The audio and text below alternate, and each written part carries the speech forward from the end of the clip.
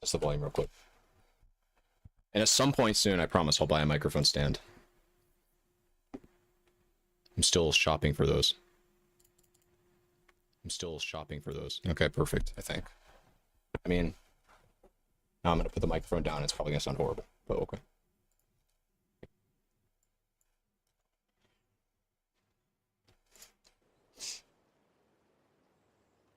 Okay, and I guess, you know, the stream started, but nobody's here, but that's no reason not to talk. I guess I should give you guys some preamble about where we are. This is the new character that I'm leveling. I don't need to do it. I tried, like, actually, I'm already in the mines. This is the new power siphon. Right now, it's just power siphon mines. We are not doing any int stacking, and we're just filling out our power charges. I don't know yet how far I'm going to stretch beyond this. I feel like this is just a really good node, so I did want to come up here for the second charge, because the 4% increased spell damage per power charge obviously feeds into our eventual Crown of Eyes. I'm using... Excuse me, I'm sorry. I'm using the increases and reductions of spell damage also apply to attacks while wielding a wand. Now, obviously, or I guess I shouldn't say obviously, it's not even true, actually. I didn't rush up here. I don't believe I rushed all the way up here. I think I decided that I wanted to get this mastery as quickly as possible when the Dodri's tenure gloves dropped for me, because, well, these gloves are just insane, actually, for leveling. We don't care about cast speed at all. So the 16% reduction, just any reduction like that, it's just a dead stat, because cast speed is not the same as mine throwing speed. Your cast speed does not affect your ability to throw mines in any way, shape, or form. The intelligence roll is obviously dead right now.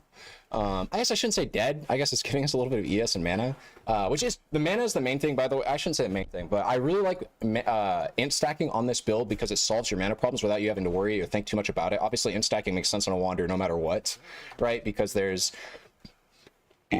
Oh, I'm so sorry. If you're playing a wand attack based build, getting spell damage is valuable, and getting spell damage is, you're able to do that with getting intelligence very easily and very effectively by crafting the GG wand that we will eventually craft on this character, say maybe by the end of the day. I don't know, probably not, because I'll need an Awakener's Orb for that. But without further ado, I don't know why I'm like delaying this. I think I'm already mostly through Act 4. Yeah, I just gotta go kill Malachi. In the aspects, I've got a heater on that is like actually microwaving my feet. And I don't know, I feel like I'm probably just overdressed, and that's probably what's causing me to cough. I don't know.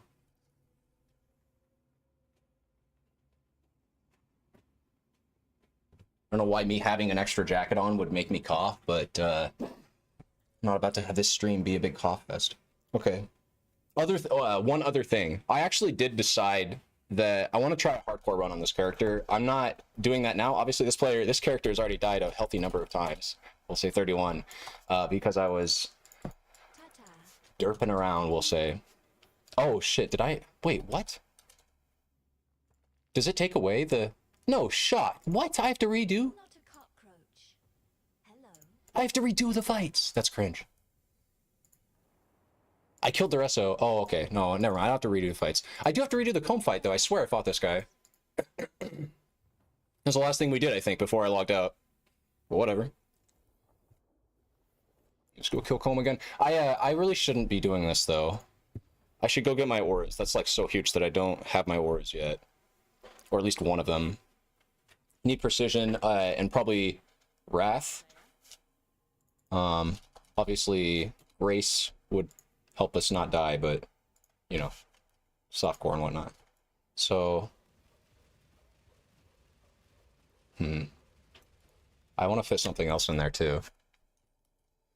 I shouldn't have to do this. I should, because I'm thinking Dreadbrenner originally, but then it's like, well, I don't have Grace, I'm not doing anything with, I'm not doing anything with, Evasion yet, so Clarity doesn't really, it's not really necessary. I could put, like, a level 1 Clarity.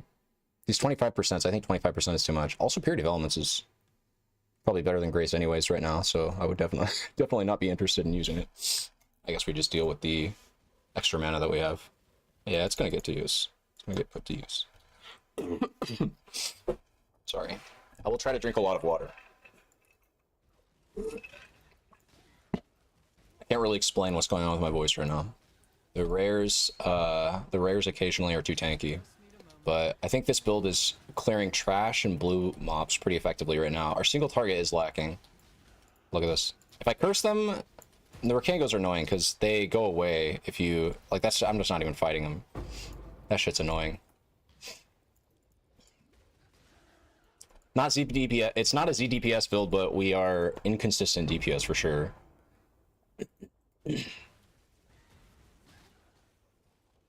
Oops.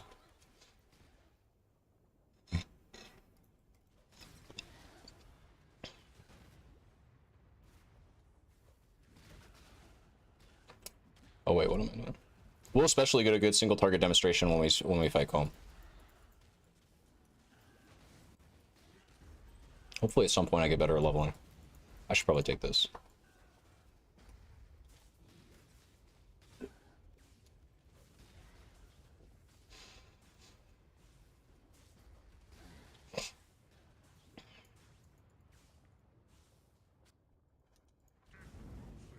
Okay, single target demonstration here if he ever becomes vulnerable. It's shit. I had to cough. I had to take my hand off the keyboard there. Should probably put this on my hotbar. Whoops. Give me wrath. This isn't important right now.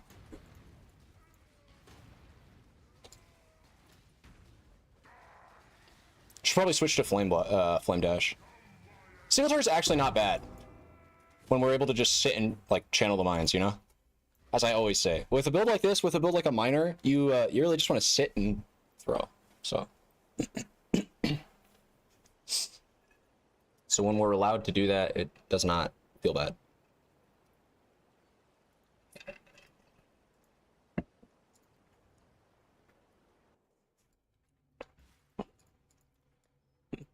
An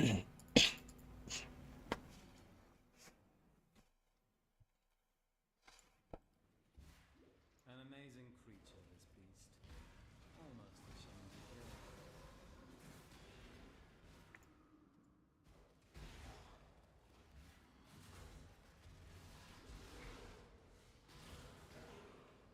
I don't zoom through the campaign. I can't help but feel like it's because I don't understand tile sets. I know not to kill things. I know that you should kind of just be running always, never not running towards the goal. I just feel like I oftentimes take the least efficient path there. I am slow too. I'm not gonna. Like, I am definitely not a racer. But like, look, like I'm gonna hit a dead end every single time. And I feel like a better player here would be able to look at the tile set and identify the dead ends in the belly of the beast. Like right here, I got a choice. Do I go this way? I think this is a dead end. That's not. I got lucky this time, I suppose. Better player would have just been able to instantly kind of infer that information, probably. Get my first Chaos Orb in Act 4. I did not know that they could drop this early.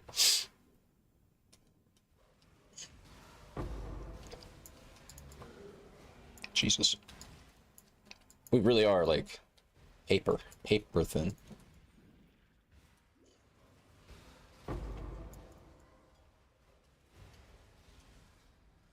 Suppression is mandatory.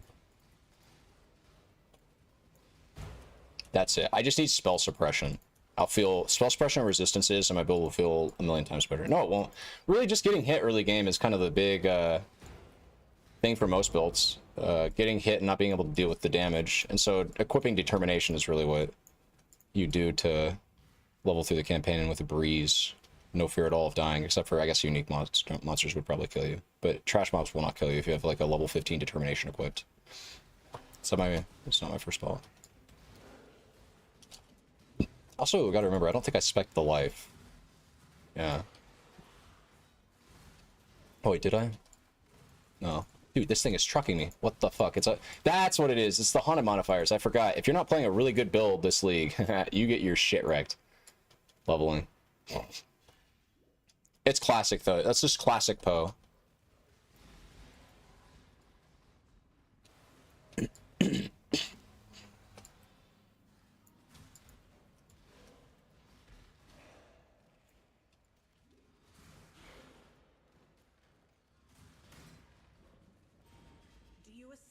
offer a money-back guarantee. I should be preloading mines.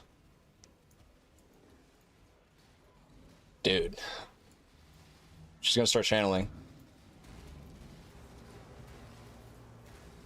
You kind of want to stay close to her, I guess, because I definitely can't tank the beam, so this is just kind of bad for the DPS unless we throw the mines really far. Or we just go like this. Move less. There we go. That wasn't bad. Actually, I think for what it's worth, this build is like something that I would say it's like a B tier leveling build. It's not bad. You are attack based, so you'll want to be keeping up with your levels on your main weapons. And in this case, I'm dual wielding. Your levels, your item levels, like you will want to keep up. You will want to regularly upgrade your bases throughout the campaign, and make sure that you're getting decent rolls. Because even just flat damage is important on a build like this. Like flat fizz is actually not terrible on a build like this early on. We're not scaling a lot of lightning. We're scaling a lot of generic damage. So just anything helps. Like generic damage with wands, right? So that applies to our flat fizz. Any flat damage is huge on a build that hits 3 times. Because like you're multiplying it out by 3 just naturally. Exponentially scaling things with flat, you could do it with increased. It really just like, it's the principle of we're hitting things times 3. So any damage we get is well, in the early game when things don't have like a super juiced health pool and you don't need a, I think cursing her is bad. Yeah, I think she usually is, she prefers curses, I think. Like she eats them and heals or does more damage or some shit. I can't remember. It's like a mechanic with Dodre. Okay, let's get the life. Oh my god. I want to grab those boots. I need more pockets.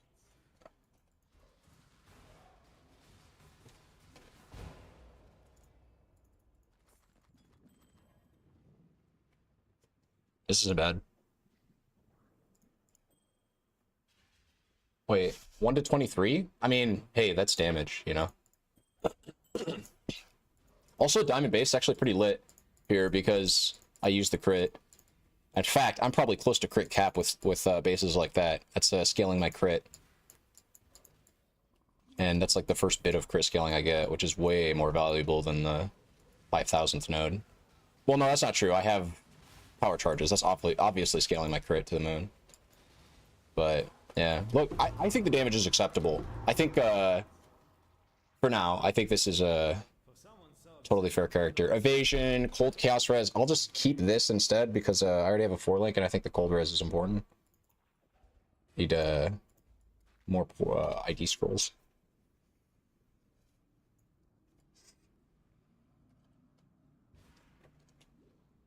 I want to turn on the music too. I will begin to hate myself if I'm just sitting here in silence and violence.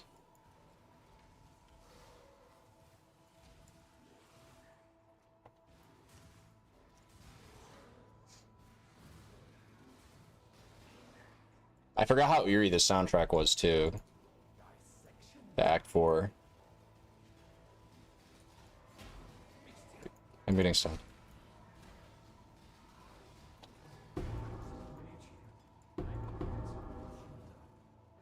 I don't know, fuck this. Oh. I'm never replacing a 7-league step, so I actually shouldn't be buying or picking up boots.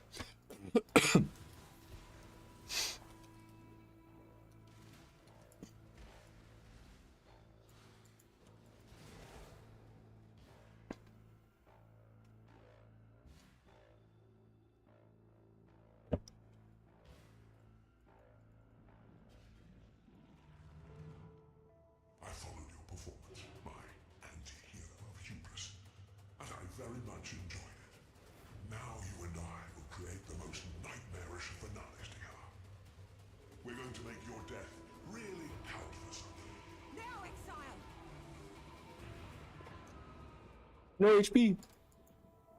Now exile. I curse him? Yeah, I did.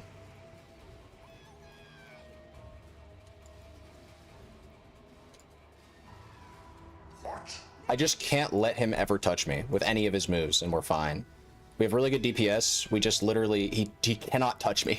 He can't touch me with anything. If I get so much as breathed on. Breathed on? If he breathes on me, I am dead. But if I breathe on him, he is dead. Due to these two upgrades. And then he wants to just give me her soliloquy.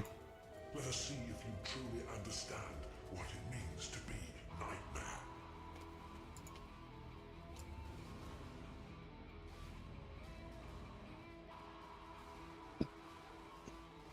I gave my life. Insta-phasing. So much more.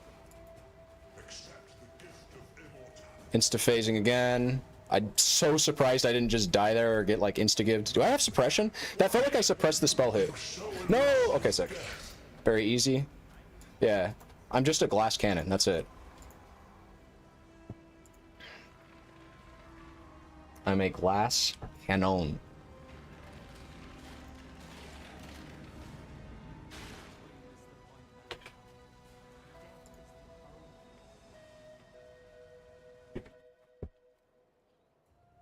Some slack. Need some more slack on my mouse. Okay. Here, hold up. Hold up.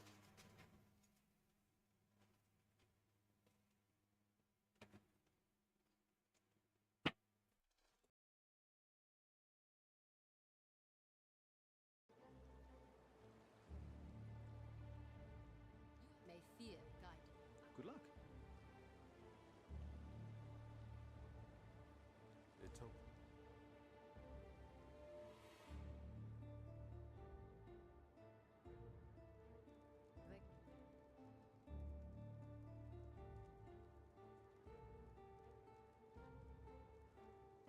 I was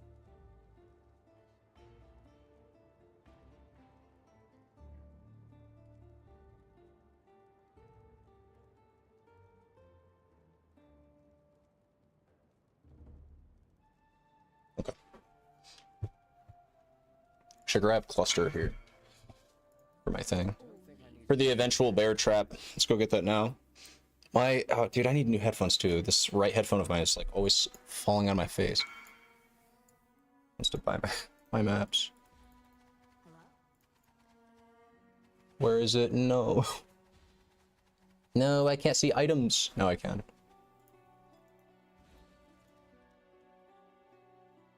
Where is it? There it is. My boy wants my Crimson Temples. I need to get rid of this shit so I can make room. I can't even look at it. Put away a gem I didn't mean to. Yeah, this guy's in a fucking rush, of course. Don't let him pressure you, Wired. Don't let him pressure you, man. Just do your thing, King. He said 10, right? Hello? My time has been wasted. Okay. Bear, I believe, is a green gem. 2 link. Can't find it. It's the 7th. It's the 7th. Dude, I don't know what's wrong with me. I'm dying. That's what's wrong with me. Slowly. Where's my jewelers? Holy shit. There we go. 4 fusings. 14 fusings.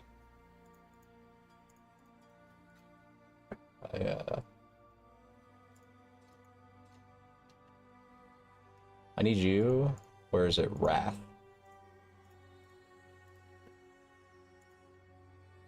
Let's put cluster here. Yeah, nice. Now we're gaming. Okay. Now we are gaming. Let's get this stone golem back. I'll need it for lab, and I probably... Wait. Ascend first for polymath is useless. Polymath is like literally useless. I get 3% damage. Polymath is so bad. It would be like 1 step ahead. That's cringe. I'm not ascending. There's no point. Not yet anyways. I just don't get that much from I don't get that much from it. I guess I get 2 extra frenzies if I want those. Yeah, I mean that's cool, but it's conditional. I don't have relic catches yet.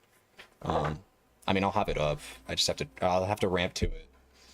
One step ahead is nice though. I'm trolling because one step ahead is move speed. That's action speed. That makes everything I do better.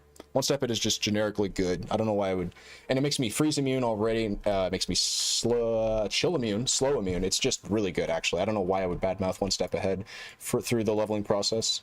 It's a more multiplier on damage to everything I'm doing. Literally everything I'm doing. Everything you do becomes quicker. I guess except for the instant shit that you do, because that's already instant. You can't make instant quicker, you know. Just need a moment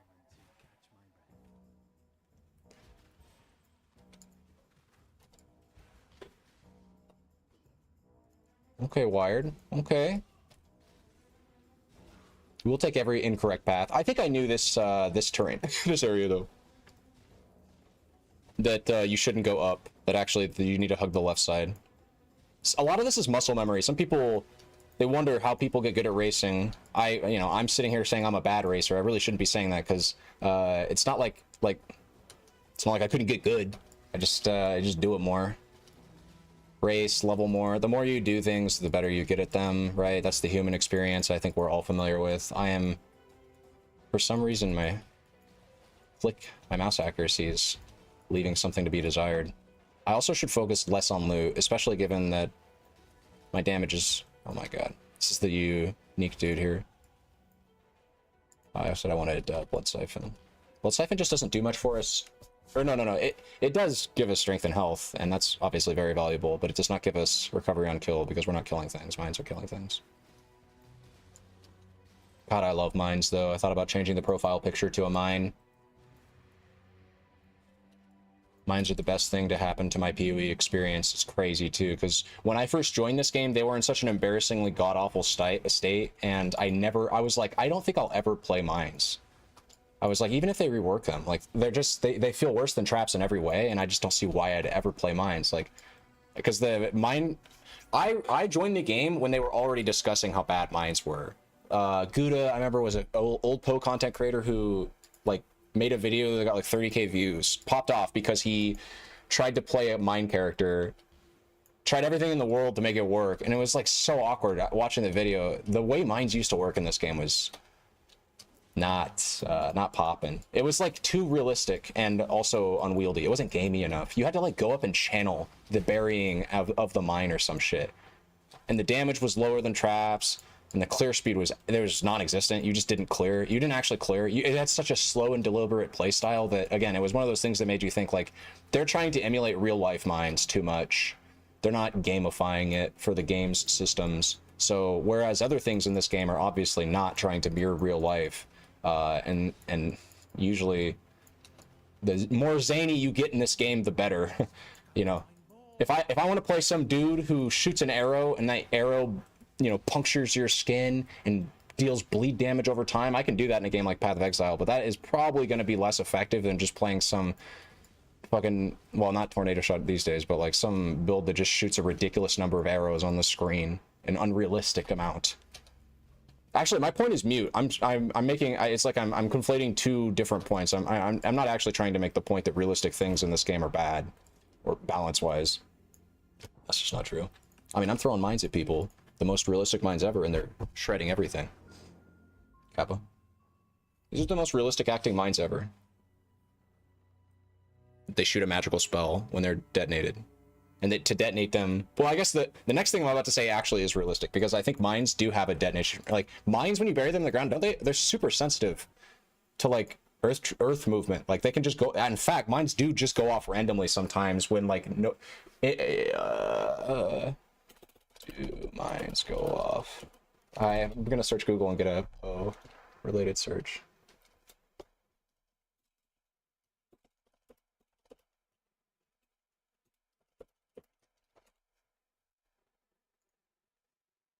Yeah, landmines can lie dormant for years or even decades until they're triggered. Even after the fighting stops, conflicts often leave behind a terrifying legacy. Landmines, well, that's just obvious though.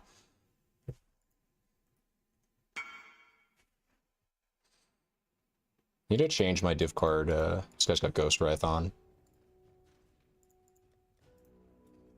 Just change it to 4. Call it a day. Yes. What I really should do is unindex it. Oh, what? Huh? Am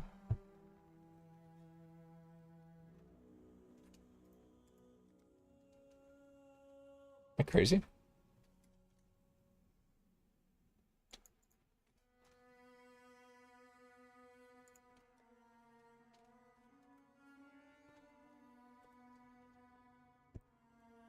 Uber Elder Fragment. These things are not worth that much. I have... This is for Divine, my man. Now you're ripping me off. Okay, I'm not accepting trolls anymore.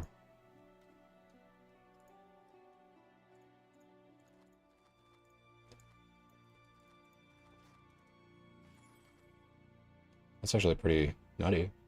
It's got the flat damage. Those juicy flat damage rolls I love so much. Having to give up that diamond ring, though, that I just had. Yeah, it's actually not even that good. I take it back. I take back everything I said about it. Probably lose damage equipping it. Has move speed. I already have move speed boots. Salah. Keep your eyes sharp. Oops.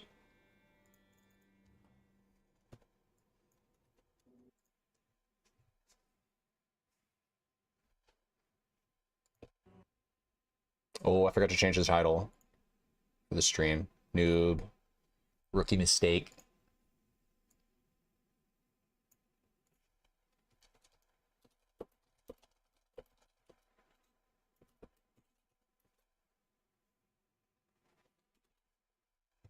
sung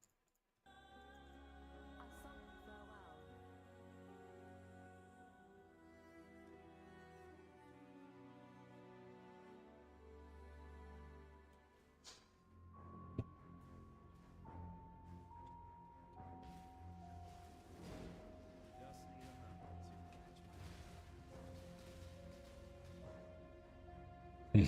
Wrong way again. I should know that, though. I think it's up here. Yeah, what the fuck am I doing? What?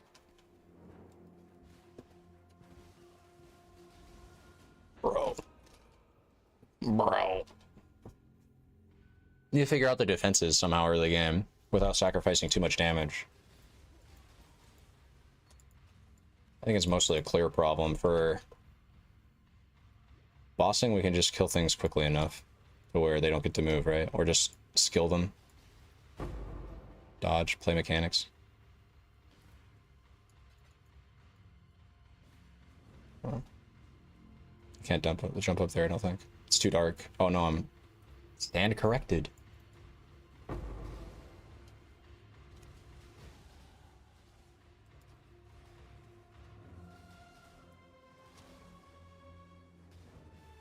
It's the wrong way. What the fuck am I doing? I need to go up here.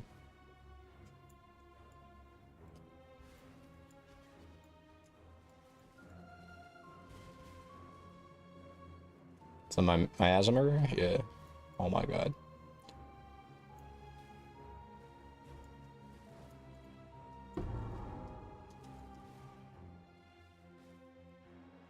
It's a...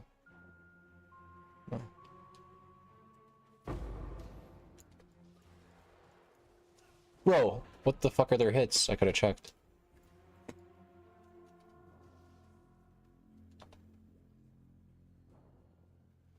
Go. Another Chaos Orb.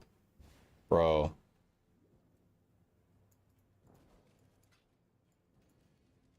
Let's get more life.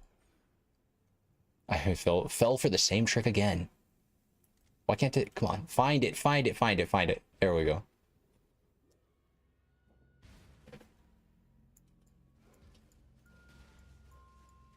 What's this guy? Lightning resistant? No. GCP, I guess. These guys have, they're just a haunted modifier. I guess I could be checking that. Getting a little bit more info. That would be a... Okay. The hardcore run of this character is going to be so deliberate and slow. Holy shit. I'm going to have to... Because, you know, I'm just not... I'm not that great at leveling in PoE. It's very evident to me that that is the case. I can accept that. And just realize that to get good, I probably just need to slow things way the fuck down, even slower than I'm currently going, which might even turn some people off, but that's just the way it's got to be. This is a, like, this is an upgrade right here, I'm pretty sure. right? Because I'm looking at the flat, and I'm saying, no matter what, this bad boy right here comes with a shit ton of flat damage, and I guess some spell damage too that I can leverage. Yeah, I'm pretty sure this is just better than you. If you check your damage, right, there's just a bunch of flat. That's all I'm really leveraging here with this weapon. And yeah, I did grow. My DPS numbers went up, and now we'd have to figure out the 2-link situation again. That's how we'd figure out the 2-link situation. Let's take you off. Let's take connectivity, put it to the side for now. Put the detonate mines in there. Where did it go? I don't know why I put automation over there. It makes no sense. I need it later. Put you there. Down here. Jump up here. It's not gonna find it. Wow, really? Okay. Oh my goodness, I don't have my thing going. There it is.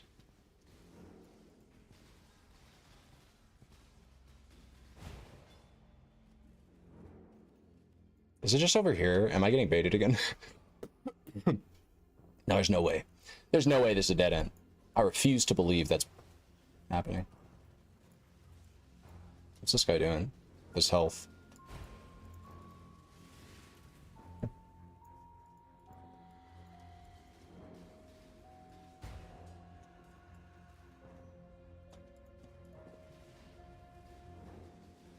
Uh-oh. Did I lose damage, actually? Am I memeing? Or is it just that my damage is starting to fall off a little bit and I need to make another upgrade? Like a bigger upgrade than just gaining 60 DPS. Oh, actually 60 DPS this early on is actually... it's relevant. I guess I'm not also using my bear trap, so I don't know why... I'm not optimizing my damage and I'd criticize my damage. I was missing at least 25% there. Blue, what's up? How are you doing?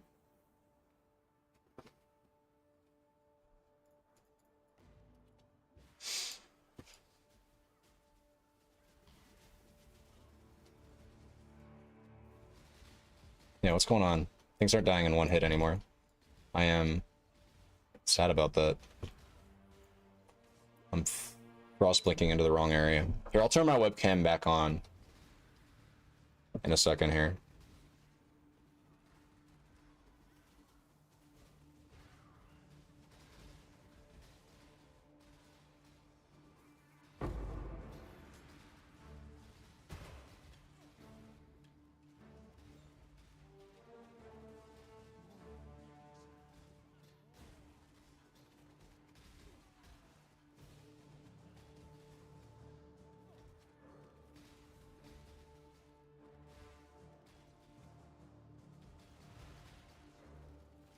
Leaving work at the you work for your city, right?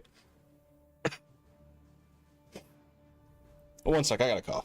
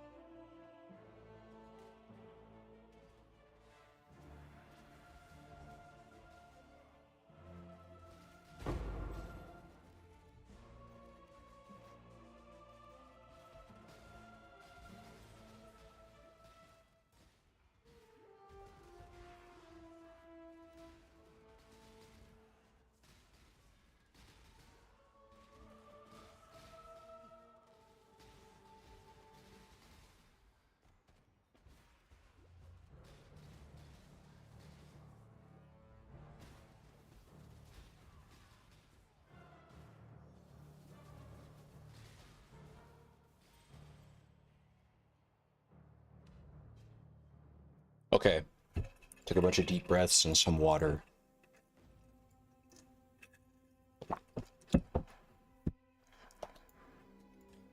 This is the wrong way, isn't it? No, it's not. Maybe there's no wrong way. I think there's 2 entrances. Like, that's an entrance over there, too. And also, I think this... I'm like 80% sure I get a passive point from this side quest. If I don't, I'm wasting my time. Because... well...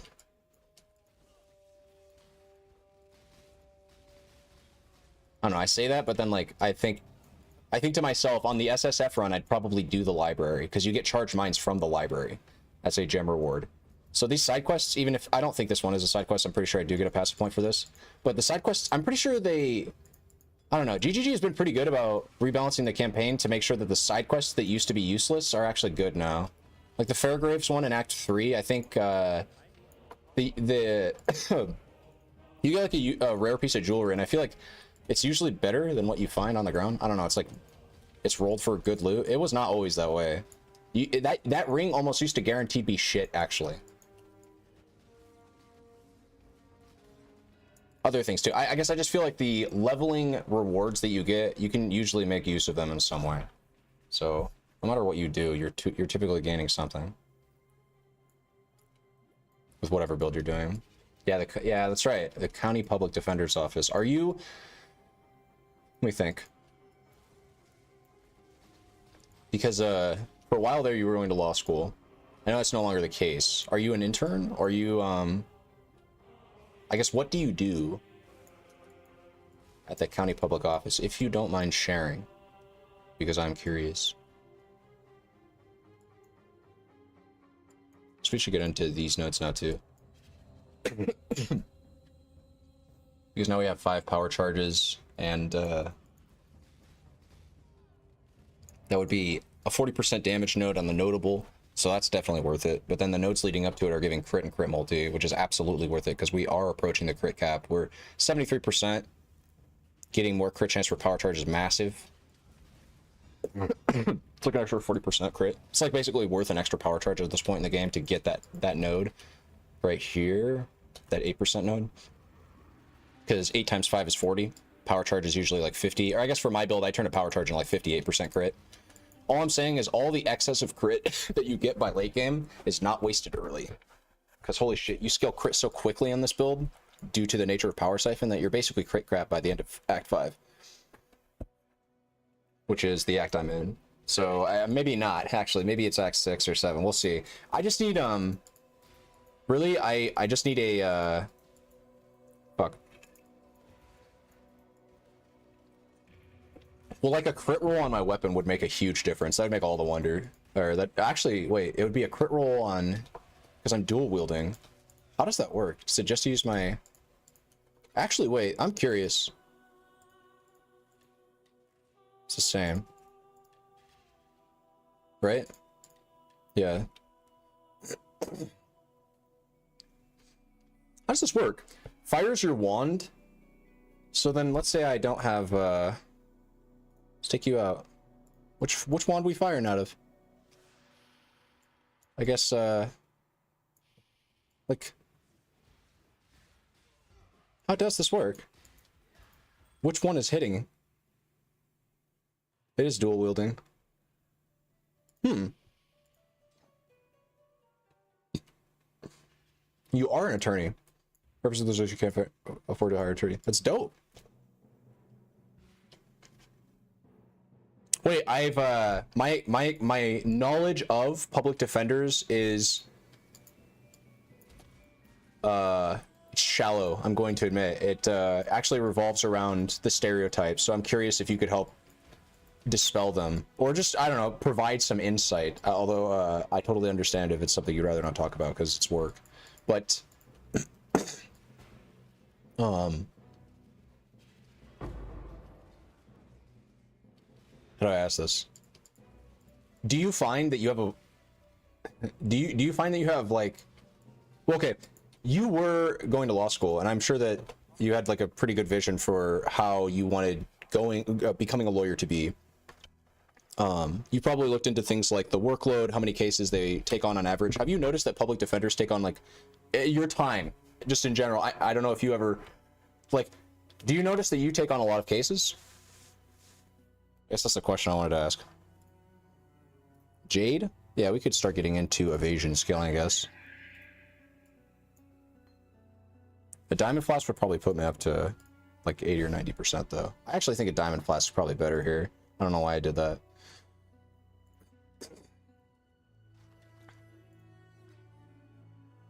This is bad. This is good though, but not good enough.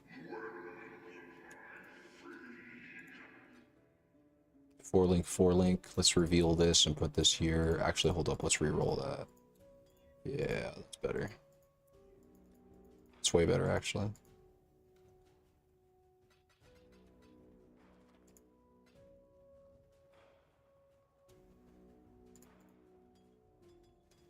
Because the stereotype is that public defenders have significantly more cases and are generally they take on more cases and they're compensated less than someone who owns a private practice or works for one. And I'm curious if you do you relate to that stereotype at all, or do you feel like that's kind of overblown? You actually find yourself maybe not loving your job, but realizing that, I shouldn't say realizing, because again, well, yeah, no, realizing is a good word there. I'm just curious as to what perspective you have on your work right now, based on my pre-established worldview of how, of seeing it from afar and how people describe it. Although, to be fair, I think the people I've heard describe it are not public defenders. So that, well, yeah, that's especially why I'm curious on your perspective as on this matter. I think I'm being very heavy-handed with my questions. I hope you don't mind, Blue. If you don't want to talk about this, I completely understand. Work does have a tendency to suck. Maybe we're getting too personal, you know?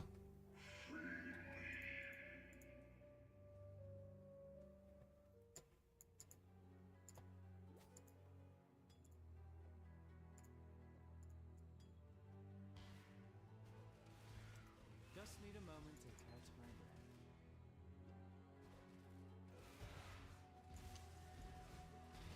Ooh, what's going on here? Did I miss something? Was I just like not critting that entire time? What's hold up? Or maybe they had energy shield? Energy shield was their mod, so they had a crap ton of extra HP as energy shield, and I just wasn't respecting that. Definitely take on more cases than private attorney, but I would argue that we are more client-centered. Oh yeah, for sure. Now, again, I'm going based on my very limited real-world experience with public defenders, but watching Better Call Saul has given me a... I'll just put it this way.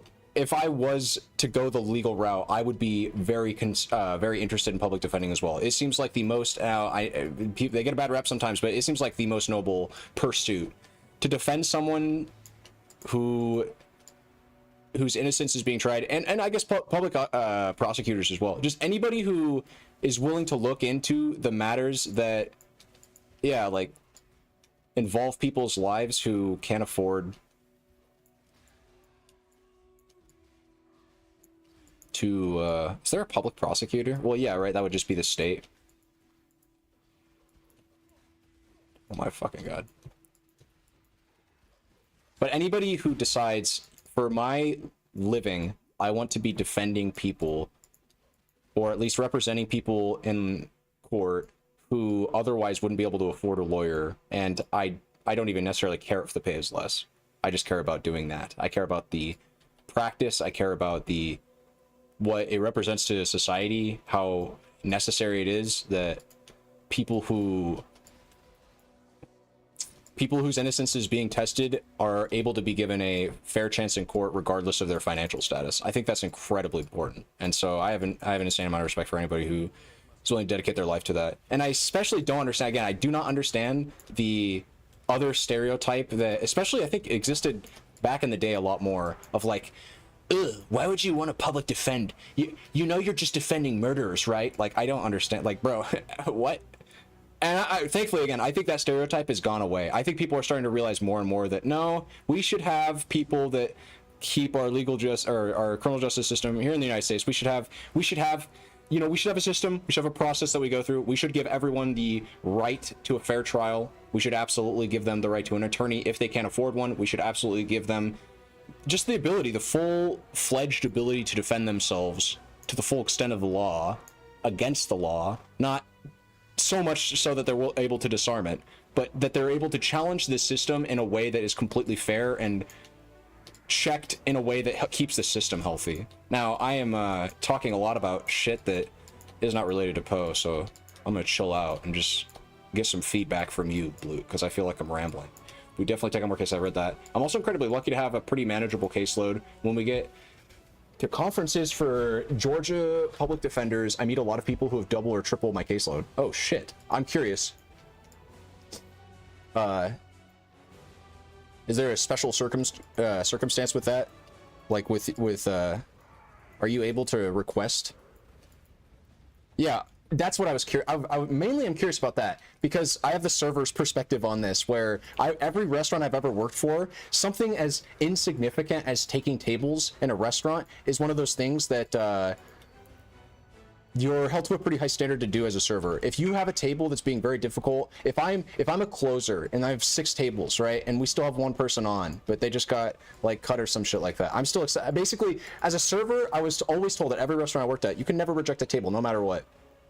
Do you have the same situation going on as public defender?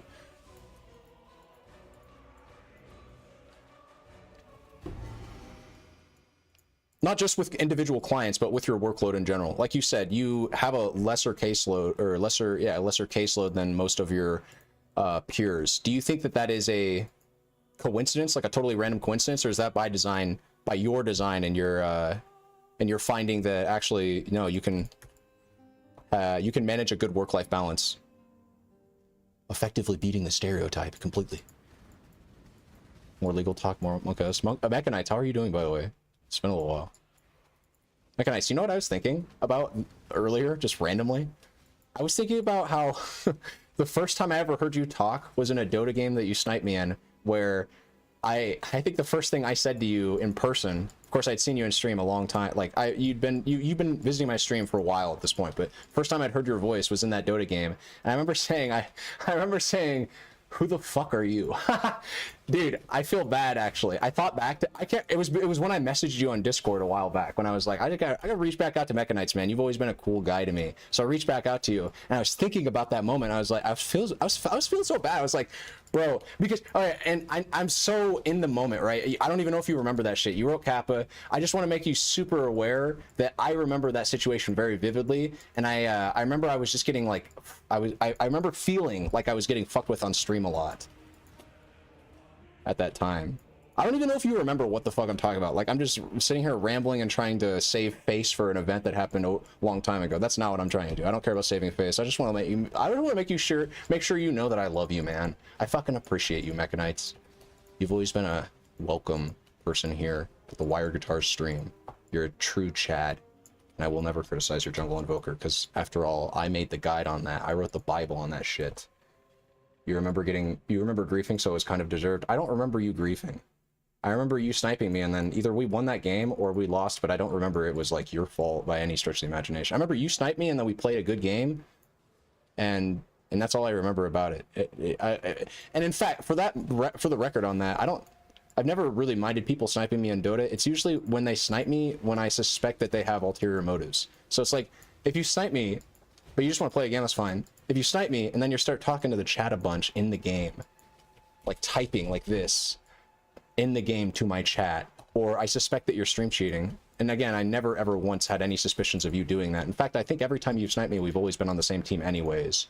But yeah, it's not really sniping that I ever cared about. It was like it was the symptoms of it. It was the things that often came hand in hand with people that sniped. I think that makes sense, but if in case you don't understand that, I can say that probably a different way. Although that probably sounded condescending, so I didn't mean it that way. I think the court circuit that we work in, our judges force us to move pretty quickly, and because of that... Okay, wait, so then, or I shouldn't say wait. Blue, can you give me more context on this? You work for the state, you are a public defender, and the judges are like your boss? Because I can look all this up, and I will at some point. I'm mad curious right now, but I think getting your perspective on this is valuable. So I'm curious if you don't mind, could you tell me your relationship, or I don't know, it's probably. But by the way, you work for the state and you have access to confidential information. Please, keep that in mind. You don't have to say anything here on the Wired Guitars internet stream being broadcast out to potentially millions of people. But that being said, let me ride that fence on the other end and say you do have me very curious about how the inner workings, the inner machinations of your field of work. because that's the fucking city, man. And now, to be fair, that's Georgia. All right, I don't live in Georgia, so it's different probably here.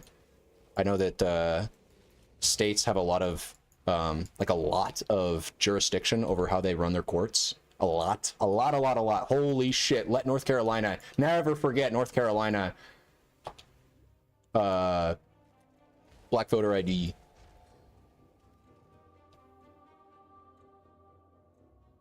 Bill from like the 2013, 2014. That was like no, that was a little bit, that was more recent than that.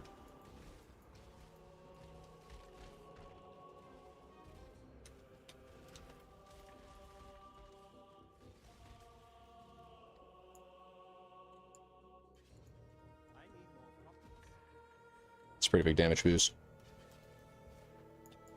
I gotta say, I don't feel as squishy anymore since I took those health nodes. I'm not dying as much, right? How many deaths are we at? 50? Whoops. 35? Okay. I think we're at 31 when we started the stream, right?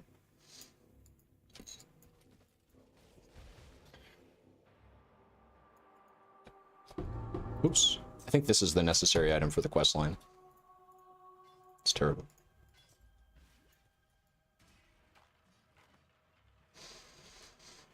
Okay, we gotta go back to base to get a passive point from the homie. Right? No, we already did that. So then we just got to...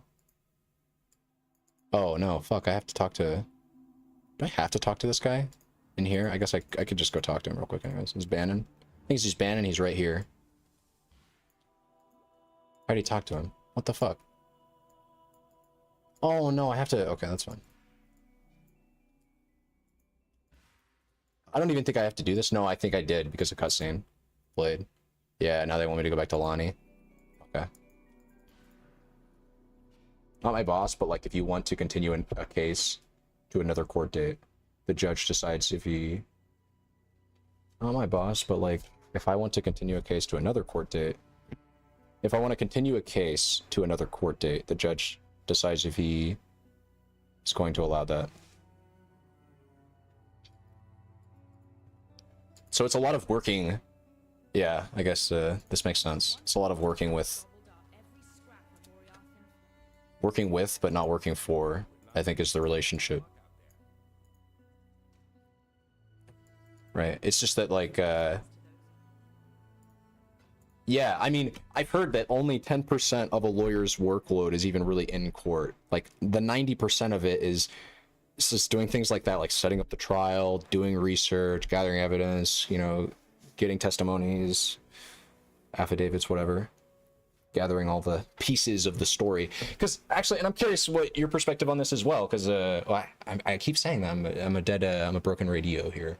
Have you found that representing people this is the stereotype I'm familiar with. I'm not trying to, like, this is such a, like, I don't want you to agree with this because of the analogy, but I have heard that being an effective lawyer is more about knowing how to control the narrative and like gather this story and convince. Basically, that's what you're doing, right? You're representing someone's perspective in a legal case, and a very effective method at doing that is like trying to build all of the pieces of that person's story to share their side of things and relate to the jury or the judge, depending on who has ultimate jurisdiction over the person's guilty verdict.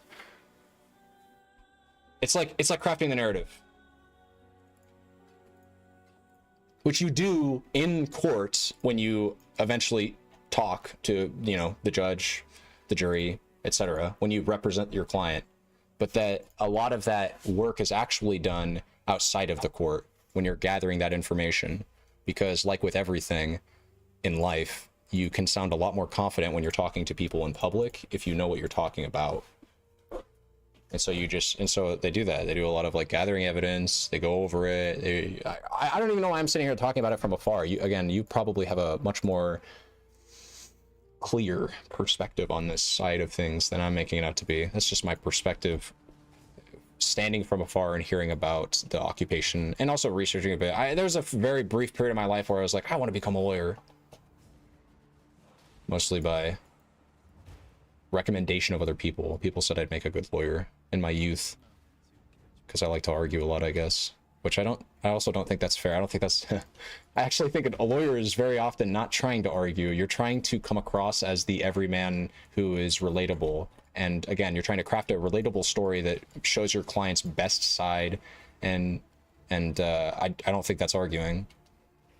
I think the least effective lawyers are the ones that come off as snarky, rude, and argumentative, because they I mean, ultimately, when you're trying to convince people of opinions, that is never a hard science, right? You have facts about the case, and then you have hearsay, you have testimonial, you know, you have like observational evidence, you have certain facts that you can go over, but there's a lot of situations that do come down to he said, she said, and in those situations, I think just having the best like public facing side is the most important thing in any he said, she said situation. Like anytime two random strangers are arguing, and I don't think people know they're doing this consciously, but I truly believe what people on the outskirts of the two people arguing, when they are seeing that from afar, what you're doing, right? If you see me argue with someone, if you don't know who I am, you do know who I am, you know my strength, whatever. If we were to see two random strangers argue right now, I feel like we would be, and we could be doing this subconsciously, we would be like determining for ourselves which one feels more right, knowing full well that we don't have all the evidence, but that there's like a guilty cadence.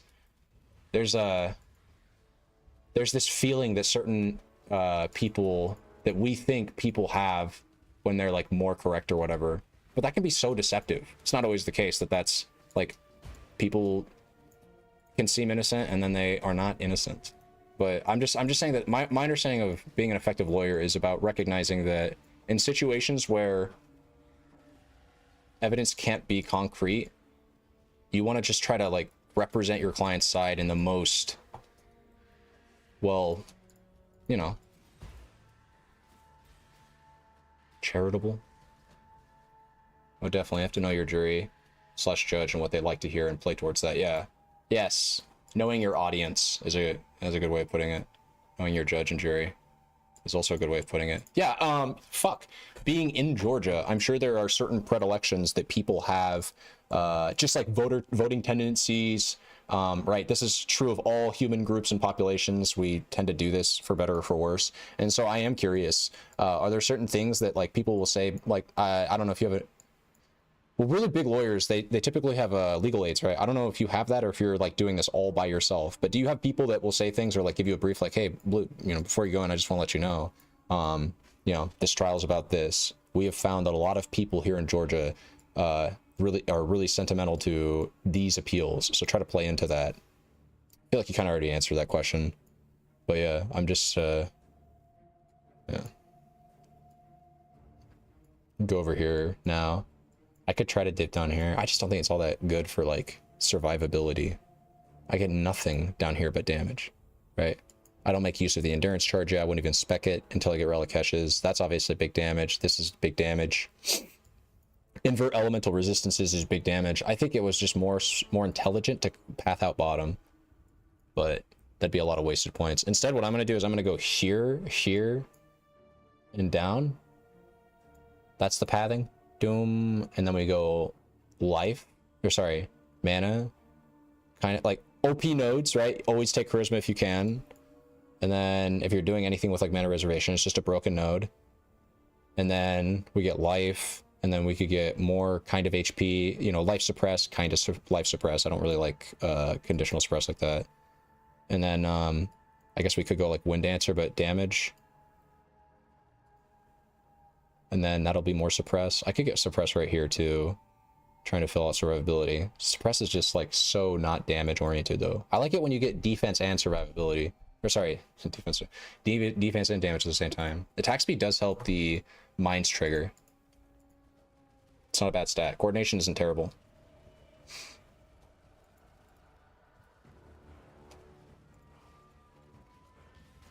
I think I get one shot by, what is this damage? No, I'm doing a lot of damage. It's just, this is the first form Kitava, so you don't actually get his health bar down that low. But at first there I was like, Jesus Christ, my damage is nothing.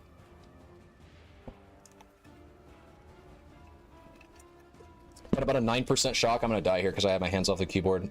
15% shock in some optimal conditions. I think a lot of my damage is actually physical right now. Can we check? Holy shit, where's my... There it is. Yeah, look at that. A third of my damage is fizz. A little bit more, actually, because of the bottom... what's that called? The bottom range. The bottom range of lightning is like 1, so you have to account that for the average. How is this league? My friend told me that tier 16... No, you probably mean tier 17? Oh, no, I see what you're saying. Tier 16 / Uber Elder changes were bad. Here's my opinion on the league. The crafting mechanic is cumbersome, and I have not played with it too much. I guess, yeah, you know what, I'm gonna say that. Let's that should go first. I haven't played with it too much, so maybe my opinion's garbage. But I find it to be cumbersome the 3 times I've used it, and to be fair, these were very early in the campaign. It's like spreadsheet shit that I have no interest in, so I've been selling all my corpses. So with respect to the league mechanics, like profitability, fun, how much have I engaged with it? I have not engaged with it too much, which is not a surprise. I haven't engaged seriously with a league mechanic in this game since Sentinel. That was my favorite league mechanic by far. I did like Tota for a bit. I got bored of it. But Sentinel was such a fun in-map blast mechanic. I loved that. But anyways, so that's my thoughts on the crafting mechanic. My thoughts on the league beyond the... So my thoughts on the league minus the league content, right? Because that's an important element of PoE. Because they did make a lot of changes that had nothing to do with like Necropolis. Like you said, to the tier 16s, tier 17s added. You know, that's going to stay. That's not going to just go away at the end of Necropolis. And then Uber Elder, Uber Eater, Uber Maven, all of the Ubers had their, you know, whatever changed to be fragment oriented. My thoughts on that, just micro focus on that for a second. I think that's better than having Atlas points that you have to spec up here for Ubers. I think it's better that the Ubers are gated behind fragments. I do think like Uber Maven and Uber Eater, they're going to need something adjusted on their drop rates or something, because like holy shit, those fragments are so expensive that, or I don't know what they're going to do with that, but like the changes that they made to Ubers have made certain Ubers very restrictive from a cost perspective, which is kind of funny. Oh, my co's coming in the back. Hold up, I gotta go let him in.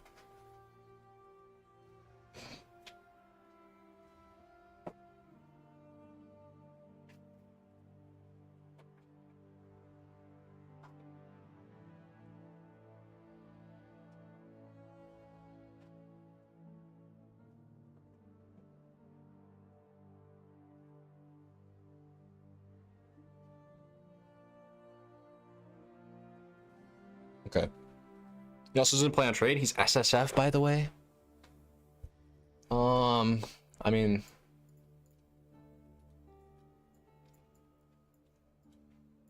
I don't really know, actually. I couldn't even begin to prognosticate the SSF perspective. I'm not going to do Twilight Strand, but I think you should do Twilight Strand to get access to more gems. And I probably will in League. But, okay. I think the floor for what's considered an acceptable build late game, and yeah, I think it is considering tier 17s, unfortunately. Yeah, basically, the floor for what's considered an acceptable build is starting to change for a lot of people. Great example is my most recent Power Siphon video. No, not my most recent. The first Power Siphon video I published. You can go check that out on my YouTube, by the way. Well, why are guitars YouTube? No, I'm just kidding. I'm not going to promote my YouTube to 2 people that know of my YouTube. I'm fucking with you guys. But the... in that video's comment section, there was a fair number of people asking me if it could do tier 17s, which made me immediately realize, oh shit, people are going to care about being able to farm tier 17s now. They're not going to just want some tanky map blaster that can do tier 16s. I think the meta, if you will, the expectation, if you will, the players' perception on what they need to feel good playing this game is starting to shift in favor of more like, can it do the juiced shit, you know? Can I have all the fun? And if that is the case, right? If people are saying that tier 17s are the new threshold for like, if your build can't do this, it's kind of shit, then I do understand a lot of the negative sentiment. Because especially for newer players, that is such a high threshold to expect them to be able to pass. My Power Siphon Wander was not going to be able to clear tier 17s until I made the mines adjustment. For sure, it just didn't do damage. Like, it didn't do that kind of damage, you know? I'm gonna give you a bit of perspective on what I think is necessary from a damage dealing perspective to feel good in this game. Right? It used to be everything but Ubers. All you needed to have a good time, a reasonably good time, was like 10 mil DPS. Right, 10 mil DPS, you're gonna be able to kill most things. You're gonna be able to kill bosses pretty efficiently, pretty quickly. You're going to struggle against rare, like, and I mean rare as in they're not going to show up often, but the truly antagonistic monsters are going to maybe give your build a little bit of a struggle for killing them quickly. You might spend like a minute killing some monsters, but for the most part, I think 10 mil DPS for a long time was like, you can have a great time in PoE with 10 mil DPS. Can you do Ubers? If your build's tanky enough and you want to wait for like 5 minutes, yeah. But for the most part of the game, so for the majority of the game, you can have a good time on 10 mil DPS. But now, I don't know. I don't want to say fat chance, but it just seems more and more unlikely. And I'm fighting 2 of them? What? No? Kind of? What the fuck is this bullshit? Yo, what? Hello? Okay, and this is another thing. I just want to point this out. I don't know if this is going to stay, though, so I didn't want to criticize it when I was when I encountered this in the leveling process. I was like, I don't know if this shit's going to stay. But, like, look at this shit. They keep making the campaign harder too, which is making more and more new players. I think, I don't know. I'm not tapped into the new player's brain like 100%. I'm just trying to consider their perspective, and especially I'm just thinking back to when I started playing this game, dude. When I first started playing this game and created my very first character and truly created my own first build, like I was just clicking nodes on the passive tree with no guidance whatsoever. It went horribly. It went terrible. It went so poorly that I was like, this game is dumb. I would need a guide to play this game and have fun. And over time, slowly but surely, I gave this game more chances because everybody kept talking about how good it is. And on top of that, here's a super big element. GGG released so much quality of life in the time that it took me to give this game another chance, or the other chance that it took to get me hooked. I've been playing this game since Strongbox League, if you could believe it. But that being said, I would only like bump in every couple of leagues. I played, I think I jumped, no, was it Strongbox? I think it was Strongbox. I think it was literally Ambush was the first time I tried this game, and I don't remember coming back until Ascendancy League 2.0. And then after that, because I still wasn't feeling it in Ascendancy League, I was like, the game's good, but it's just not, it's not my game, you know? And I kept letting it cook. They kept releasing new player tools. That was the main thing that I enjoyed. They added affinity stash tabs. That was huge, dude. Suddenly I could play the game. They added a loot filter in 2.0. Suddenly I can play the game. Like, so many you can play the game now changes, where it literally changes the floor for the better in a way that I think even GGG knows is true, because I guarantee it. If they go check their stats, their sales metrics, those leagues where they, like Breach League, that was one of their best leagues. I've heard them talk about this in an interview. Why was it one of their best leagues? Because they just released juicy ass tanky, or not, map blast oriented content that was super fun for players to engage in, and also there was a bunch of quality of life things that came in that league too, or shortly after, I remember. All I'm trying to say is, there was a period in this game's development. I love this game, by the way. I'm not trying to criticize this game at all, but there was a period in this game's development. I think that we're still going through it. But there was definitely a period a while ago where they were like, every single patch, we're going to just drop huge quality of life, you know, new player improvements. This patch, they hyped up the trade improvements a lot. I will say, being able to trade a bunch of items in one click is huge. But it's kind of sad that I'm saying that, like, because Affinity Stash Tabs kind of changed the game. ARPGs didn't have something like that before, I don't think. I'm trying to remember, were Affinity Stash Tabs even a thing in ARPGs prior to Poe? Do you know, or maybe I'm just revealing my own bias, my own personal opinion is being shown, because, like, Wired, what you're really saying is you liked Affinity Stash Tabs. That's all I'm hearing you say. And maybe that's true, but I don't know. I truly don't know. That's why I'm hedging so hard here. Maybe they weren't that big a deal, but maybe I'm right and you're wrong. Okay, we found a one that will be an upgrade. Spell damage we're using, the fizz damage is obviously very nice because it scales the base damage of the weapon. Obviously, or I shouldn't say obviously, the weapon might not be better though. Wait, is it even better? Yeah, it's better. This thing isn't better, right? No. That quality of life like that improves the game so much. That's what I'm thinking, right? But it's also possible that I was just biased towards that, because I guess it's also possible that for the more and more I was thinking about that statement that I was making, the more and more I was realizing, wait, a new player might have that exact same perspective on on something like the ability to trade multiple the ability to trade all of your currency with the holding of control and shift. Like, maybe to a new player, that's their version of the affinity stash tab thing, right? But to me, that was like one of those things that should have just been in the game. Like, it's actually, I'm sorry, but I'm gonna say something that I think is actually unpopular. I've changed my opinion on this so much too. I've gone like back and forth on this. Who knows? In a week, maybe I'll feel the exact opposite. I don't know. My logic on this changes so much. It shows inconsistency, but I actually think PoE needs an auction house. I think it's like, it's time. It's been time. The fact that we're praising trade improvements like, oh, you can click a bunch of orbs in an inventory at once now, when, like, I'm sorry, but D3 had this shit figured out in 2012. Why do I even have to go back? Why do I even have to be online for someone to buy something in my stash? And here's the thing, right? Here's the thing. I used to not feel this way at all. I used to listen to GGG, and I still do. I'm their little bitch boy. Okay, I will not lie. I think that GGG is the best company in gaming right now. I'm a complete fanboy. I just I generally I see the quality in their product so much, and so where the fuck was I going with this? Where the fuck was I going with this? Wait, hold up. Let me think about this for just a split second. PoE is a truly beautiful game. I'm not trying to insult it. I think that's my problem. Is I was hedging so much. I was like straddling a line between trying to criticize PoE's new player experience. I was trying to criticize PoE's new player experience while also acknowledging that it's truly an amazing game. That's it. If you have to battle the game. Your first 100, 200 hours, you're fighting against the game. I just feel like most people are not going to be able to sign up for that, you know? Most people are going to look at that and say, I just, no.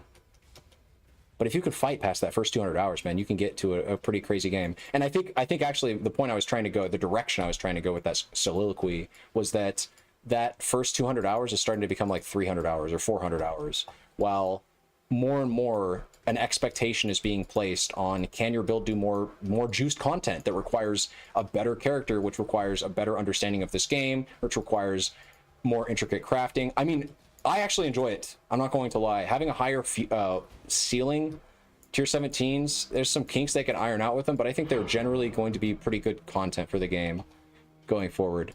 And I think having more aspirational content is great. I'm actually of the opinion that PoE needs like twice the amount of aspirational content. Like, we need like Final Fantasy amounts of bosses, where it's like you get to endgame in PoE, and I actually used to feel this way back in Sentinel League. The first time I cleared all the endgame content, I remember feeling so high, like I was on drugs. I was like going through, I was like, oh yeah, I just killed Uber this guy. Oh, I just killed the Pale Council. Oh, I just did this for the first time. Oh, I just did this I remember Talisman League when I was struggling on this. Now I'm killing the Talisman League boss. Oh, now I'm making this league my bitch. This league my bitch. It was such a like growing up experience. It's cringe saying this because this only happened like a year or two ago, but it was like I got to go back and play a game that for 10 years had been kicking my ass. I had never been able to kill this boss because I never really tried, you know, I never really like put the time into learning this game.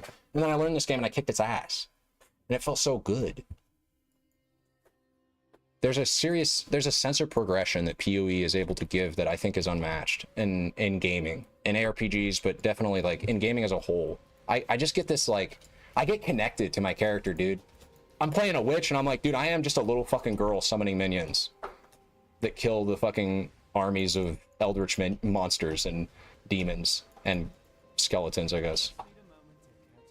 Or I'm playing an assassin. I'm a Chad dude that probably smokes in his free time, or would smoke if he didn't have to save the world. Who also, I don't know, there's not a whole lot of interesting things to say about a Shadow, but like the Templar, bro, I don't know, I get into their voices. I'm such a like, the immersion is a huge thing for me, and PoE delivers immersion in gameplay in strides.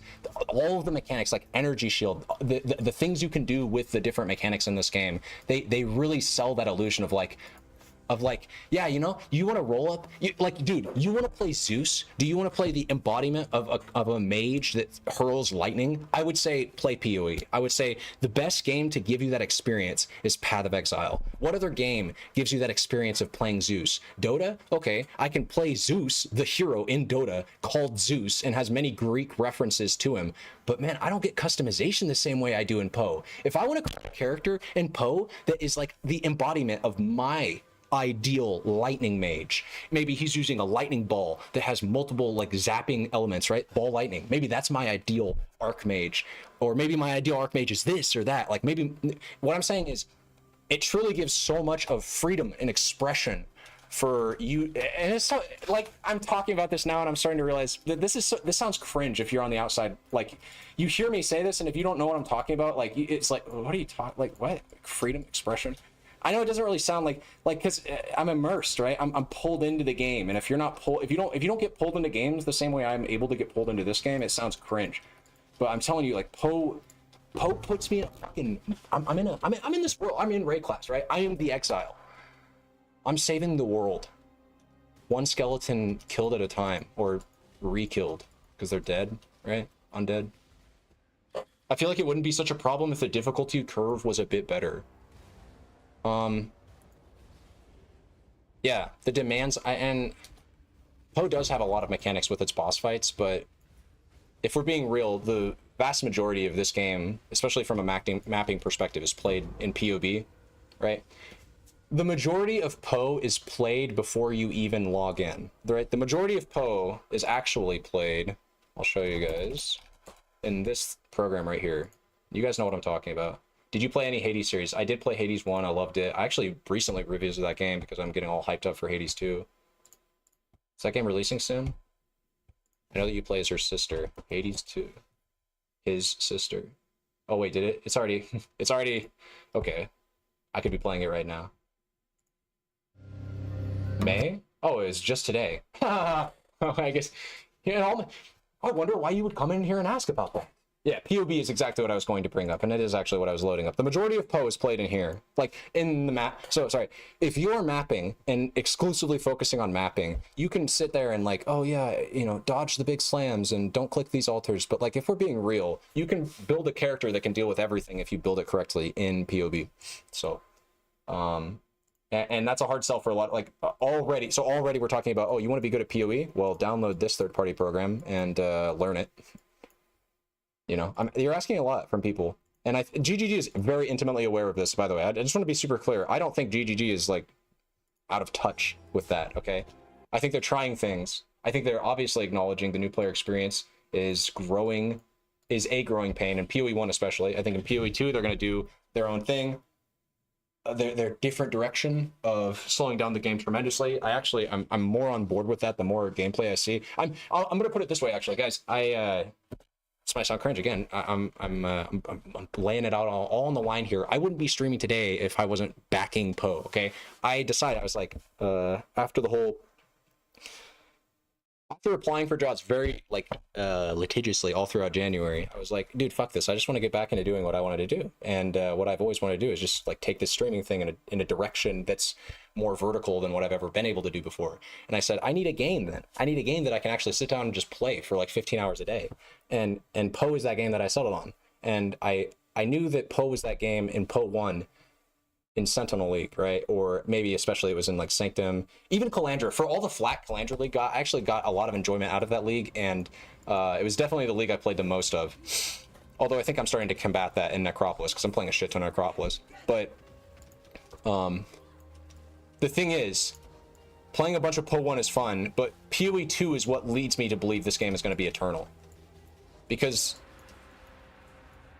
all the gameplay footage I see of it, they're just taking so many like directions that seem so correct, like active blocking, WASD movement, ammo types. I don't know. It just, if I'm convinced that they're going to, when PoE 2 drops, I think Christ might come back.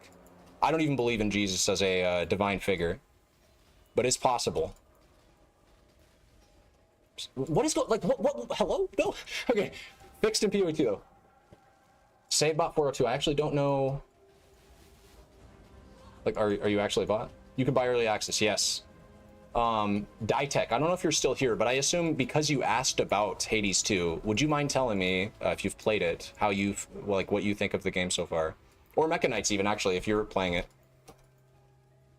Because I think I will, at some point I will eventually buy that game. I think I'm unfortunate.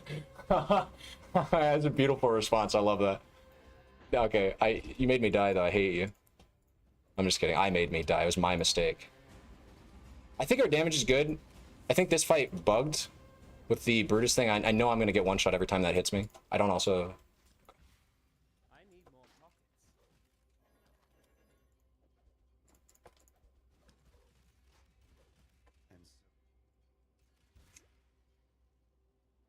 I've watched you play more Hades than I've played it myself.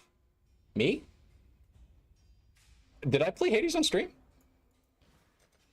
I haven't played Hades 1. I played 55 minutes of Hades 2. Yeah, no. What do you think of Hades 2, though? Seriously, I'm curious.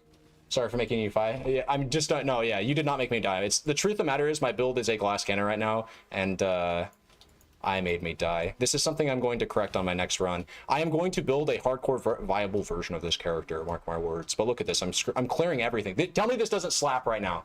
Tell me you don't want to play this. Tell me you don't want to level this. Maybe you don't play the game. Okay, fair enough. If you don't play PoE, I can understand why you wouldn't want to do it. Major cap on that hardcore. No shot, dude. I am going to make a hardcore viable version of this shit. For sure. I think it's the difference between taking Grace and paying more attention to the screen and taking a few more life nodes. Like, you see my damage. Everything dies. I could give up some of this. I don't need to have this much. Yeah, like, this is a bit overkill, yeah? Graphics and visual looks really good. How's that gameplay, though? Here's the thing. Hades 1 is a very fun game, but you will get bored of it at some point, right? I don't know. I got bored of it at some point. I just did. It's... No, that's subjective. Hold up. Let me think more about my criticism of Hades 1. I think okay. It's a long grind, but I think Hades 1 just needed more. Does Hades 2 feel like it has more? How many hours? I think I have 300 or 400 hours, but I have everything. That's the thing. It's weird to say, but I think Hades 2 needs to be like the deepest roguelite on the market for its time. If you're the roguelite formula is getting adapted and like spread around like crack. I love it. Roguelites are right next to Dota and I guess PoE. My favorite type of game. And notice, right, roguelite is in PoE and Dota in troves.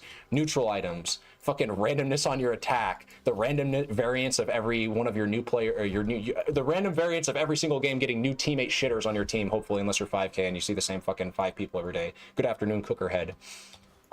In PoE, where's the randomness? Where's the procedural generation? Where's the roguelite elements? Are you kidding me? Loot drops my damage, my fucking build, everything is random. Everything is random, and I love it. It's random. It's calculated randomness. It's procedurally generated, and roguelites are the same thing, right? And so so now we got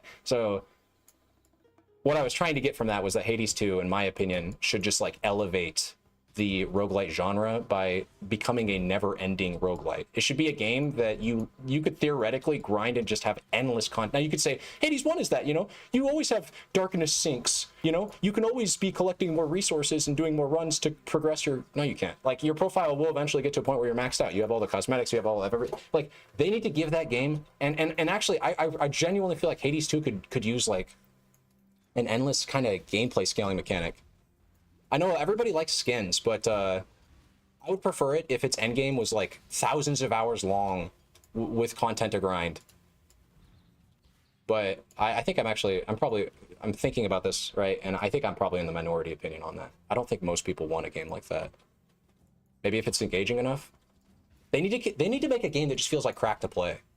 Because that's the experience that you're being sold every time you play a roguelite, okay? There's a dopaminergic stream being dripped like an IV into your bloodstream, and you just don't realize that you're engaging in that every time you play a roguelite. You're waiting for the next drop. You're waiting for the next, I don't know. Next drop is a big element. You're waiting for the next high of a good game in Dota. You're waiting for the next X, right? And having that thing to look forward to is super huge, and always having that feeling present. When I stop looking forward to things, I generally stop playing the game. I'm not happy playing your game. What the fuck am I playing it for? Playing it to be miserable? I have never played a game once that I've been miserable playing, right? If I'm playing a video game, I'm having fun doing it. That's another thing. I don't understand that. There's some people that don't do, like, there's some people that play games they're miserable playing, and then they give their feedback on the game. When it's like, well, you don't even like the game. Or at least, maybe you like it. Maybe it's better to say you're addicted to the game. Because you can't stop playing it, but every time I see you play, you rage. And you flame and hate your team. Like, you know what I'm talking about, I think. Waiting for PvE? PvE Dota? Waiting for... Because...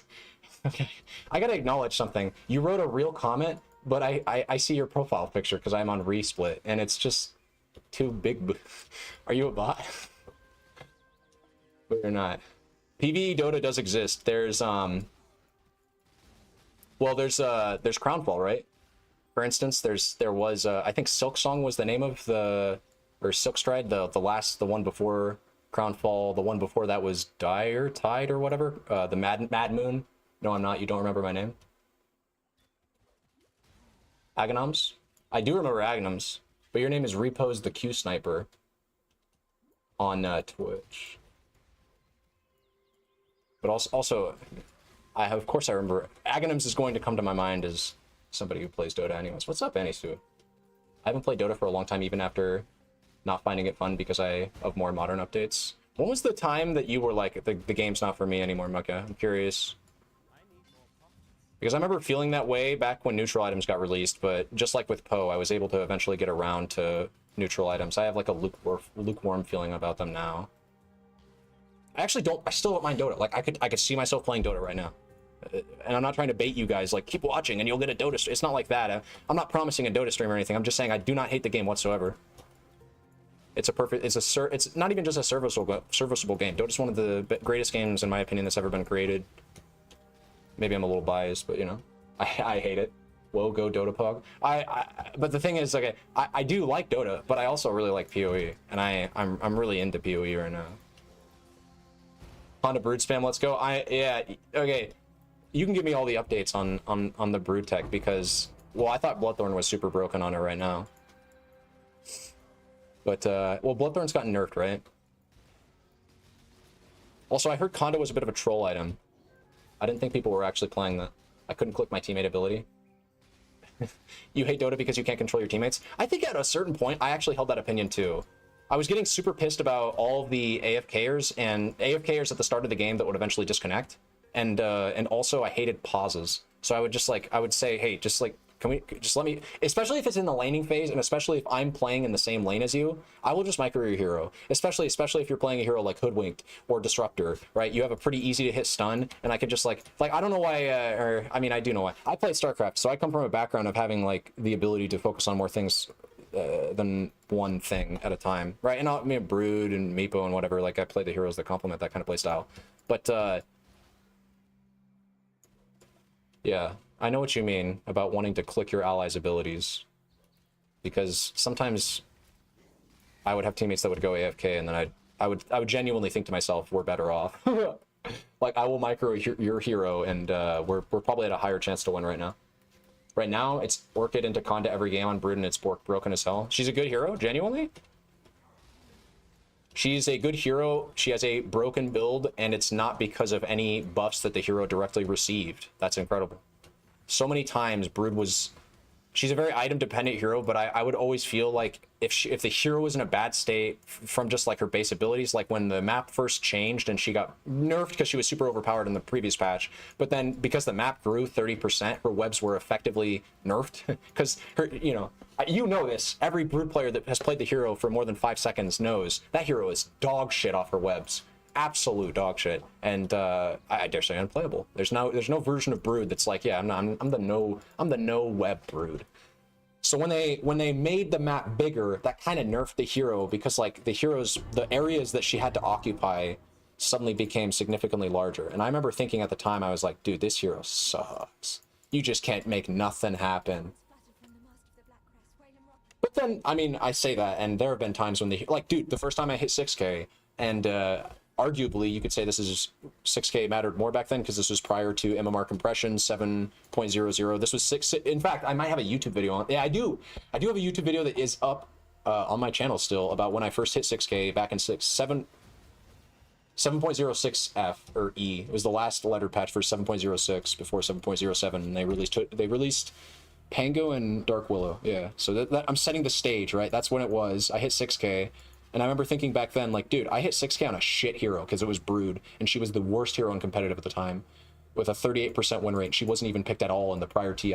And I remember playing her, and I was like, this hero is just not, she's not bad. I could hit 6K with it. I was doing Radiance, Solar Crest Brood. That build was broken. People did not play it. You could reach 100% blind chance because blind stacks additively in Dota. And that shit was busted. I made videos about that. People said I was wrong. They were wrong. Flamed in the pick phase. Carry your team. The Omni Knight game where I flamed him and uploaded a YouTube video after. I remember. Wired remember. Do you remember? Do you remember that video? Hold up. Because I remember. Wait, did I private this? This definitely is one of those, like, unhirable kind of things. If an employer ever said, I flamed the shit out of this guy. Holy shit. This was not a good light. Let me find this video. I'm a different man.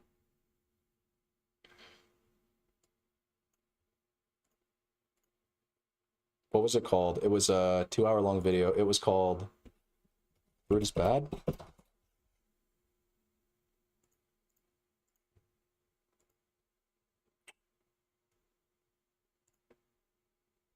It was that super long video where it was just a stream of me yelling at this, me and this Omni Knight yelling at each other. Let me just scroll for it.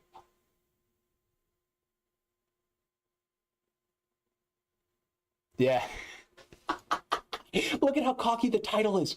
Look at how sure of myself I was. A 1-hour video. Okay, Why so are you saying Troll didn't do his part? Why are you saying that our offlaner? Look at this. Look at this. Look at the MMR discrepancy. I'm 5.7K. This guy, he's 4.5K. I went 23-1. He went 0-2. I went mid Brood and fucking carried this game. I remember this game. I remember everything. Okay, that's enough of that. Different Wired. That's old me. That's back when I was Danny back then. Now I'm actually Wired. Two different personalities. I understand if you don't recognize it. I am mentally ill. That was Danny. This is Wired. I wouldn't have behaved that way if I was Wired back then. But I was still my weaker version. I hadn't shed my lizard skin. I should have been more confident in myself. I could have, and I did change that guy's life, because that guy did add me afterwards, and we had a big old long conversation, heartfelt, after that big, you know, we hugged it out, we were bros. I didn't even know that guy. Met him in a random solo queue game, and then ended up adding him afterwards, but we had to fight to get to that point, you know? There was hardship. Dota is a game I have wanted to get into, don't. You're already addicted to enough. If you're playing Poe, and I know you are, don't. In fact, you said it best, Cooker, I think. Didn't you say this? Yeah, somebody said this yesterday, and very much related to how I feel about both Dota and Poe. These games will ruin your life if you let them. You can't play these games casually. If you play this game and... Oh my god. This is what I mean. Because shit like that happens if you play casually. Poe's a game you gotta get good at if you want to have fun. But when you get good at it, you can have a lot of fun. Oh man. Yep, that was me. Yeah, Dota's that exact same way. You can have a lot of fun in Dota if you get good at it, but man, that journey is... Well, it's good. I've always liked that, the grind, the Sisyphusian, like, getting better at something that you're just doing the same thing of every single day, constantly, repetitively. I don't know, that's... I think I have autism, though, because I know a lot of... Like, my ex-girlfriend did not like that about me at all. I would listen to the same song on repeat because I wanted to learn the song. I'm just like sitting there 20th time. Yeah, you want to listen to the song for the 30th time in a row? Like I want to learn the intricacies of the song, and she's just like, can we please play something else? Please.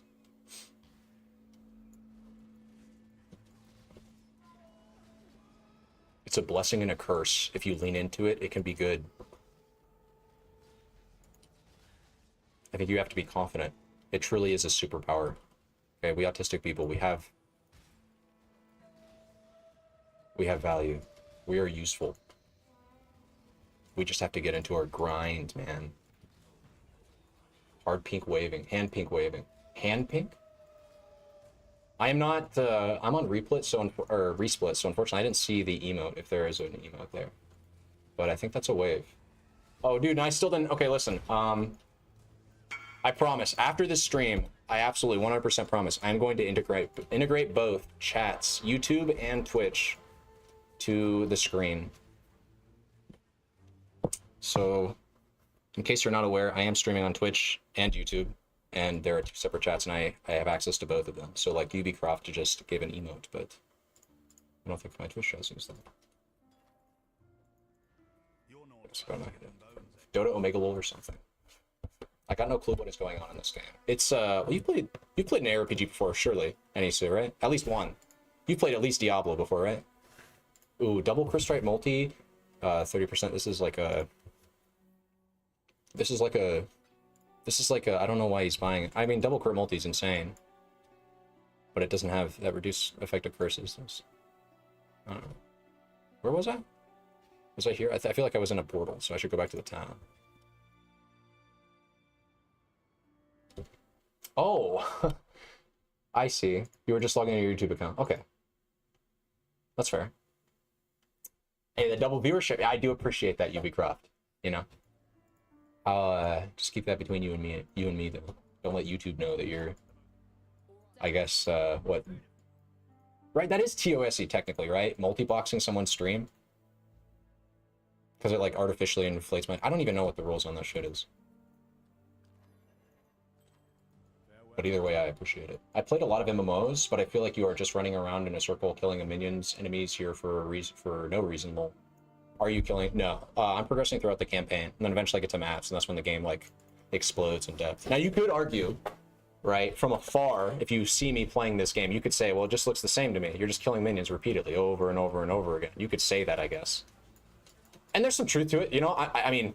That is the style of game they were going for. It is a hack and slash at its core. It's not like, for instance, I'm not playing a competitive game.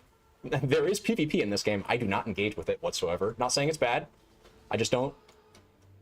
So if you are looking for a competitive experience, perhaps Poe can satiate that, but I can't review it because I've never interacted with it. Yeah, Kappa is definitely correct. I'm of the understanding that it is not. Just give it a shot, you know. If you're looking for a competitive Poe experience, that might exist in this game. I don't know, but the core single player experience being granted here is, yeah, you go around and kill monsters, bosses, pick up loot, but just stick around for a little bit. I think maybe you could find something about this game that through me playing it that like you didn't realize about it before. I don't know, or maybe not. Maybe the gameplay is giving you cognitive dissonance and you're disconnected from it. It is bad. No one does, it's okay.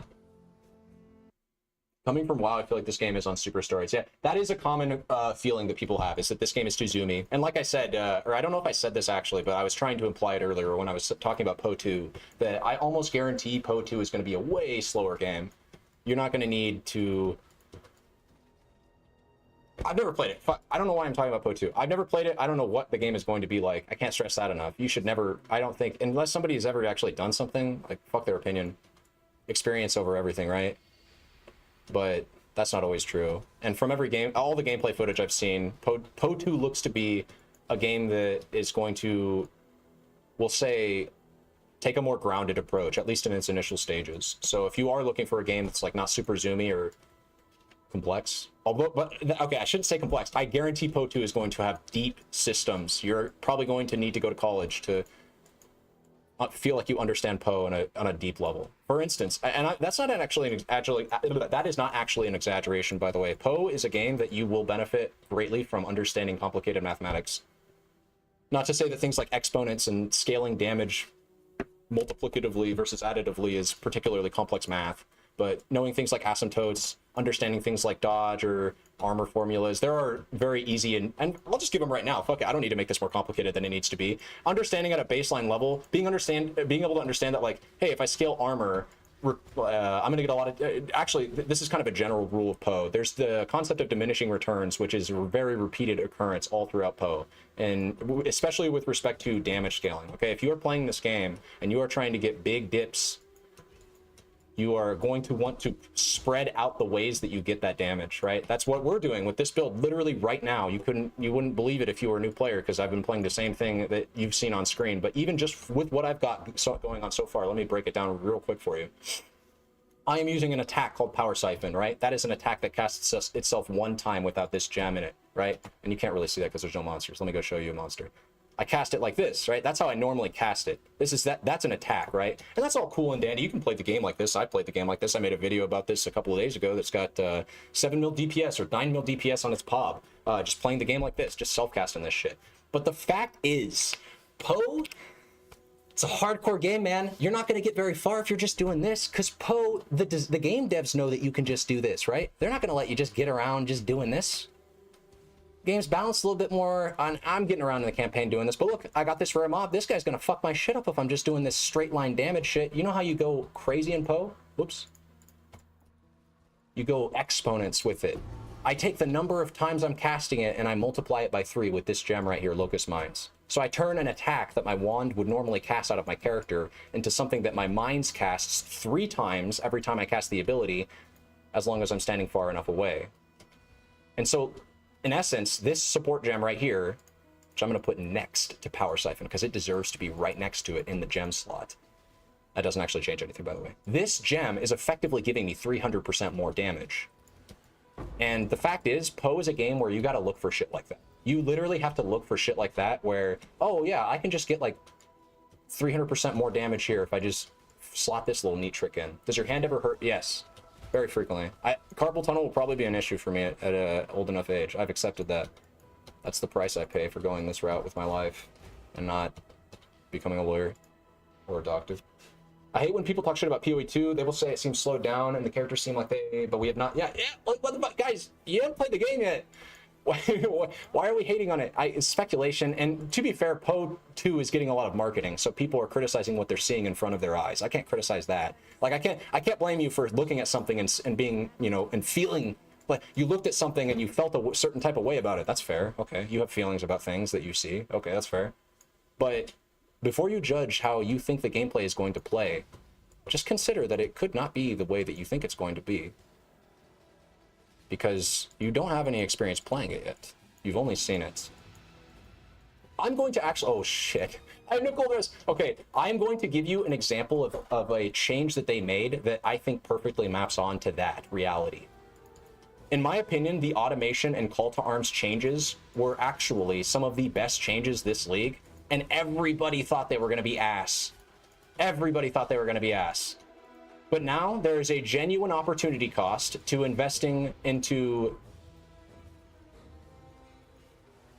turning skills into it. Like there's a genuine opportunity cost that comes with a benefit when you invest into it. If I get fully maxed out automation gem levels and percentage on the gem, sorry, quality. If I get quality and levels on automation and like enduring cry or call to arms and enduring cry is the best example of this, where that tech spawned from this league. Now you can put, in fact, I could do it. I should be doing it. I should be putting a call to arms setup on my character right now because it's busted. It makes your character so much more tanky for very little investment if you can afford the mana cost.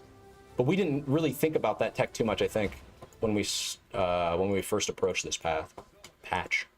So yeah, if I wanted to take this character into the hardcore scenario, I would probably need Purity of Elements. I'd probably have to drop Wrath. I'd probably even need to fit in a Grace here. I'm going to put in a Purity Elements right now. I'd probably want to ascend way quicker because, like it or not, I just need to be freeze immune, I think. And chill immune is really nice. Early on in the game, chill immune is super nice too. Slow equals good. Look for new multipliers, yeah. I like MMOs where you can run around slowly and explore the world instead of just grinding items. That's fair. Poe isn't that. I'm going to say this game does not really have a big like exploration layer to it, which actually, I don't know. I guess I do know. I kind of enjoy that personally. Like, do you guys remember, this is such a niche thing, but some people that play D3 probably do remember this. D3 got a like expansion patch or whatever when they added the Kanai cube. And when they did release that at first, they were like hyping up the new world zone area where you find the Kanai cube. They were like, oh man, it's gonna be like a callback to D2. It's the area at Summit. You can go explore this new area. It's gonna be all explorative content. We're releasing a new patch and you can explore the world of D3. And like, it's a zone that you go to once to get the Kanai cube and you never go back there ever again. I like that PoE takes that approach of like they're not gonna focus on the things that are. If you care about story, that's fine. By the way, hold up. There's Blue. Blue, you're a goated king. I was still on display capture. Blue, I love you, man. Thank you very much for the sub. What was I saying? I was talking about games like, oh yeah, like D3, where the developers are like at a mismatch with what their players want because they're releasing content like new zones for new explorable content when it's like we need a deeper and more rich end game. We need something to do when we've done everything. And I guess that's probably your core argument against these kinds of games, NEC, right? Is that it feels like at a certain point, because there's no humans to compete against, you get to a point where you've done everything and you're just kind of doing the same thing repeatedly on endlessly. And that's actually a fair criticism of these style of games that I kind of circumnavigate because I'm always looking for the next high. I'm always looking for that next juicy build. I'm always looking for that next blaster, you know? So you just reroll, or at least I just reroll, and I hope that eventually they release like the mother of all endgame patches, where it's like, oh man, they just dropped 30 new bosses, and they're all super deep and complex, and it's clear that they've been developing these bosses for years. And PoE2 is the goated, or PoE1 is the most goated game, and I knew it all along. And grinding gear games works in overtime, and we should actually probably look into how often they work their employees, because holy shit, they seem to release bangers. Nothing but. I'm a fanboy. I don't know if that was obvious. Hello. Wait, no, it's not a wand. Wait, no. I do need resistances though.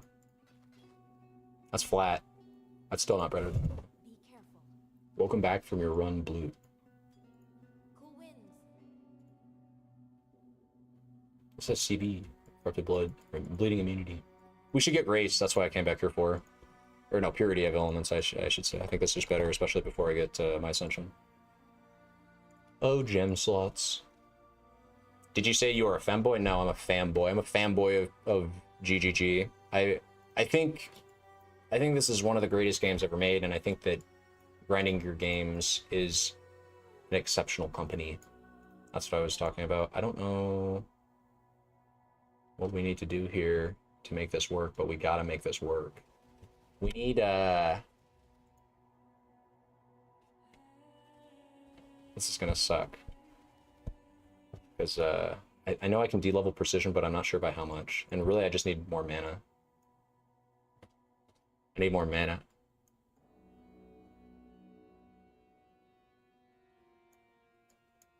There's no good way for this. I can go grab sovereignty. Or influence, I mean.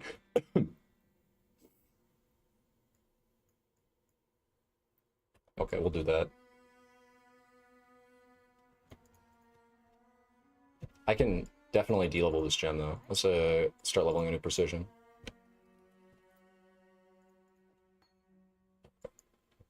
Actually, Anisu, I'm going to give you a great example of how this game breaks that stereotype of, like, eventually you just run out of things to do in this game. You can always jump into hardcore. This game has an endless hardcore experience because the game is so fucking brutal that your character's going to die at some point, for sure. I dare say this game provides... It's like, it's rigged sometimes, though, because you have a lot of bullshit to deal with in hardcore. This game has some super bullshit deaths, but this game provides such a immersive hardcore experience. There is it's really hard to explain, but when you're at least good enough to know what you're doing in this game, and you can kind of understand what the enemies are doing and how the math works on their damage and what you need more or less to survive, you start to realize that the game requires an encyclopedic level of knowledge to account for everything. And you do that. And you go do that. You actually get that encyclopedic amount of knowledge, and you put together a character that's so well crafted that it's like, it makes you start, you just look back and you're like, I just fucking built this thing, okay? And you could sit there and say, oh, you're just playing a video game and it's just numbers on a screen, but it feels so good to put together. That's the high. That's one of the big highs I'm chasing right now, is building a character, it's my own character, right? I truly did not follow any fucking guidance on this shit, putting this character myself. And it's like, I'm trying to account for the things that I know kill you in this game. In this game, like I said, this game, especially on hardcore, it's not gonna hold your hand, okay? I love Last Epoch too. That's a really good game, but that game gets to a point where you become immortal, and it's not even ever really challenging. You can completely ignore certain mechanics. There's just no challenge, and I think they're going to work on that, by the way. And my damage is complete shit, because I now have an 8% chance to miss, which is basically 8% less damage. So let's just keep leveling precision until it feels good. But we have Purity of Elements, so now I don't die. Like, ever. For me, it's not about running out of content, but more so all those games having way too much endgame. That's an interesting perspective. I have the opposite. How do you know if it's a hardcore skill issue or unfair game? It's kind of always both. And you can only ever change one of those things. I don't have control over the game balance, so I just try to continuously get better and hope that sorts the issue. Always the best. There's always that best way in the builds, the best builds and best items and best whatever you chase after, instead of just, well, that is the fun. Maybe this is a perspective thing, because I enjoy that, but maybe you don't, and that's like a fundamental. That's like a first principles thing. If you don't enjoy that, then it sounds like the game's not for you, which is totally fine, because you're allowed to have fun with whatever you want to have fun with, you know. Cannot recommend -4% fire resist for hardcore. Yeah, I second that one. I think that's going to be a no-go for me, champ. I think the character's decently tanky now. I would worry the most about, well, first of all, my mana maybe is an issue. It doesn't feel like it's an issue because of the way Locust Mines works, actually. It doesn't ever feel like you need as much reservation as you do for like high impact mine. Because also, Locust Mines has a, oh no, I guess I am kind of running the issue. I think we have to stop leveling precision here though, and that's just not good enough. But I can't not, I like, now that I'm playing with Purity of Elements and I'm not instantly dying to everything, it's like I don't want to unequip it. So I think I just live with this for now and just go immediately into Influence as quickly as possible to get more mana reservation efficiency. Because it's just like, it's like that's so much better than anything else I could be doing right now for my character. This is a crit resistant whatever. Extra crits, lightning, and shock resistant. Also, I have mana issues for sure because I can't cast my spell. This is where mana becomes a big issue, is when you can't cast your other spells, supplementing your single target. Like, I need to be able to cast a curse to get 30% more damage, but if I have awkwardness with casting it, that's a no-go. The build is way worse with that awkwardness. And when you're a new player, you don't realize... when I was a new player, I did not realize enough how much a janky build ruins everything. If you do not have a smooth play style, everything feels bad about your character. And I didn't realize that, like, that's so much more important about to fix than almost anything else. If your character feels smooth to play and you have ZDPS, well, hey, at least you got a good feeling character. You know what I'm saying? We could just work around that.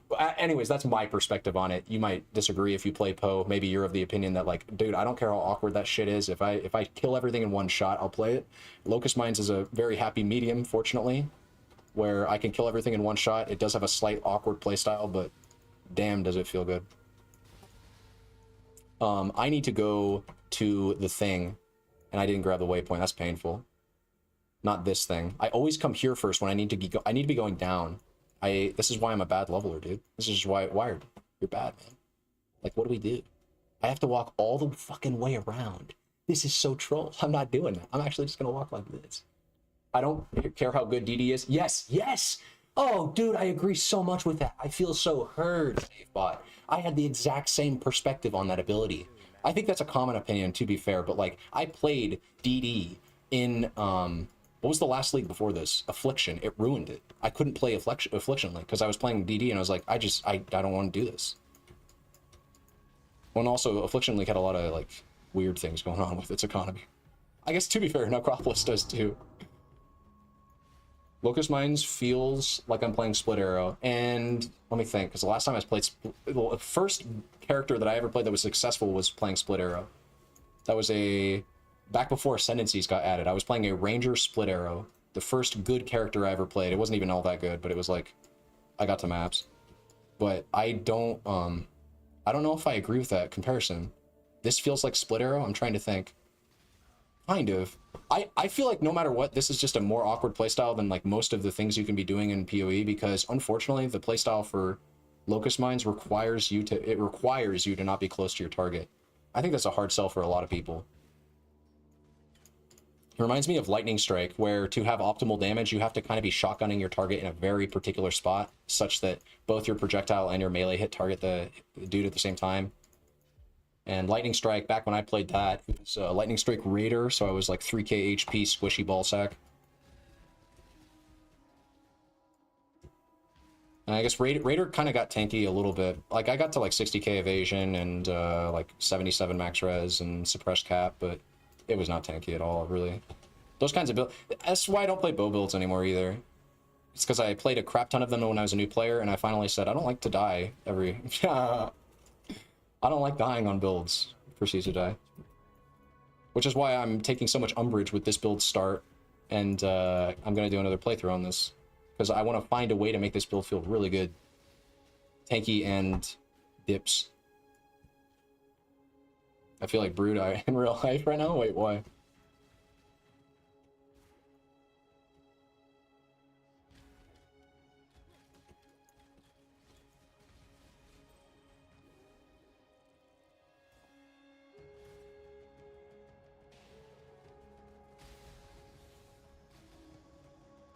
Why did I started doing pole dance 2 months ago? Really? How the fuck did I go around the left way? Just follow the path, by the way. This is like, I'm so noob. I'm so noob trying to go my own way. Huey's Act 2 and I guess Act 7 by extension is pretty straightforward with its paths. You just go, you follow the path. Yeah, really? Interesting. Do you have one? Well, I can't remember if you don't even live with your parents, right? So did you get one installed in your apartment or house? Or I guess wherever you live? I don't actually know if you live with your parents. It's been a while since we talked. Wherever your living quarters, did you just put a fucking pole in there? It's okay to go the wrong way the first time playthrough of the game, yeah, but I've got 4,000 hours. Want to see a picture from? Yes, yeah. Put me in the fucking situation.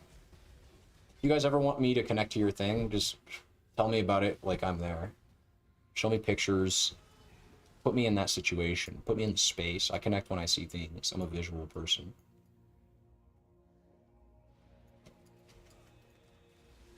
That's dope if true, though, man. I've heard pole dancing is actually an insane workout.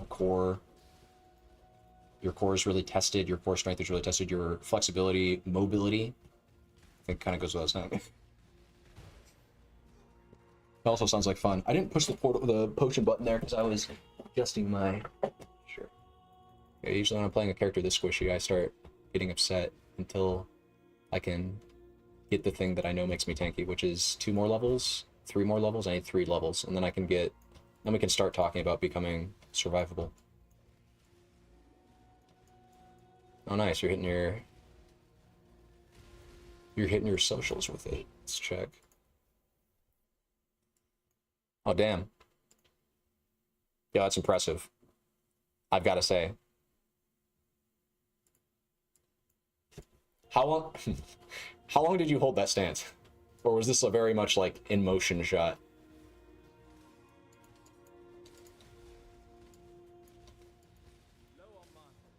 Dude, I think planking started the resurgence. The planking meta of like the early 2010s, I think that kind of created a slight resurgence in people's desire to get into exotic dance. I don't know. Am I crazy for thinking that? Just being able to hold yourself still in a position that's maybe uncomfortable or awkward for a long period of time. That requires immense focus, flexibility, mobility, balance, all the things. We got the thing for the side quest. We don't need to be here anymore. We go straight back to town. Can also hold without legs at all. Oh, that's right, because the way you were using your left leg in this. No, you're right. Your right leg was holding your balance against the pole, right? I'm not super familiar with like the stances or the. Oh yeah, I actually know next to nothing about pole dancing, so I'm not even going to try to pretend like I do. That's cool though, man. I'm happy that you found a new passion. Those do make life worth living. Wait, hold up. They tend to make life pretty cool. Yeah, we need to talk to the homie Waylon. Give him this locket. Oh my, darling. Okay, so we are sure to be crit capped with this evasion rating. That is just incredible. That's just what the doctor ordered, man. I think 2 health potions and one quicksilver is good. Because I always overlap them anyways. I have a 7 set. Most fun I've ever had in my life, I think. Dude, I just love that for you, man. because you know it was always there. I assume before you found pole dancing, it wasn't like you were unable to pole dance. Isn't that just incredible how life sometimes does that? You just find something like that's always been there the entire time, and it's just something for you to get absorbed into. I don't know. Might be a bit sexist to suggest this, but I feel like it's a male brain thing.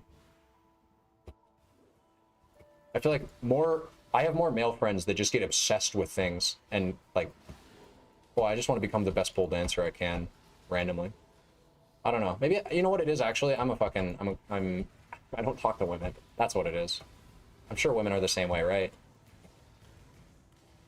I just don't go outside, so I don't see women. And when I talk online, I'm talking to primarily men.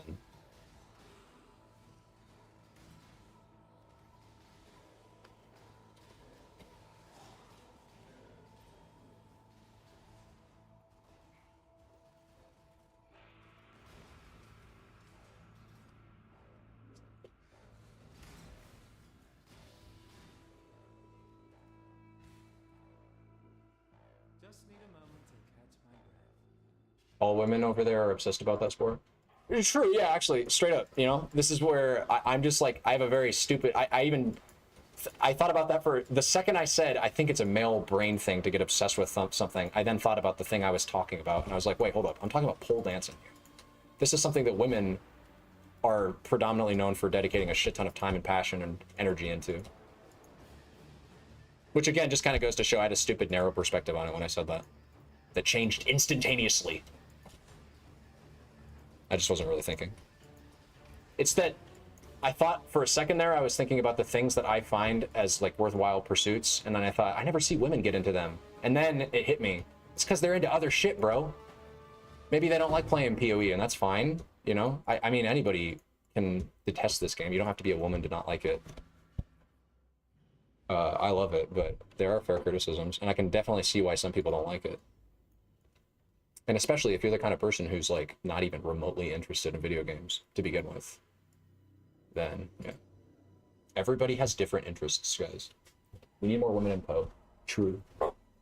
True, because that would break a stereotype that does, I think, I mean, that kind of plays that was kind of what I was playing into a little bit when I said what I said. More men should pole dance, more women should play video games. You know what I mean? People should feel confident in expressing themselves however they want to. Because that is, I don't know, I think that's a truly beautiful element to being alive, is finding something that you can just throw yourself at for thousands of hours. Some people call that addiction, but what is the difference? I ask you. I posit this question to the person that finds that to be an addictive tendency. What is addiction with a passion, if not productivity?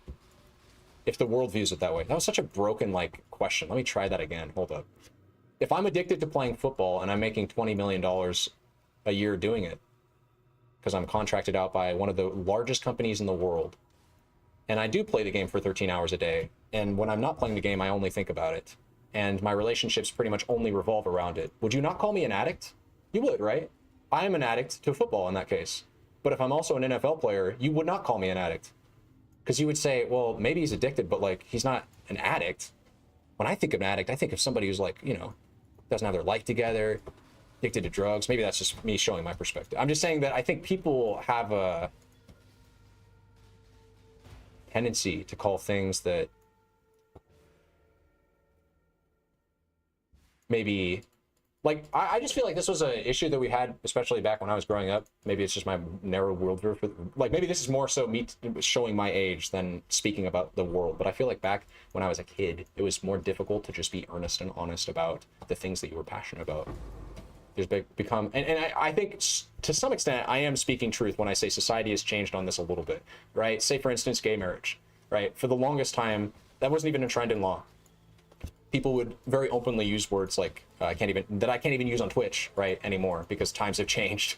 Because those words that used to be used on Twitch have become seen as offensive to people that exist in that form or in that mode, and that we probably shouldn't just randomly insult people for being that way, right? So, which I 100% support. Wired pole dance stream soon. Yeah, 100 subs. You will have a wired pole dance stream. New sub goal. D, he almost said it. D what? Wait, what word did you think I was going to say? Because I promise you it was not going to be a TOS-y thing. Oh, like, I wasn't going to say it. I'm just saying there is a slur that you can use against gay people that at one point was commonplace insult used on Twitch. You'd see it in chat rooms. You just like, you know, it was one of the darker times, okay? Twitch has evolved since then. And we all contributed to it. Let's not kid ourselves, right? There were very few of us that were self-aware enough to realize that we were just being jerks. Some of us still don't think that there was anything wrong with what we did, which is also part of the problem. This stream is now a political stream. I have converted you all into political streamers. I'd sub for sure. To me saying the N-word? That's cringe. There's nothing cool about insulting people like that, in my opinion. Or saying hateful things that pretty much only ever incite those emotions.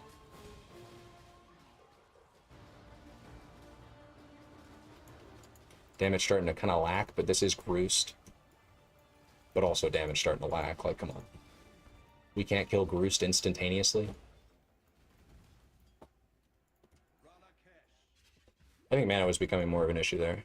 At 94% hit chance still. I think we can level this once now. And then when we get the influence gem, we'll roll it again. Or the influence skill. We got Relic Cash. We go talk to the homie, progress. Oh wait, I was supposed to go forward. I was supposed to go here. Popping these potions when I shouldn't have. Don't talk to Sen, it's fine. Okay, let's go get this skill point.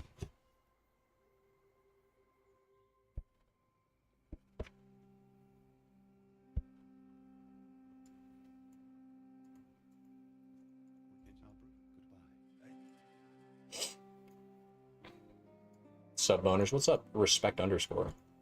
1 sec.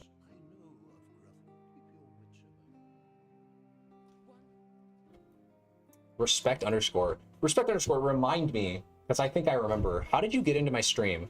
Was it I was in a Relevance chat one day talking to a Relevant, and then some dipshit came on stream and I started arguing with them, and then you found out about me through, was that, am I like reaching into the deep recesses of your mind? Because I know that? Or am I wrong? Is that not how you met me? Or found out about my shit? My shit, you know? What we do here? One could argue your wand is no longer... That's very true. We're very correct, save bot. I just need to upgrade my weapons. Anytime you're playing an attack-based build, struggling the campaign, always go to, like, just default to that. It's probably my weapons. Probably my weapons just fucking suck.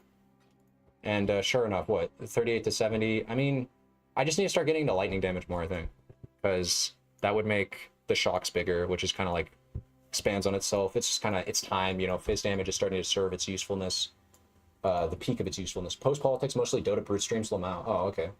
But you did not find me through someone else's, from me being in someone else's streams talking to them. It was not like a Relevant or somebody else's stream, because I could have sworn you messaged me after I was in somebody else's, had a panel, and I was like on there ripping on some chud, and you noticed that or some shit like that, and you were messaging me and we were like talking. I can't fucking remember. Yeah, okay. I'm asking too much. Sorry, I'm not trying to put you on the spot. It's kind of weird. I'm trying to remember. So I actually, it's maybe it's weird, but like I actually remember pretty much every single one of you people that watch my. If you watch my stream for any prolonged period of time, because there's been few enough that I can kind of like make the associations.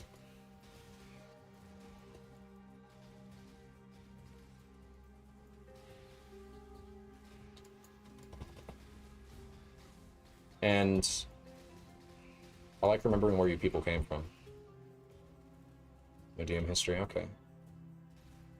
And I'm misremembering. I must have been somebody else. I feel bad.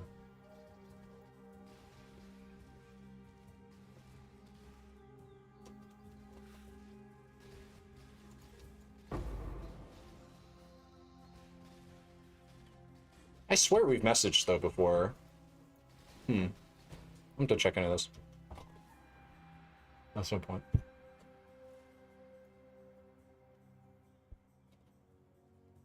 I'm not saying I know you personally, but I just remember there being like one night where I was on, I feel like I was on somebody's panel and I remember ripping into someone and you were there on my side, but I think you were banned in their chat. And so you were messaging me privately, talking about the person that I was talking to and giving me some backstory to them so that I understood more of the context about the person I was talking to.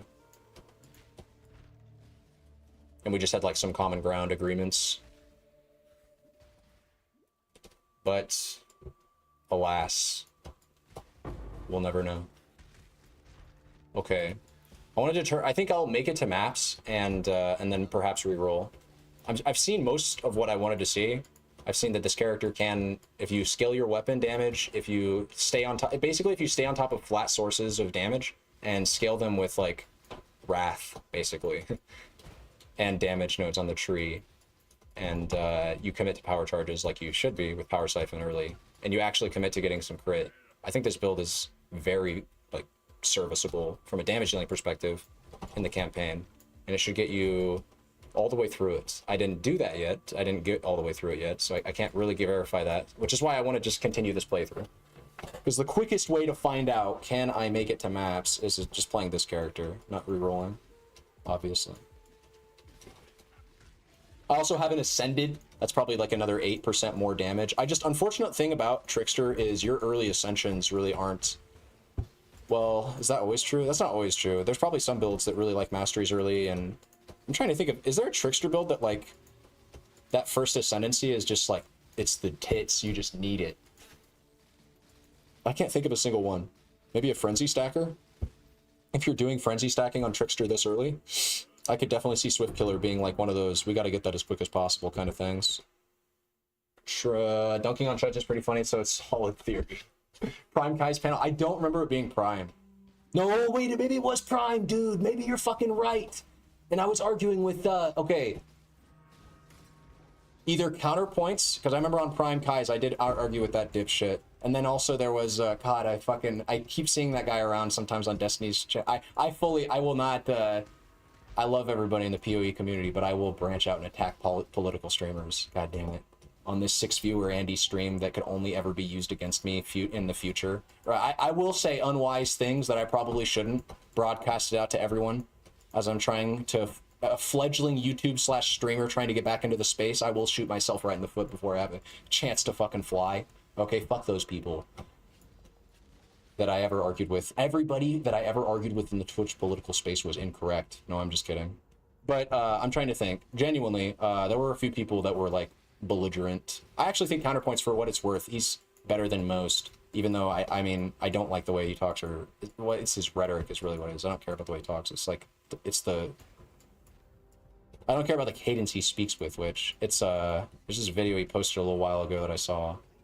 Somehow it got recommended to me. And I remember just like disagreeing with he said in it, actually this is a total derailment, right? Total derailment. I'm talking about somebody that probably none of you people know. Maybe respect _ knows this person. But let me show you this video. I can't show you the entire thing because he does drop the F-bomb during it. Because he's so stupid. Because like he's saying it on YouTube, and it's like, let me look it up. Did he delete the video? Wait, did he delete the video? No, he didn't. It's right fucking here. He keeps this video. Okay, I can't show this video because he says gamer words in it. But like this video is, it's one of those like, God, I hate the way you think. Because in it, he's like, I don't know. Never mind. This is irrelevant to the conversation. Obviously, I felt a certain type of way after I saw that video about some complete random person on YouTube who does not actually affect my life. And I don't affect his life. We're two total no-names, and he doesn't. He's probably like, who Omega Lol, if he even knew I was talking. He doesn't even know I'm talking about him right now because I'm a fucking rando no-name person. But I would talk to him. I would absolutely debate him. I would absolutely throw myself back into the political space, shoot myself in the foot again for a chance at debating him over any subject. Any subject. I'd debate him in any subject. I'd debate him on his childhood. I'm just kidding. I think I'm over-exaggerating. Just a wee bit. We don't really care about each other, right?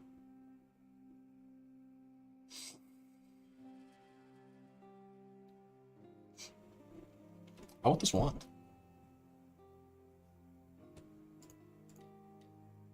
What we should do actually is we should go into an area where our auras are active. Any subject? Perhaps chud trolling could be a path. I don't think so because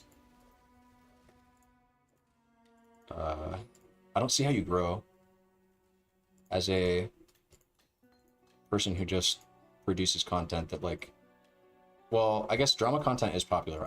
Maybe I don't know what I'm talking about, because drama content can be very popular. But the thing is,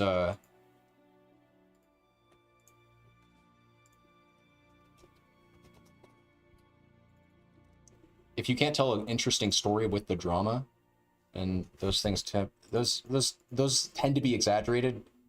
When I see drama channels that produce drama content regularly and get tons of views on them,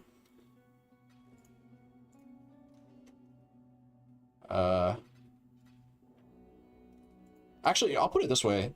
That style of content is not something I'm opposed to. Commentating on current events, giving insight or whatever insight I could have. Or actually, no, I don't want to give insight. I want to just speak to the facts of the matter. I could see myself... In fact, hold up. You could argue I've done this. I made a patch notes discussion video where I just gave full-out analysis on facts of the matter. In fact, if anything, I'm doing that with PoE right now with a lot of my content, right? I'm making content focused on just discussing the facts of whatever discoveries I find in PoE. And I guess in influencing or putting my own opinion of, like, how good I think whatever is into the video. So, like, I think the inversion mastery is really broken, so I'm going to make a video where I just talk about the inversion mastery a bunch to you. I talk at you about the inversion mastery. I talk to you about how it works. And then tell you at the end that I think it's being slept on. That's, like, the extent of my opinion with that. But when you talk about politics, it's, like, so much comes down to, like, first principles and whether or not you agree with where the person's fundamentally coming from when it comes to liking or disliking somebody's perspective. There are facts, of course, in any political discussion that you have. If you want to have a discussion about, like, for instance, illegal immigration, well, there's a ton of facts you can introduce into a subject on that, or a subject like that. On both sides, you can talk about how illegal immigration is pretty much, like, unquestionably positive for the economy in almost every aspect. It brings new labor to... It brings new and especially cheap labor that companies can leverage to increase output significantly. Jobs are granted to people that once did not have them in third world countries is probably a good thing. But then on the other hand, you could argue, oh, well, there should probably be a system by which we verify people that are coming into and out of the country. And, well, I fundamentally disagree with the perspective on increasing border security, but I do think there are good arguments to be made on that side. And what I'm saying is, I would just want to look at a situation and provide both perspectives. I think my opinion is actually a lot more dog shit than any amount of facts I could just be talking about. Like, anytime I start talking about things that I like or something, I quickly think about, yeah, but does anybody give a shit? Who the fuck cares about what wired guitars on the internet likes? But I think people do care about what wired guitars, sorry, I think, because I don't think anybody actually cares about me. I think people do care about the truth, and I could be a vessel for that, right? I could talk about things that are true, especially things that maybe other people don't know as much about. We all care. True, and I love you all too. You guys care. People that see past whatever content I create for... I guess there's two angles that you have to play, right? I have to play the angle of having some kind of thing beyond the skeleton of a fact producer, somebody who just comes in here and shares information. Because you're not going to get invested in somebody's content or maybe you are. There are people who I watch who I do not care about the person behind the screen, but they have such good content for what they produce that I watch them anyways. It's all different approaches. I'd prefer, though, I think I'd prefer to be the guy that, when you talk about their content, you can only really ever talk about, like, the things they do rather than who they are as a person. Like, I would want, and this is not to say, by the way, that I have, like, a special kind of viewer that I'm playing into, but more so that when I think about how I try to view my content, especially when I think about how I try to create my content, it's more like I'm always trying to create it from a, what the fuck happened? Wait, what? So I think I died at the exact same time as the boss, but I don't know why it didn't produce a death screen, because it's not like there's a cutscene that plays after this boss. That's so interesting. I'm like soft locked, unironically. I can't I'm dead, and I can't respawn. The button's not there. I can't move. Interesting. I'll keep this going for a few more seconds, so if you want to get your clips, you can. But maybe this is just like a, okay, who cares? Interesting. Drama farming is good, but sounds like it would destroy your mental. It sounds like it would destroy my mental? Shit. Is that how weak I just sounded there talking about it? Or spiteful or vindictive or whatever? I wasn't trying to. Or I don't know what kind of impression I was giving there talking about it. I was trolling when, like, I don't actually have vitriol for counterpoints the person. I was perhaps playing into a character there. But no, Just need a moment to catch my breath.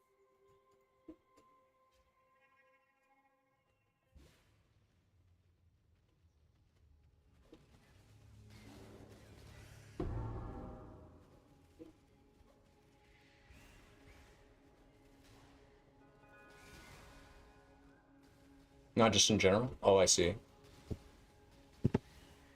You're saying that the act of researching other people's lives to talk about them all day and every day doesn't sound like a very rewarding yeah, I guess pastime or whatever thing to be doing. I think that's what you're trying to say. I don't know. Like the act of becoming a drama content creator from the ones that you've seen on YouTube currently just doesn't sound like something that's a lot of fulfillment. I think you're right. I would have a certain point where I would be like, what the fuck am I doing? All I'm doing is talking about other people's lives. I don't make anything. That being said, there's nothing wrong with just talking about drama because it does relate to our lives. I think there's important lessons to be taken away from social situations that are big and blow up most of the time. I actually think when there are certain people out there that will say things like, I hate drama. I wish drama just didn't exist or something. And it's like, they're usually very young. Or they usually have had like a recent bad experience with someone that makes them think that like any bad human interaction is unnecessary. Drama is what connects us all, right? Our ability to care about things and other people's lives. I mean, it's part of what makes us human. It's a very understandable thing that people are naturally tied and pulled into drama when you think about it for more than half a second. But I just don't know if I myself personally would feel very fulfilled if I was just constantly talking about other people's lives in the way that drama channels have to do, I guess. I would have a certain moment where I'm thinking like, oh yeah, this subject is interesting. People talk about drama for sure, so it's relevant, right? If I was talking about Drake versus Kendrick Lamar right now, where, well, even though maybe nobody wants to hear my opinion on it, people want to hear opinions on it, you know what I mean? And they'll find me, and some of them will probably, I could actually probably make a drama video about explaining the Kendrick Lamar Drake situation, even though there's already been videos like that done by way higher quality, way better produced videos on that subject. I could probably produce a video like that and it would probably generate views. People just like to talk or think and, you know, engage in that kind of subject, even though it has no bearing on their lives whatsoever, right? Drake versus Kendrick Lamar, like, no offense, but could you think of a more irrelevant subject to your everyday life than two larger than life rappers beefing over, super personal shit, like Drake having sex with underage girls? Like, again, like, I'm not saying that that's something that we shouldn't talk about, but it's just so fucking, like, I don't care, dude. I mean, I do care. If somebody's having sex with underage girls, they shouldn't be having sex with underage girls. But that's just like something he's saying in rap disses. And then like there's the Kendrick angle too, where like Drake has, it's just stupid shit. Like, I don't know, but I can see why people like it, because I like stupid shit sometimes like that in other vectors of life. I like the build, but hard to do without mage. But I disagree.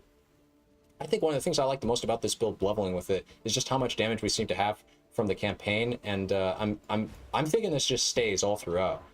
Unless when you're saying hard to do without Mageblade, you're talking purely a defensive standpoint, which, okay, that checks out. Yeah, resistances are going to be way harder to do on this build without Mageblade. That said, I did have a version of this blade. In fact, I had a way worse version of this character that was being played as a self-cast power siphon.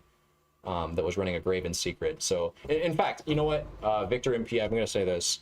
I'm just going to continue streaming this game all day. If you think this game is hard, this character is hard to play without Mageblade, and that's totally fair for you to think that. I'm going to be personally testing that theory when I get into maps.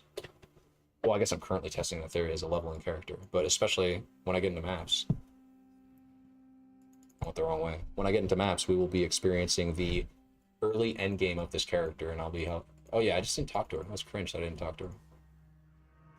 More screaming and feces flinging than logical thinking. Yeah. Well, wait, okay, to be fair though, that is not true for the best drama videos. I have noticed that the best drama videos are actually more fact-oriented. And when I say the best, what I should actually be, I should be super clear with my language. I am talking about the like most engaged, highest view drama videos. The videos that get the drama videos, in my view, based on, because I do watch drama content. I watch so much fucking YouTube, dude. And now, since I'm trying to make it my job, I kind of have to, because I need to be like learning, right? I need to be understanding how other people are making content. So I watch a lot of videos. I watch content from people that I want to, you know, emulate or make similar content to.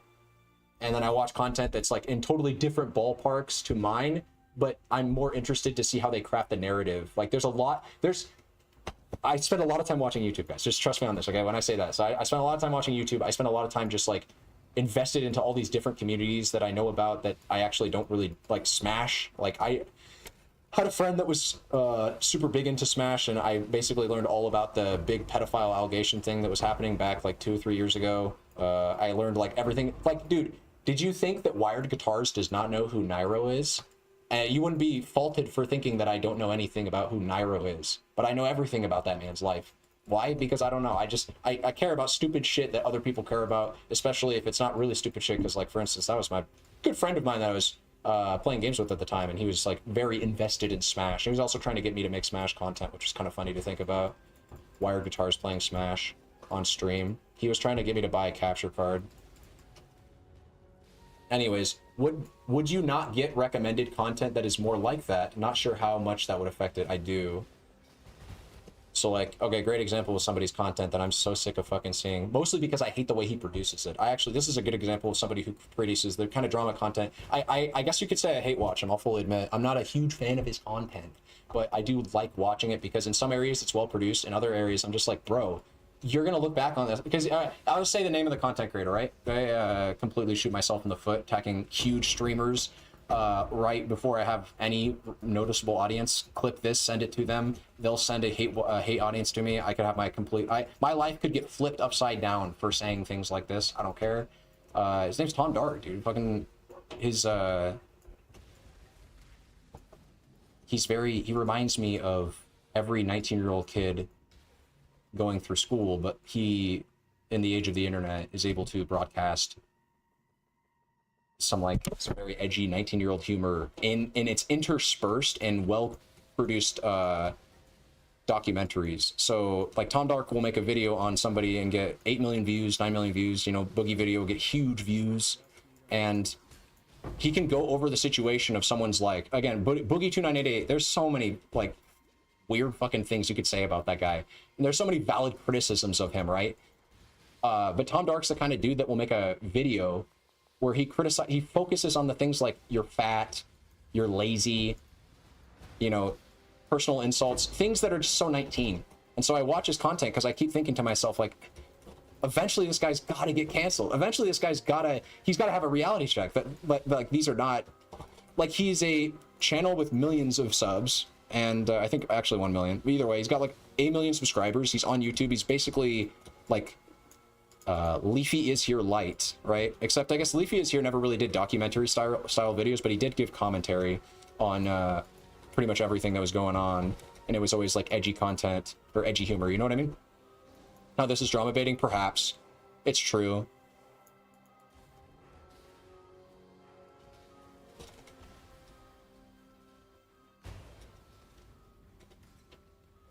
It's just because I have such a rock solid memory, though, that I feel like I can engage in these subjects, talk about them like they were just yesterday. Rock solid memory of watching a video, LOL.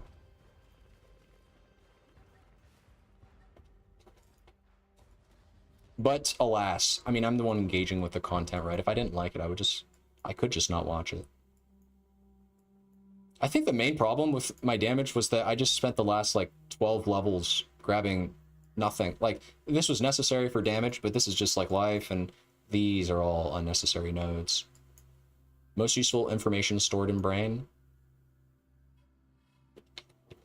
Well, I guess I should have rushed this probably. Force of nature was the damage to come down here for. Go get that. I could get Wind Dancer this early on. I don't even know if Wind Dancer is worth it. I think this was the correct way. Whatever.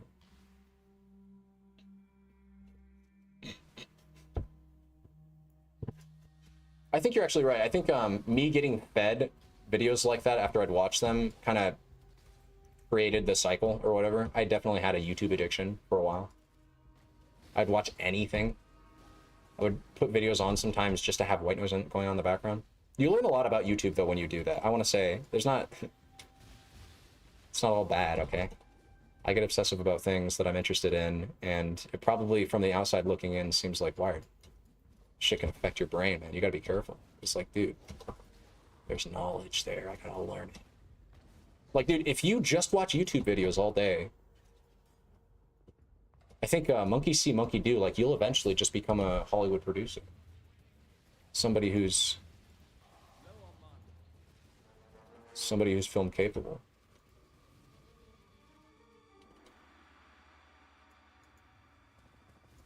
No, I'm trolling. But I am the kind of individual that well, it's why I came back. I found myself watching YouTube and playing Poe all day, and I was like, wait, I could just do this on stream and make content around it.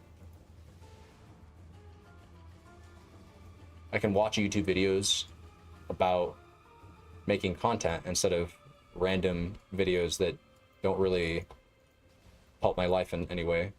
Like documentary series on Boogie 2988. Like, hey, rather than hate watching this random 19-year-old kid who's just trying to make it on the internet and saying some pretty stupid shit, admittedly, that he'll probably have a regretful. That attack has gotten changed. Okay, anyways, like, yeah, like I have criticisms of Tom Dark, but ultimately, like, maybe I could just go be doing my own shit. Yeah, that was, I think, that was the light bulb moment when I realized, like, I can't do drama content because none of this shit really matters, and I should just be focused on my own shit. Wired into wired, you know? I need to wire into wired. He's the more important person to focus on. I think I said I was going to equip that a while back, and I never did. I will say having attributes to equip items is nice. That's one good thing about coming down here. Tap into the wire. It's the wired. So these are red, and I think that's because upgrade effects do not apply until you basically complete the campaign. But you don't have to. That's so cool that they added that. Wired Navi, React stream when? You think I'm a fan of this stream on House of Navi stream? I would do a stream with us on. Just need a moment to collect my...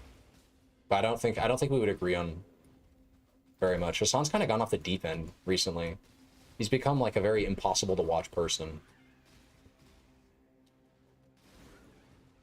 He's just like, actually, he's gotten to the point where I don't know how anybody still watches him, actually. I say this, and I'm not even trying to sound like it's not even a, it's like an objective measurement of his content. Like, he's gone full China backing.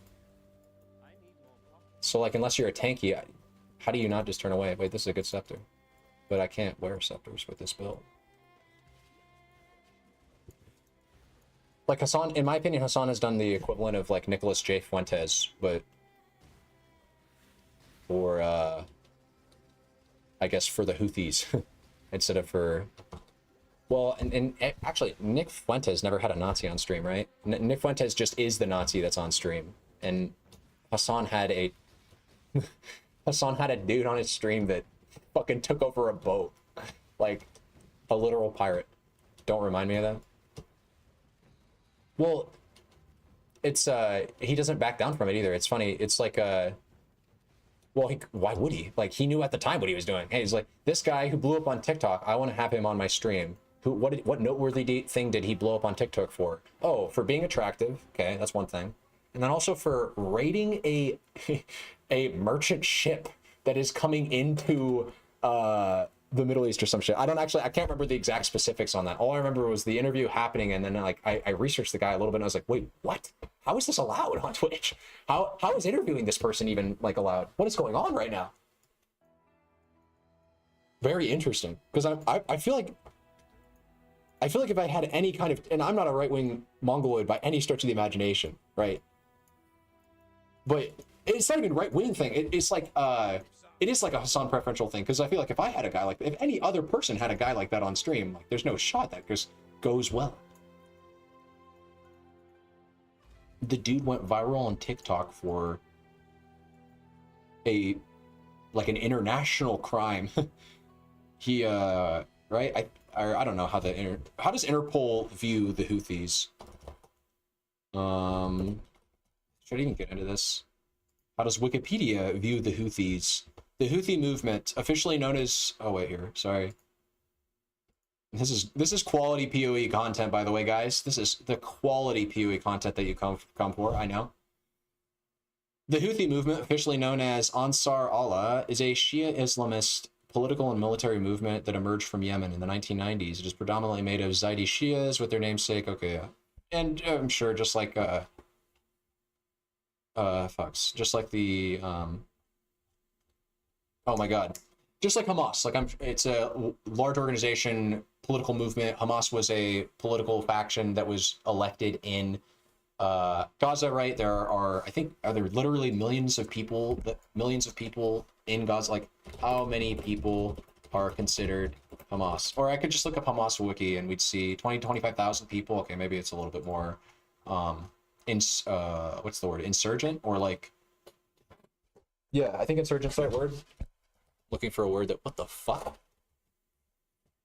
Insurgent. Not that word. Hold up. Insurgent definition. A rebel or revolutionary. Yes, that was the word. I would say, based off of the 2 seconds that we looked at the Houthi movement versus the Hamas organization, seems like the Houthis actually have a lot more members in them than Hamas. So Hamas is actually perhaps more an insurgent group. But just having groups or having members of people a part of your faction do not necessarily, well, they do not single-handedly dictate whether or not you're like a counter-terrorist or terrorist, or what kind of, like, basically what kind of movement you are is usually dictated by the actions of the people that belong to them, and that first and foremost. But again, when you look at the actions of the Houthis, like, they're very clearly trying to be obstructionist for the sole purpose of just disrupting things, right?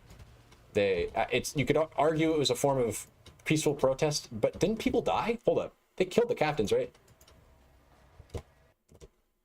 I probably just shouldn't get into this on stream. This is one of those, like, you should be researching this before you talk about it on stream, if you're going to even talk about it on stream, but also you're trying to make PoE content, so like, why are you merging politics in with it? But then again, right, that's what this is all about, guys. Because that's never been done before. And maybe there's a niche for that. Maybe people want to see a political PoE streamer, XD. What do you think?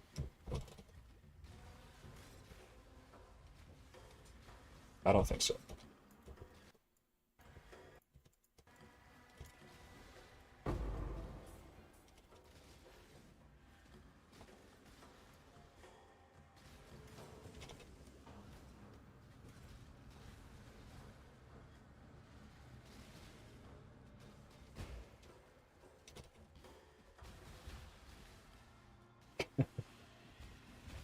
Dude, I just realized.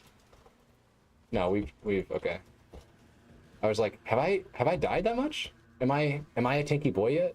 I'm not tanky, but, and I know I'm not tanky, but I was just thinking for a second, it's been a little while since we've died, right? How many times have I died since we last checked? 15. Okay. Politics? I like that. Oh my god, I was just about to frostblink too. That's cringe. Yeah, okay, we're not tanky. We were just, you need to keep frostblink up for that move. Yeah, I don't think you're supposed to hit the valve, except for, I guess now I have to, because I'm not doing any damage. Really, the trick is you kill this boss before any of her mechanics actually matter. The trick is you have more damage than I have right now, but it's okay. We're gonna go get more damage. I think my other weapon perhaps needs an upgrade. I think actually maybe I just moved to a shield now.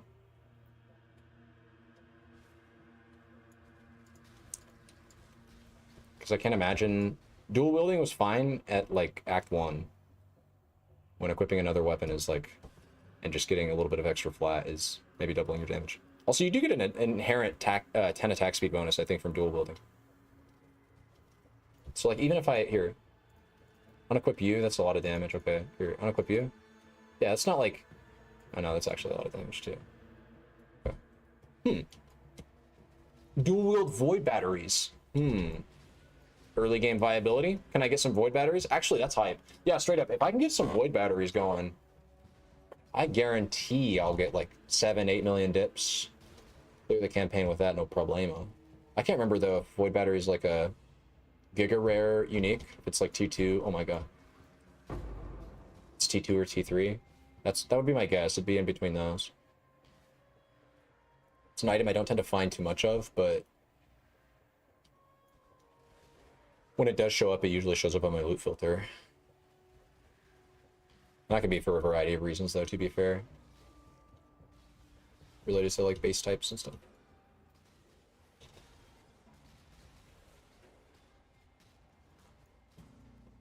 Oops.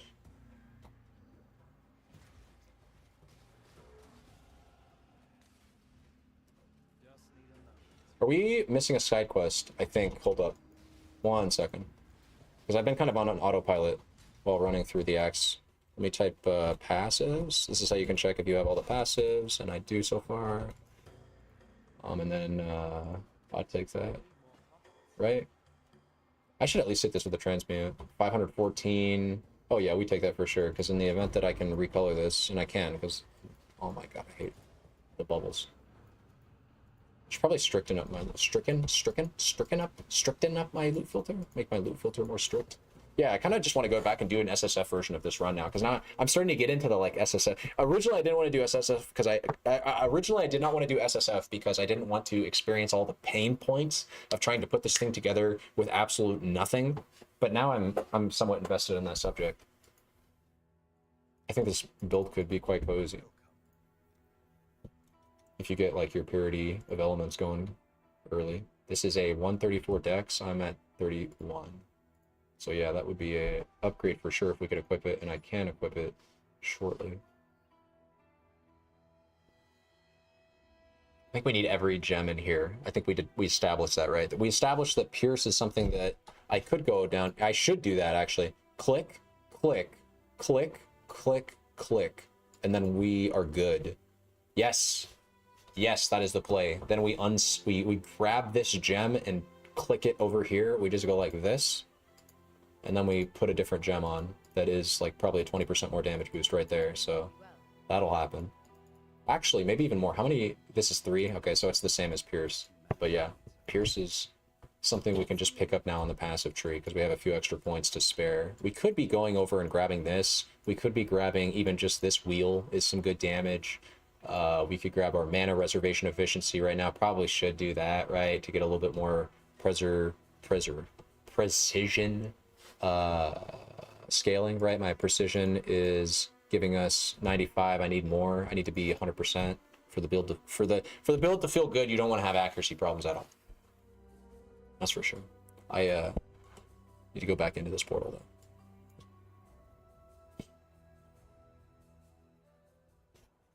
What did I wait? I left to I was gonna say, I was like, wait, but I left to do something though.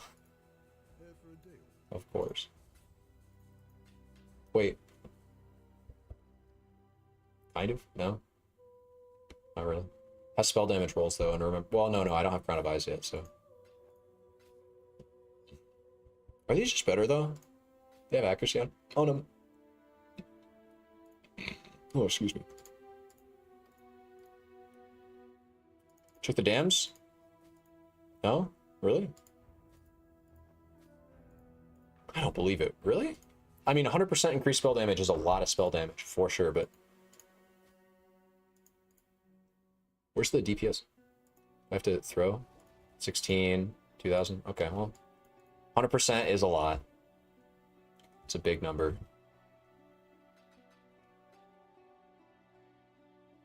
Fizz, but it's like, how much does my damage really get nerfed? Not really. Kind of, probably a little bit.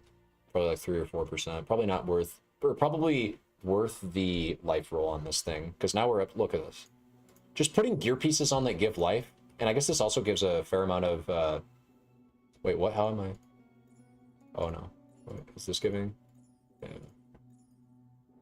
Getting flat life, and then we can start crafting, I think. We can officially, wait, 54? 59. Oh yeah. Oh yeah. Oh yeah. And what would I want to do here? Mana cost of skills is dope, but you wouldn't have mana cost of skills this early. You would not have this craft available to you. So what would I have available to me? Tier 1 life, right? Or I guess I don't know the crafts, because I don't know what I would have it says, okay, it says level 54. I'm gonna assume I would have access to this at level 54 now. I think that's fair to assume that and just slap life on that bad boy. I really don't want to make this. I need to do this in SSF. That's what I've just concluded. Oh, no, I wouldn't have access to this because it's 4 chaos a pop, right? No, it's 2 alch. Okay, I would have access to this. I would just need alchs. This, you can slap. This is very important, by the way, in case you've never done this or you don't regularly do this. If you ever whatsoever struggle with your build in any way, shape, or form in the campaign, and you have access to a crafting bench, this is massive for your build. To just slap on a stat to just be able to guarantee a stat on any item. This should have access to mind throwing speed. I thought you could craft that on belts. Is that not a thing anymore? Have I just not grabbed that craft? Craftofexile.com.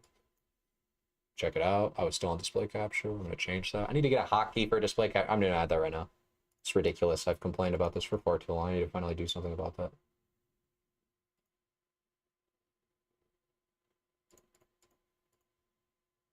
Switch scenes.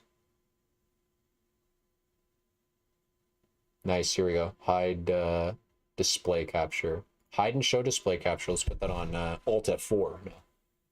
Shift F7. Okay. If I hit Shift F7. Oh, sick, dude. We're in the money. Look at that. Okay, yeah. What was I looking for? I was looking for... Fuck. Belt mind throwing speed, that's right. Line. Essence. Okay, I can't do that then. That's not fair. Yeah. Elemental damage with attack skills. Hey, would you have this though? It's level 2, and I think you do have to upgrade this. I'm gonna craft the first one. That's a fair amount of damage though. 15% low roll. Satch. That's 15% increased damage though. I should recolor this. It's going to cost chromatics, which you might, let's say you have 10 and 8, 9, 10. Okay, that's sad. Okay, well, I'm going to cheat right now. You can't do this, maybe. I have the ability to immediately replace my chest piece because chromatic orbs and such. Also, wait. We should regal. Would you have a regal though? You wouldn't have a regal. I'm cheating. Don't worry, we'll do the SSF run. I'm just trying to see how comfy I can get the character for now. We'll do the SSF run, I promise. Crafted evasion. Could craft suppress. I don't want to craft something that costs chaos. I don't want to make this too stupid. Crafted evasion. Tier 2. That's like feasible. 1 alch, you would do this. 730 evasion. I don't have grace yet, but with a Jade Flask popped, I'm at like 67%. That's pog right there. Also, I feel quicker. Well, I have a Alchemist Flask going, or Quicksilver, of course, but okay. Cool stuff. The build feels way better now. Nick Fuentes collab for you instead then? I don't like Nick Fuentes at all. I am very much a, like, I'm pretty left-leaning still. I'm still the same guy with respect to my politics that I was back in the day. Maybe a little bit more grounded, or is what I would say to like justify my transition to more centered politics. Just not quite as radical perhaps as I once was, but I'm still very much a believer in democracy in the workplace and as a general tenet of how society should be ran. I like liberalism. I like freedom. I like people being able to do what they want to do. I like personal choice. I'm saying a bunch of buzzwords that I think, generally speaking, most people would agree with in the way that I'm saying them. So I'm kind of being a little B right now, you could argue. I don't want to say the word, but I'm kind of being very passive with my language. I'm just saying, again, I'm saying things that I feel like everybody can get behind. At least with the way that I'm saying them.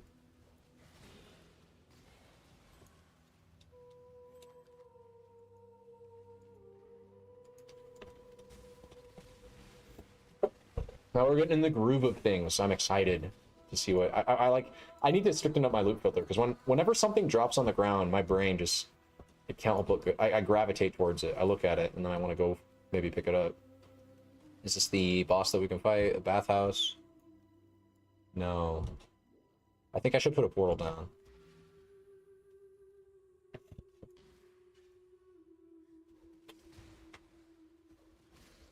I need phasing. I've said this before. Actually, here's something that's cool about this build. Somebody said earlier that this build seems hard without Mage Blood. I think this build without Mage Blood, it's in some ways cozier because you can very easily justify a Quartz Flask without Mage Blood. And if you have a Quartz Flask, you have phasing, and this build needs phasing. That's the big hurdle I have right now, is trying to find a way to fit in phasing, not unnecessarily on my main character. But I'm not going to run into that same issue on this guy. We're going to find a way. Maybe it's just going to be dropping an elemental resistance flask. I don't know. But I'm going to get phasing. It's way too necessary to pass up. It's a damage multiplier, actually. Because with phasing, it gives you more freedom of movement of your character. You can actually walk through mobs when you're supposed to. Which means you can create the separation of distance that's necessary for your mines to activate. Phasing is probably more so than on any other build. It is vital on this character, and the fact that I still don't have it on my main character is embarrassing. I cannot stress the importance of phasing enough. Truly a game changer. You will know what I'm talking about if you play a character with it and you're playing this build. And if you're not playing this build and you're playing any kind of character in Path of Exile, phasing feels good. Phasing is a good stat to get in general. You should want phasing on a build, I think. I guess there are some builds that probably care about it slightly less than others. Like maybe builds that reduce their character's size, unironically, don't care as much about phasing perhaps, but... Am I crit capped yet? I should be. 61%, not even fun. Oh no, hold up. That doesn't count. Where's my gem? Here it is. And... yeah, we are. 400% multi. That's why I love this build. You get crit capped so early on in the campaign. When did I say I was going to be crit capped? By the end of Act 5? I don't know if I hit that, but we're definitely there now. I'm one-shotting everything with my flasks up. I feel this is a good build. Okay, straight up, this is a good build. Honest, I mean, I did kind of cheat. We're gonna do the SSF version. I'm gonna be slightly weaker when I do the SSF version. In some ways slightly stronger because I will have different boots. I'll be slower but stronger. Kappa, it's true. I think this is a good character. That boss has this boss has phases, but I probably instantly phased him. Sometimes, I guess our damage is still kind of wonky and chonky. And he's phased.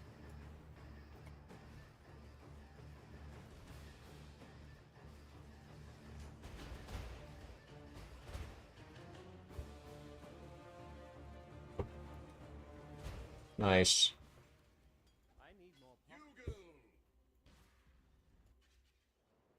I think we actually just go back to 100% is a good build, yes. Well, I'm sorry. I was trying to speak from the perspective of leveling. I think this character is totally fine to League start with right now. That's what I think right now. I'm going to continue playing this character, and then I'm going to start over SSF, and then I'm going to start over SSF Hardcore. But I think, so far, initial thoughts, this is a good build. You can level with this character and have a great time.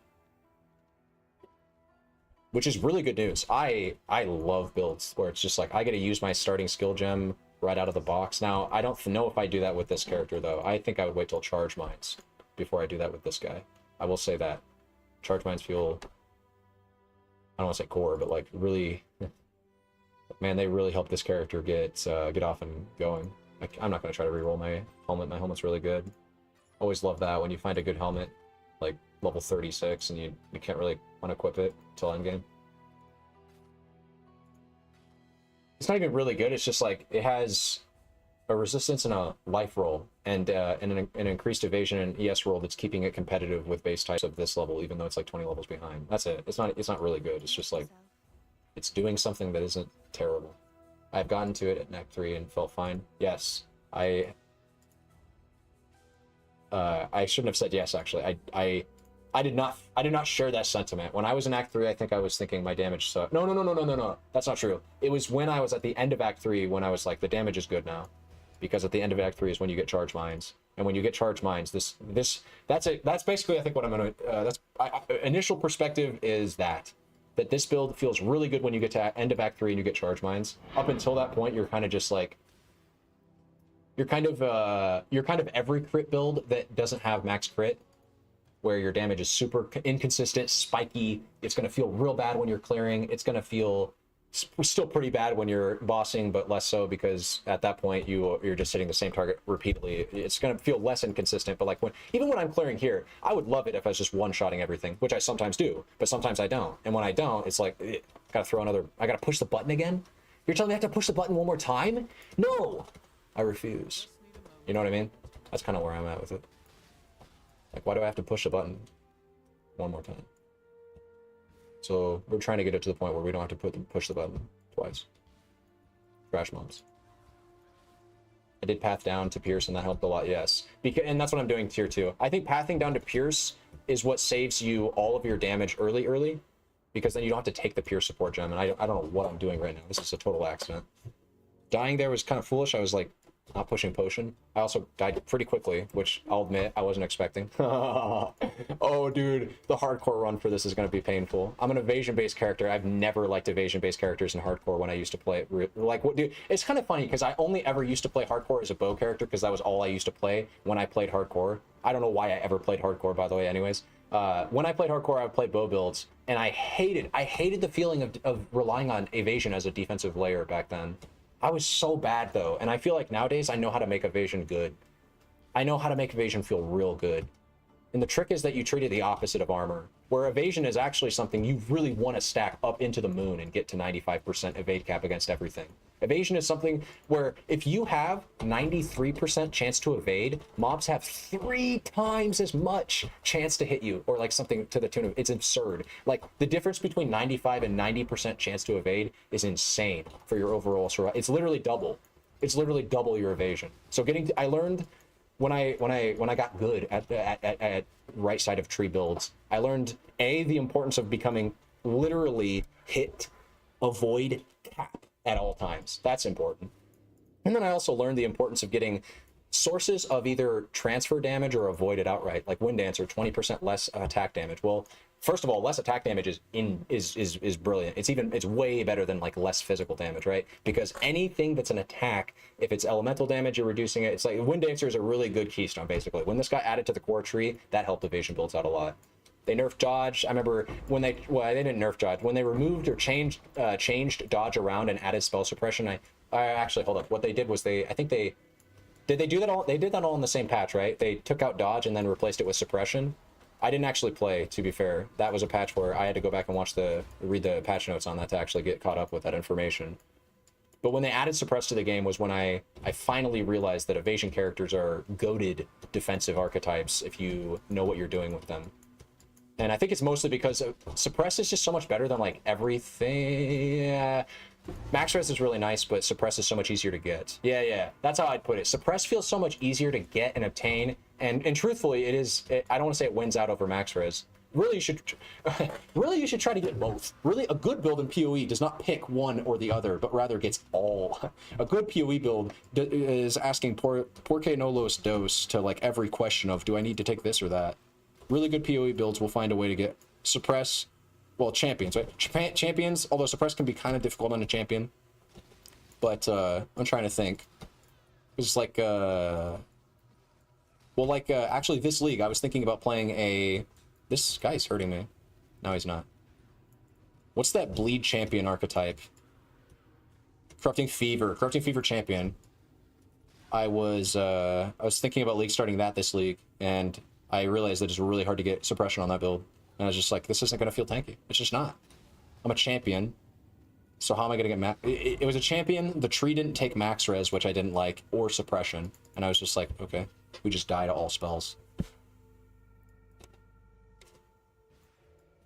Just need a moment to catch my Until you get fourth vow, then you do become tanky again. But then, like, that's fourth vow. And that requires you change your tree because you got to get like sheep aqua, and it's just I like a good I like a good efficient defensive package early on. Which, I mean, to be fair to champion, they definitely have that. You get to you get to wield determination and grace. I feel like if a hardcore person just heard me talk about the subject I said, where I was comparing an evasion-based chasis, I'm comparing this character's early game defenses to like corrupting Fever Champion, they'd probably laugh. They'd be like, bro, are you serious? We're doing Fever Champion as years, or not years, why would I use years? It's leagues ahead of this build. Okay, I said I was gonna come down here. No, I said I was, dude, I'm doing two things at once here. I wanted Pierce, and then I wanted these nodes. Pierce is more important. We played that belt, felt tanky, and fourth vow pushed that to the moon, but I'm a softcore player, so I don't know about hardcore true. Or at least, sorry, what I should say is I second that sentiment. Hardcore isn't about feeling tanky, it's about literally never dying ever, so...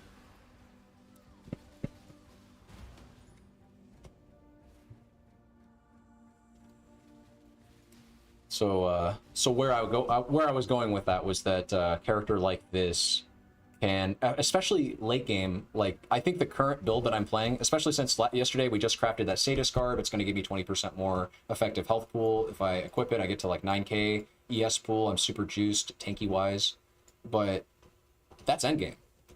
You know, you don't start with that item in your inventory and level 99. It's getting to that point that is, I think, for most builds, the big challenge. Because really, defenses are not... If you have enough money and you're high enough level, and you're playing like any build in PoE, like I'm trying to think, there are builds that do billions of DPS and focus on bossing and whatnot. But then you look at any build that's like put together somewhat well, like Connor Converse, great example of a character or of a player who, with enough money, with enough investment, he shows that you can make any character basically immortal and also do billions of DPS. But not any character, that's not true. I'm sorry, that's not true of any character. It's actually more so true of characters with good concepts. So like mana stacking, the exponential layers of damage scaling with like Indigon, 1200% increased damage, and Archmage. It really does allow you to just take numbers to places they've never really deserved to feel or be before.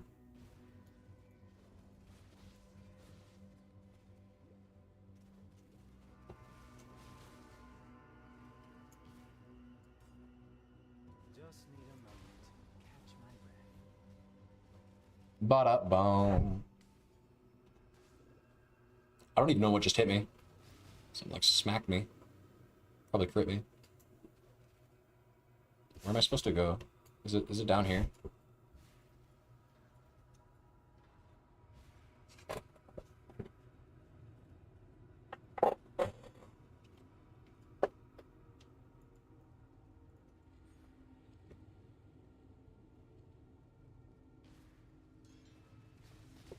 These guys are Aberath.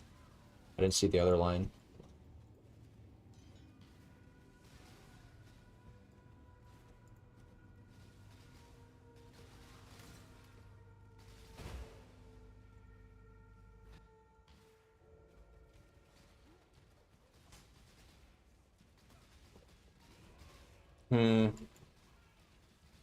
It could be higher. Here it is. It's gonna be higher right here. Check this out. Boom. Actually, 13% multi, that's not really that worth it though when you already have 500 fucking percent, right?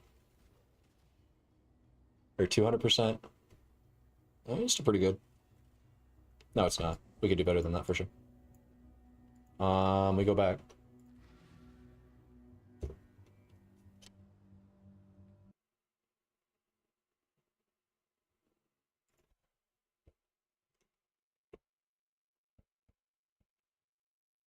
I don't think I need to be doing that right now. We talked to my boy Hargan. What do we do? So it was that bloody Scot. Fire cold, I guess? You found It's all the rewards coming out at once. Whoops. It's this guy. Fire and cold. 1 second.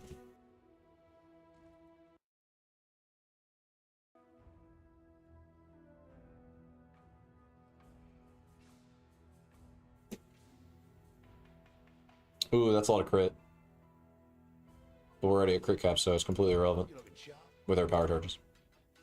I didn't consider this, but because I don't have permanent uptime on my charges, because it's been so long since I've played a charge-based build that doesn't have Relicash, I think that also explains my inconsistency in damage. I think what's happening, and I don't realize it's happening when it's happening, is I think my charges are falling off in not maps when I'm like progressing, and sometimes when they fall off, basically I think sometimes they're falling off. I don't realize it, but when that happens, they I do no damage. Okay, anyways, I'm gonna be right back. I'm gonna go get more food, or I'm gonna get some food. It's my favorite food to get. 1 sec.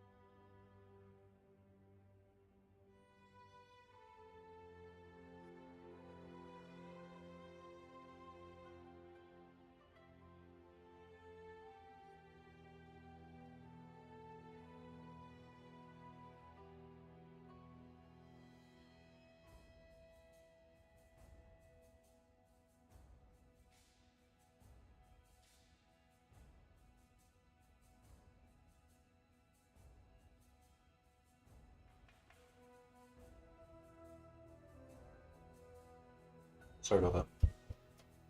Oh, my dog's my dog's looking at me. He wants food.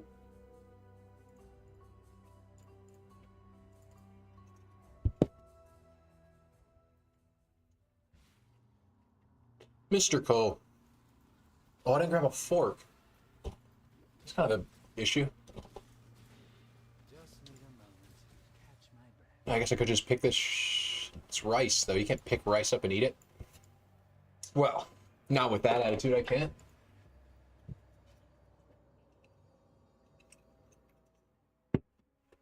Mr. Cole.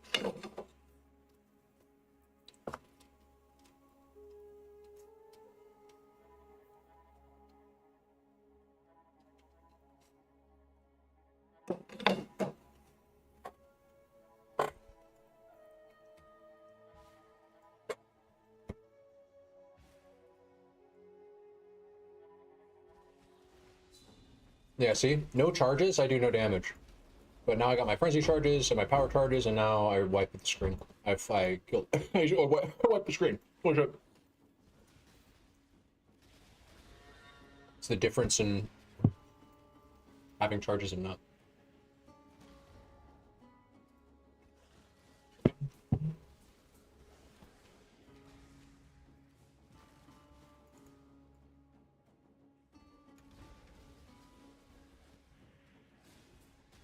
Or slow. Does I think my Quicksilver, no. I need to craft it. Okay, in this area, in this zone, it is wise to hug the bottom side because the side quest for this area that does give you an extra passive point is found. Sorry, it's found, yeah, like right over here. It will involve, in fact, I think I missed it actually. Oh, it's funny because I'm trying to hug the side, but it's so easy to miss, I swear. My very first time ever going through this zone, I spent like 15 minutes. It was an embarrassing amount of time trying to find this. When they added 10x to this game, I should specify. Very easy to miss. Holy shit, I can't even... Phasing, boys. We need it.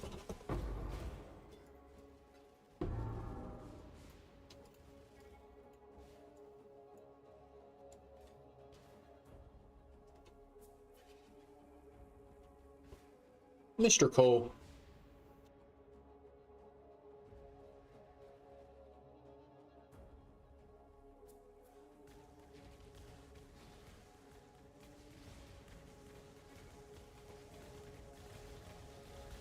Yeah, see? Like, when we go long, it just makes so much sense. When we go long stretches without mobs, our damage falls off completely.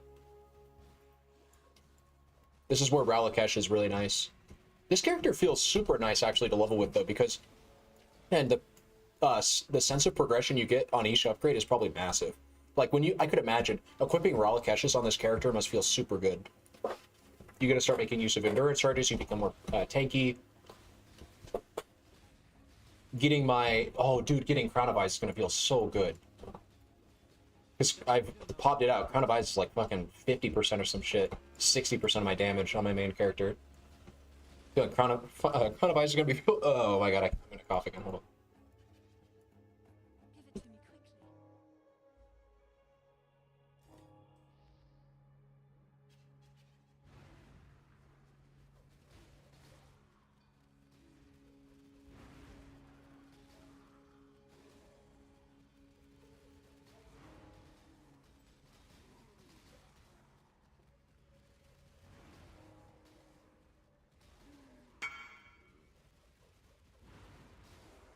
I'm just in D&D it.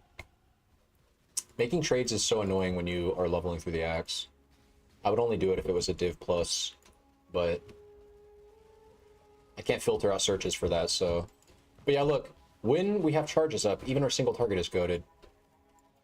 It really is just about, and now we can unspec Pierce. It really is just about having your charges. We can, oh dude, 30% more damage? I guess it's not leveled. I should be leveling gems. Hey, this is something you could do, and something that I always do too late. You just pick up any junk piece of shit off the ground and equip it, and then throw a gem in it, right? So I don't actually want to be leveling these two. I want to be leveling relevant gems that I'll eventually transition into. And you best believe I will forget to do that when I get back to town, by the way. I will forget to ask Clarissa if she has a 3-socket item that I could equip, and then put gems that I... So yeah, okay, actually, let's just remember to do that by talking about what I'm going to do. So what I'm going to do when I get back to town is I'm going to grab Call to Arms. I'm going to grab Enduring Cry, because I know I'm going to want those. I could already be getting my Endurance Charge generation with that if I had it. It will tax my mana. Actually, no, I will want those leveled, but I won't want those equipped yet. I don't even have the sockets for them. But more importantly than that, it's just like... The mana will...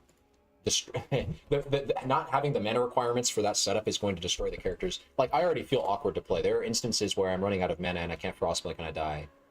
But if I add a Immortal Call automation setup and an Enduring Cry automation setup, I will just... In fact, I think actually, it's part of the reason we go the Instack variant. I don't know if this character does a bunch of the cool things it does with defenses before it gets the Instack situation online, because before you get the instack thing going, you're here like 800 mana. I could get to like probably 7 or 8 7. Yeah, I'm at 600. I'm at 700. I could probably get to 800 with this with this wheel. I think a little bit more, and then taking the mastery, I'd probably get this character to where they could slot in a Dread Banner. And a Dread Banner, even just Dread Banner right now, would be an insane multiplier on my defenses, specifically obviously my evasion. Dread Banner, in case you didn't know, I don't know why I say obvious there, because it's probably not obvious to the new player. Dread Banner has a less accuracy. Enemies nearby have a less accuracy modifier on it. I obviously don't care at all about impaling enemies, but Dread Banner's ability to give me access to the insanely powerful less accuracy modifier, which exponentially compounds with your evasion. So your evasion rating giving you a flat chance to hit. When I pop my flask, I'm at like, I guess 64. Well, it's not going to show up in my tooltip, but if I'm decreasing enemy evasion, I'm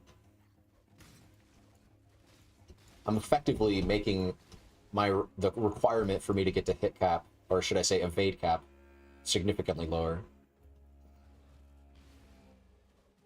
It's a good stat. Less evasion is a good stat. That's the... Or sorry, yeah, less accuracy is a good stat. If you're an evasion-based character. It's kind of broken. Blind, same thing. Where do I just go? I go down here, I guess.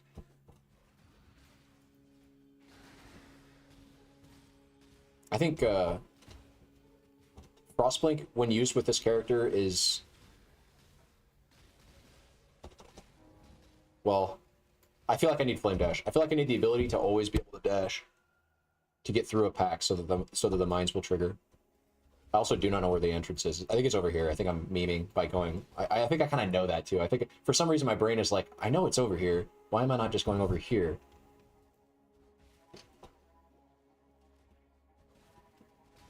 Right? Wait, am I wrong? No. These are the gemlings, right? They're right here. Yeah. So let's pre-mine them. Don't know why they don't see me.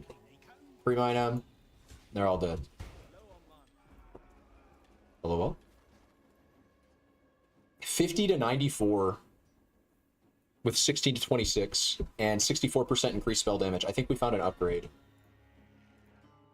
No. The exact same damage? Wait, really? If I unequip you? What is going on? Oh no, I'm looking at defense. Oh my god, what did I just... Bone rings. Okay. Oh yeah. Oh yeah. That's like a 30% more. Okay. Feels good, I think. Hello, Ko. Ko, I know you want food. Ko, there will be no food for you until I'm done. That is the rules. You know that is the rules. You know that's the rules. It's because other people teach you that those aren't the rules, that you don't understand that those are the rules. And that's an unfortunate thing about living with others and having a dog. Other people will teach your dog things that maybe you don't want them teaching you. Oh, I don't have Frostblink equipped. Huh. That's a problem. I need both of these, Conductivity and Frostblink. Yeah, I'm gonna need both of those, so luckily we got a blue gemmer right there. Okay. Let me go this way. Coaster!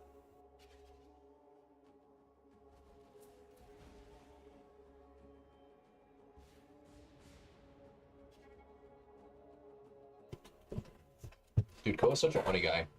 Here. I don't necessarily want my webcam on, but as long as Ko's gonna be here. Give you guys a taste. Look at the Ko. Welcome to this. One second, Ko. Don't leave. Don't leave, my friend.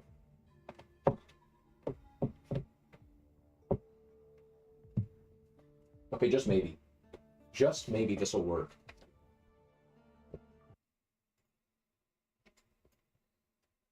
Kind of? You can kind of see him. Let me add a new scene.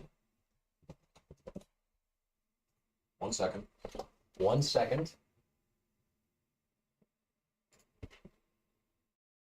Yeah. Although, actually, hold on.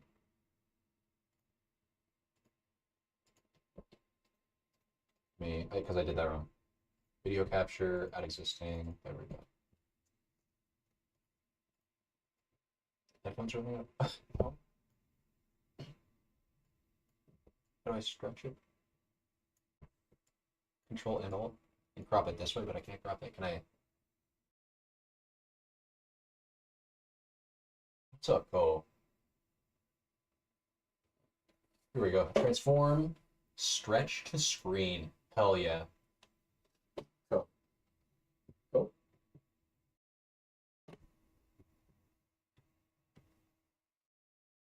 Okay, that's as good as we can get. There's Ko. The Ko. Mighty Ko. I sometimes call him the Mighty Ko. Okay. Ooh, I'm on display capture. Wait, use the hotkey. Yeah, Shift F7, baby. Hell yeah. Dude, I'm becoming a professional streamer. That was a new beast too, right? Like actually new? Like even my other character hasn't seen that before? That's how that works, I think. The Einhar thing, when you're first filling out Einhar, it feels good. Get to capture all his new beasts. They show up. They show up right here. It's like you feel a sense of accomplishment. Ko. I know, didn't he just dip right the heck out when I made that? I go through all this work and he's just like, fuck it. Beasts are per account. Did not know that. That's interesting. Every character has their own menagerie. But I guess that makes sense, right? I guess that checks out. Or does it? I mean, it doesn't have to be that way. Surely they... Like, yeah, surely that doesn't have to be that way. Could just be like the, Well, they have other systems that don't that will work in the exact opposite way, where like maps or your atlas, for instance, right? All characters have the same shared atlas. By the way, greetings, Opooks. I don't know if I've seen your name in chat before, so.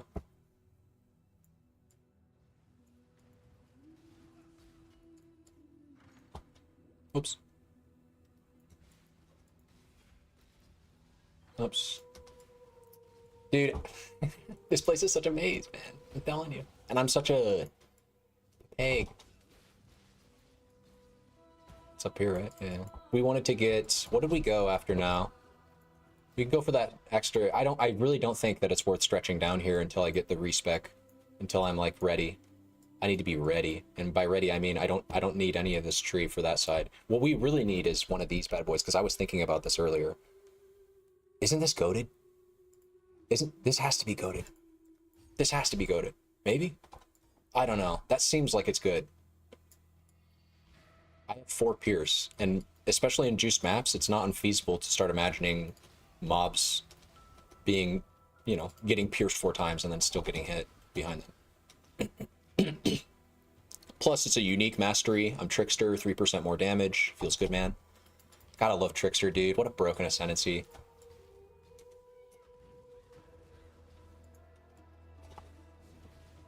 Mr. Ko. Listen to me, Ko. I'm streaming. That means I'm not going to eat my food for a while. So if you're just going to sit there, you're going to be waiting for a very long time. That's very boring. Creating all this hype around a meal that's not coming.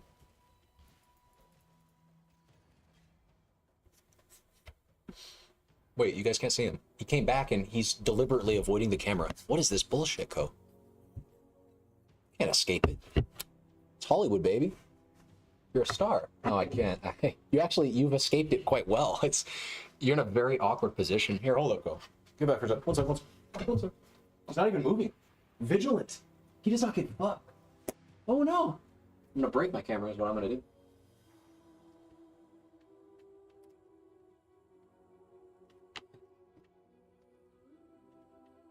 Hello. Oh wait, it's not on. Of course it's not broke. It's not broke, but it's like needs to be turned back on. Mr. Ko. Mr. Ko. Oh gosh. You were so cute. You were so cute, yes. Yes. There's no good angle for this. He's done it. He's successfully escaped the lens of the camera. I'm going to attempt to show you now. I know this is riveting Path of Exile gameplay. It's what you come here for. So hello. This is pointing towards the ceiling. I'm going to try to show you him. He's down here. He's right here. It broke again. Sorry. Oh, he's down here, though. And it's like, there's no good way for the camera to show him. Well played, Ko. You're a pretty smart guy, after all. I've always said that about you. You've beaten me in my own game.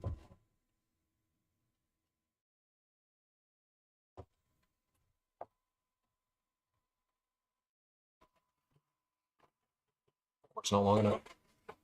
It is what it is. Look at that freeze. Look at that freeze frame. Oh, that's beautiful. That's why you guys come to the stream. Let's reset it. Okay, there we go. Okay. Well played, man. He's just gonna sit there too. Oh, I'm sorry about the bump. I'll get a mic stand soon. I'm still shopping around for one. I got burned the last time I bought a mic stand, and money is, it's not an object yet. It'll never be an object. But, okay, I hate mic stands that sag are... Like, I'd rather just not have a mic stand at that point. I don't know how relevant this is to most people, though. The more I think about, like, mic stands. Who has a mic stand? I guess... Maybe you have a mic stand. Gaming? Online gaming?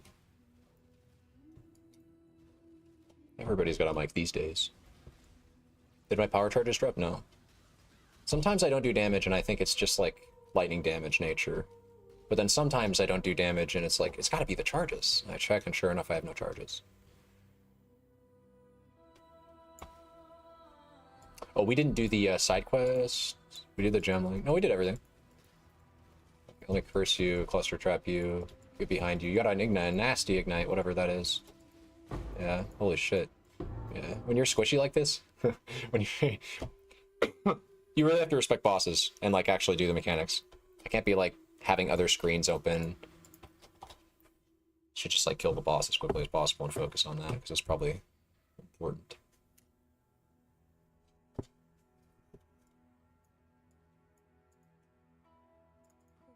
Oh wait, nice.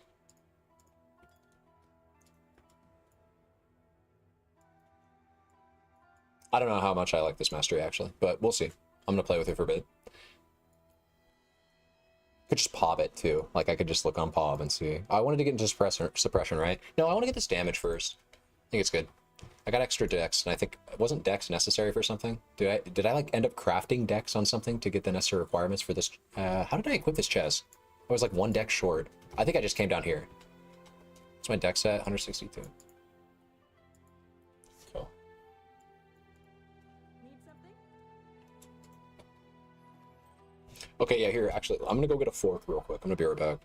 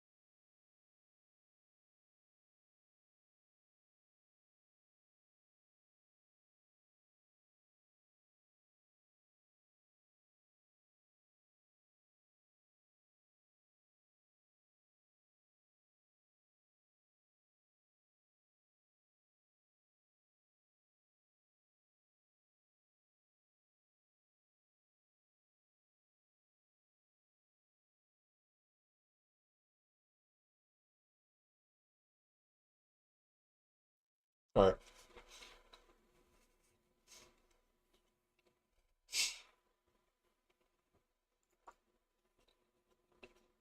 I saw an evasion.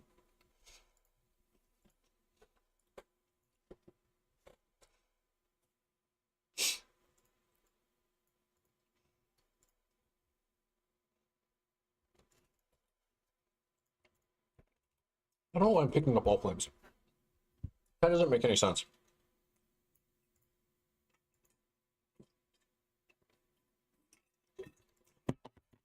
It's another passive too.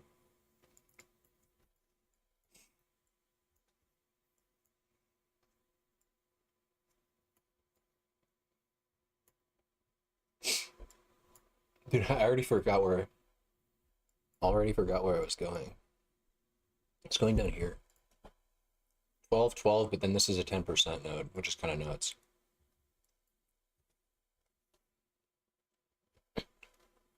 It's actually kind of like these nodes leading up to this are really bad, but that this one is so good that it makes up for those two, which makes me think that yeah, you know, like a thread of hope here or something. I mean, I wouldn't be down here in the late game version of the tree anyways, but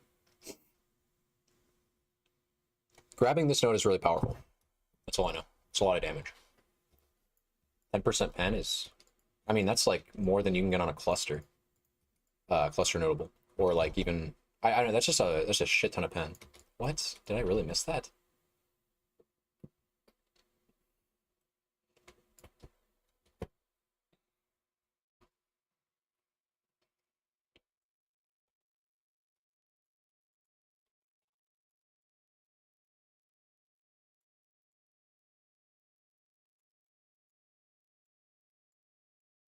I like how far away we can kill things from. Actually, I like how we kind of want to be killing things from far away. Or need to be, rather. I don't know, man. This build is insane. We kill everything. We never stop killing everything. We do die quickly right now, but we can absolutely... Maybe we just go ghost dance, dude. Like, maybe that's actually the play. Because I do have a big, beefy evasion chest, so I get a lot of ES off it. And, I mean, I don't think I need damage. Really just want a bigger pool to scale suppress and res with right now. Nothing's going to one-shot me from a attack-based perspective. If it's fizz damage hitting me, it could, but not now. Whoops, I didn't realize you were still alive.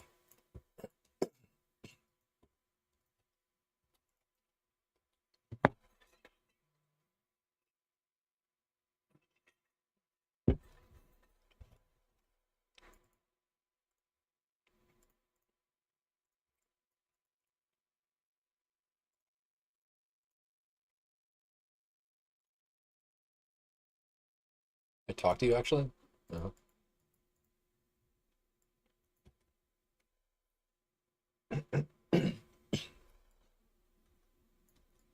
Oh, I don't think you guys have in-game audio either. When I don't. Interesting. I didn't know that. But my headphones are charging right now. This is a flip ton of damage. Look at that. That's insane. Oh my god. Oh my god, Ronnie. Wait, this replaces the left, actually. Maybe? Because look at the flat on the right. Yeah, that flat on the right is too insane to give up. We do it on the left, and then I just need a link. I need a blue gem link to something. I guess here. But then, that's fine. This. No,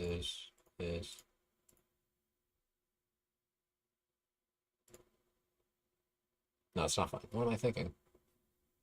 Is that my webcam doesn't move? Just for the very brief time being, I'm gonna get space for connectivity. I should be checking this.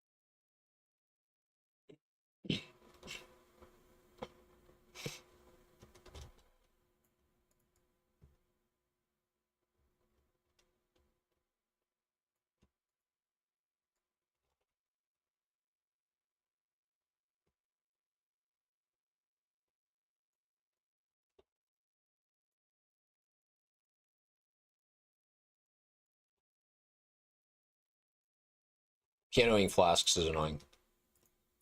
That's something that I think could change about the early game. It does add to the layer of feeling like your character is getting stronger over time, the ability to automate your flasks, but I don't know. I feel like that. And how would they do it too? How would they give you the ability to automate your flasks from the very get-go? I guess they would just make like the effective instilling orb something that you could craft for free somehow. How would they make that without feeling janky? They wouldn't. They wouldn't. It's probably a good thing that there's a price behind them. I guess they could just make instilling orbs super accessible. Is one way they could do it. Like make them drop as early as Act 2 or some shit. That'd be kind of interesting. All I know is I hate pushing buttons that are going to be pushed no matter what anyways, on cooldown repeatedly every single time, always. There's very little thought about that, beyond that. I think this is a replacement. Something I wanted to check was how dual wielding is affecting my DPS, and now we get the chance to see, because this is quite a survivability boost. I don't know why I'm talking to NPCs, but it's a decent life roll with a fair amount of evasion. A double my effective evasion problem. Almost. Yeah, that's it's quite a lot. And so yeah, let's check the dips. So 4-2, 34, that's probably attack speed is getting counted into that, which is not something to ignore, but also is not something that's as important as like flat damage. Because the speed, I think attack speed determines the rate at which my mines fire. From the moment they're laid down to the moment it's factored into detonation speed. Could be wrong about that, don't know that for sure, but I think that's what attack speed confers to. It's like when you throw the mine, how long does it take before it activates? I don't know that for sure. And I had a hard time looking this up and also testing this in game. Like, it's hard to find evidence as to what, I don't know.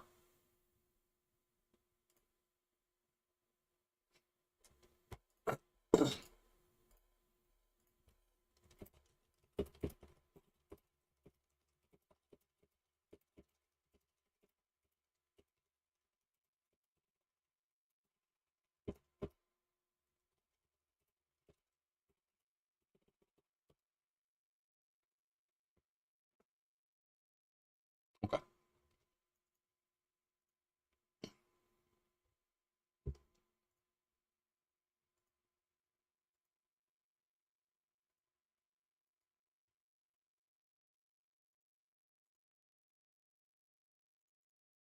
Yeah, we want to keep the we want to keep the wand. I don't want to give up a third or 25% of my damage like that.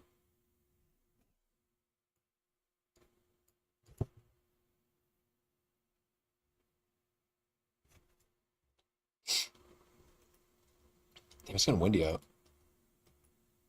I think when this message shows up, either it means somebody messaged you or it's just like you entered a new zone. I think that's what it is, actually. It's when you enter a combat zone for the first time after being in a like city or something.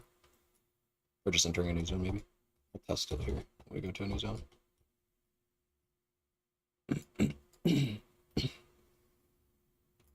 Attack Fray is still leaving something to be desired. And I'm running out of mana to play with. What we need to do now is get into the mana nodes.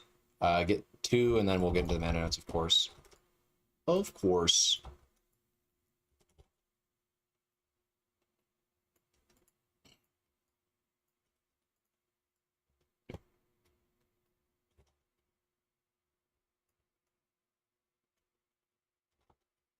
Oh my god. That's funny. Dude, getting obliterated in this game is always fun. Just seeing your character get smacked. Being like, God damn it, man. It sucks. No matter how I try to put a good character together.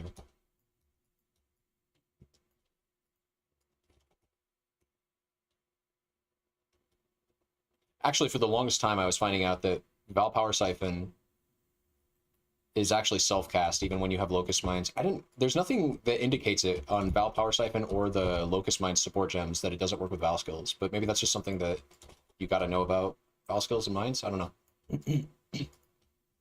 But Val Power Siphon is a self-cast ability even with Locust Mines supporting it. The Val version, at least I should specify. The Val version of Val Power Siphon is. And because of that, I was casting it for myself when I didn't have level 5 Awaken attacks when damage taken. Attacks with elemental attacks with damage taken, which makes you reflect immune. So I didn't have that gem equipped. I was casting Val Power Siphon, just getting one shot in maps. And that was leading me to believe that my character was super squishy because I didn't realize that interaction was going on.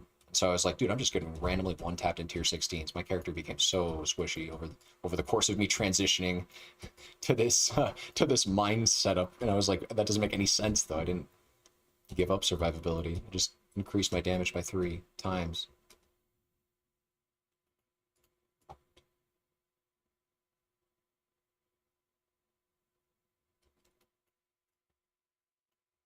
Mr. Cole, I know. He just wants some food. I know. I know, you just want some food, don't you? I know. I know. I know. I know. I know. Yeah, I know. I know. I know. I know. I know. I do know. I know.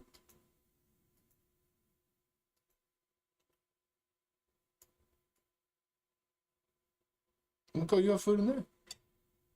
You have kibbles. Some of the good items. Some of the good items, you know. Oh my goodness! Push the flask button. Click it. I'm playing Poe with a mouse. There's another problem with hardcore Poe. I can't play it in the lazy ways that I like to play it sometimes. Like sometimes I like to slouch and play with just the mouse. You can't do that if you're playing hardcore. Also, this is a big one. Ooh, and I remember losing a character to this. Can't really play when you're sleepy. When you're sleepy, your attention span is like lacking. And so you don't have that instant reaction that you need to either log out or, since I never use log out macros, to just run away, portal, heal, pop a potion. Yeah, I was never meant to be a hardcore Poe player. I didn't even use a log out macro. Like, come on. Although to be fair, I kind of think those are lame. Like that's a defensive barrier. Logging out. Like it's just kind of lame. Like breaks the fourth wall too much with respect to being defensive. It's unlike damage, where getting more damage to kill things quicker, that's fair. You know, yeah, it makes sense. Best defense is a good offense. Okay. Logging out of a video game? That's the meta for how you guys stay alive when the going gets tough, when conditions get a little bit too. Yeah, if you're gonna play hardcore, in my opinion, that's what I'm saying. I'm like, dude, these guys are hosting tournaments for like hundreds of thousands of dollars for the first place winner for hardcore clear of a new boss, and it's like all these guys are using logout. Like, but I guess the game allows it. I mean, that's one of those decisions that I don't totally understand personally. I'm just, I guess GGG and I see differently on that, but that's fine. You know, that is their game. They can run it however they want. But I do find that weird. And I think, sorry, I'll elaborate more. I find it weird that that's like allowed, that it's a hardcore game and it's supposed to be taken hardcore, but that has become the meta and is just like an accepted aspect of it. And actually, in some ways, you could argue it's kind of stupid to play hardcore without it. Like I've told people before when I did play hardcore, yeah, I play hardcore, and I just find myself dying a lot. What do? One of the first things they mention is, well, do you have a logout macro? It's like, why? Truth is, it's kind of funny to play. It's just funny. I guess it's just not a state that I didn't find particularly healthy about the game that I thought would change, but I was wrong. But that's cool. Sometimes you're wrong about things and maybe you learn something from it. And then it feels kind of cool being incorrect. It's like your perspective gets to shift. You'll learn something new.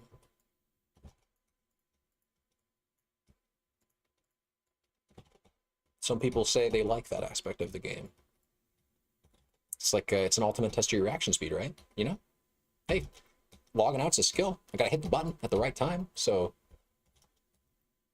there's some truth to that, I guess. Sometimes you gotta live and learn. True. Sometimes Sonic the Hedgehog has got to be your friend. And I think you can dodge this by looking the other way, right? I don't know. I don't know how you dodge that, but I know in Enter the Gungeon, there's a similar skill that you can just like move your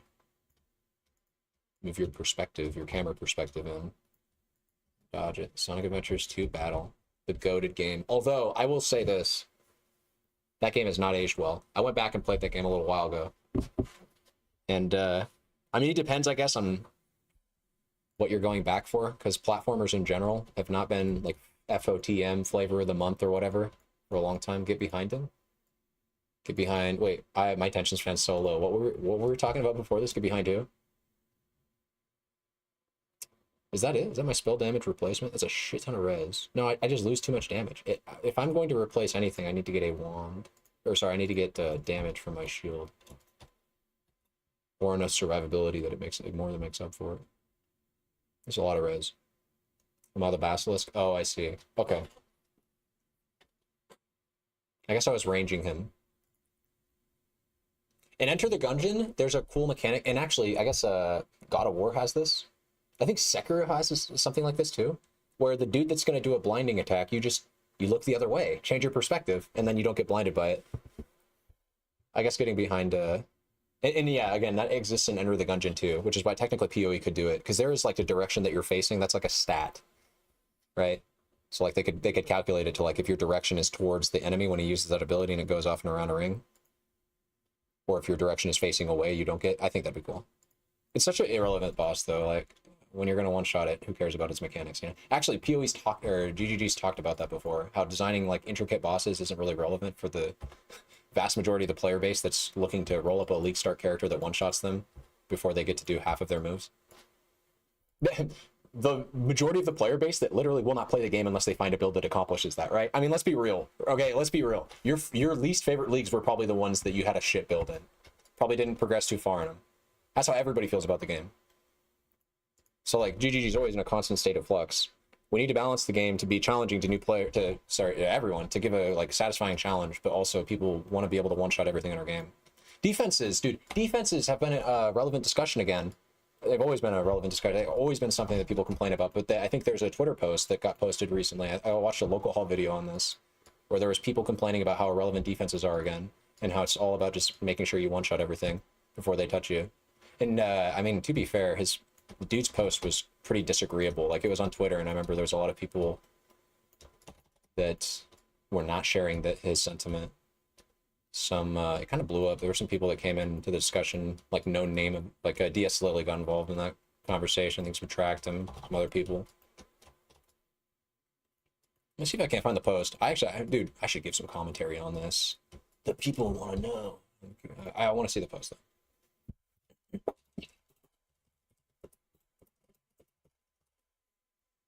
Yeah. No, wait, this isn't it. Did I found the Lily response post, yeah. Is this a week ago? This was a week ago. Jesus, cringe. Okay, I'm on old news. Anyways. This guy needs to die so I can... Oh, it's double haunted? That's just perfect.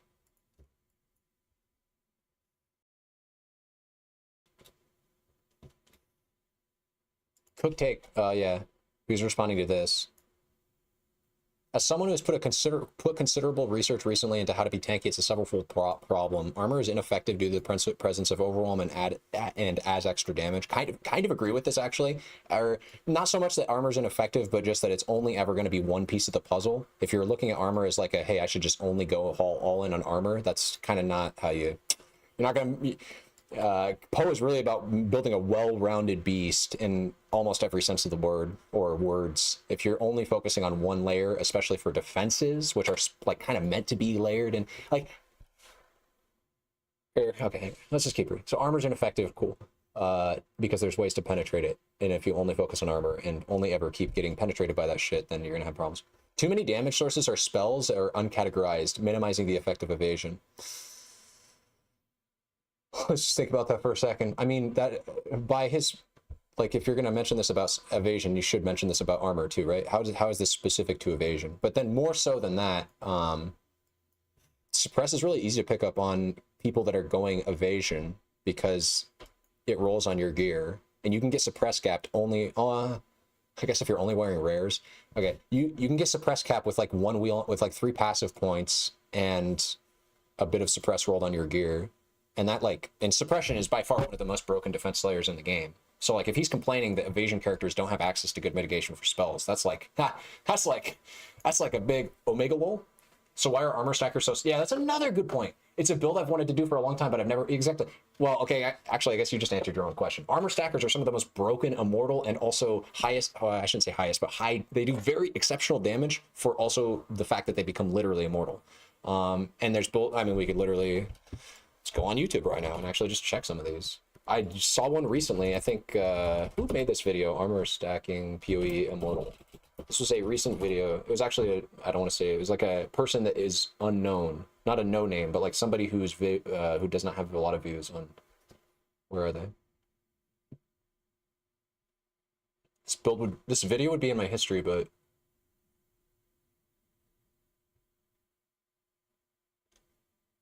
here it is. Yeah, this vid.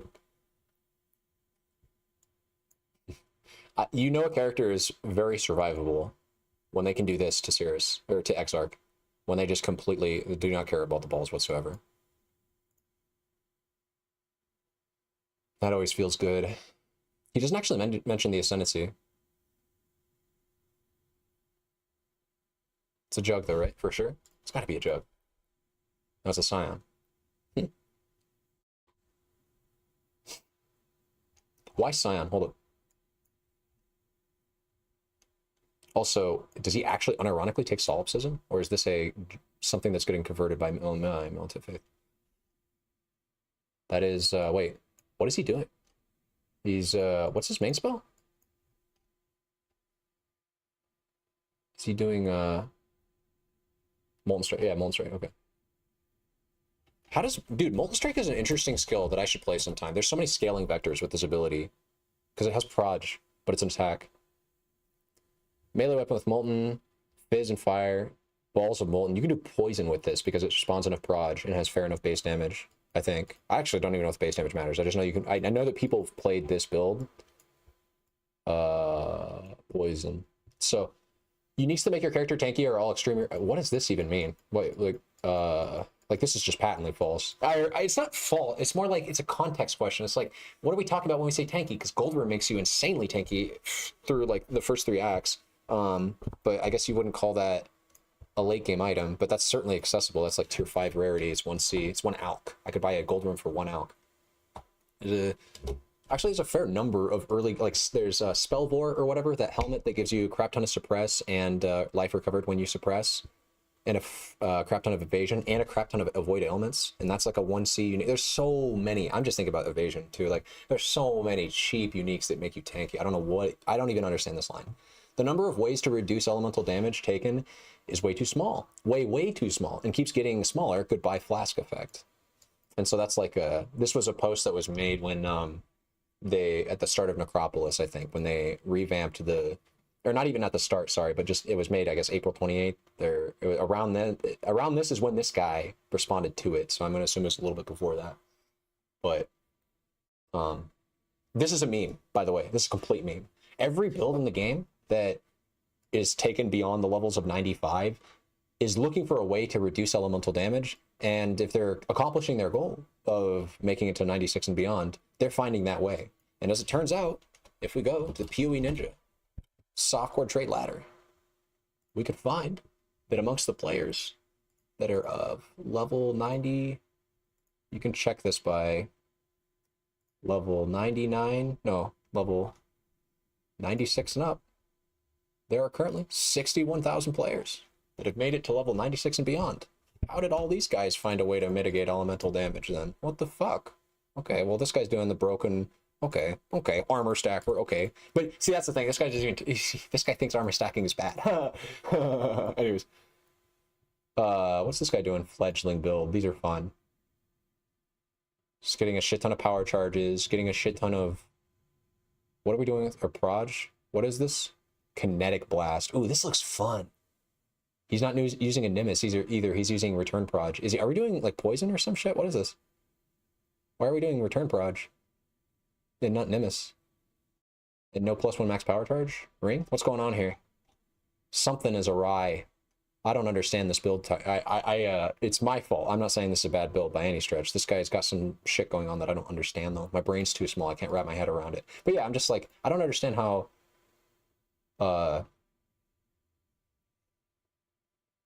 people can complain about not, like, elemental damage seems like one of the easiest things to reduce because of how important it is to be able to, or I shouldn't even say it like that. What I should just say is like max res. Obviously you can increase your, there's points on the tree that in fact, I've taken note of this. Every quadrant has a way of getting max res. Now, I will say right side of the trees, kind of sketch on this. You get +1 max cold res here. This is not a max res wheel, so all you have is, I think down here you get +1 max res, right? For Rangers defenses? No. Or yes, yeah.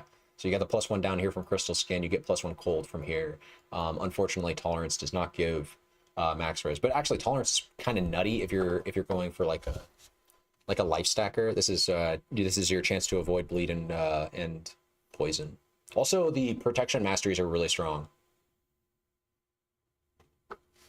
for like early to mid game mapping. Like you can't be maimed or hindered. That's so sick for no slows. I don't think too highly they cannot be impaled, but like your elemental resistances cannot be lowered by curse. Like this is just a nice wheel, or should I say the protection masteries, I already said it. They're good to go for early game, make your character feel so much better. That's the thing. Okay, if you are complaining about defenses in PoE, it might come down to a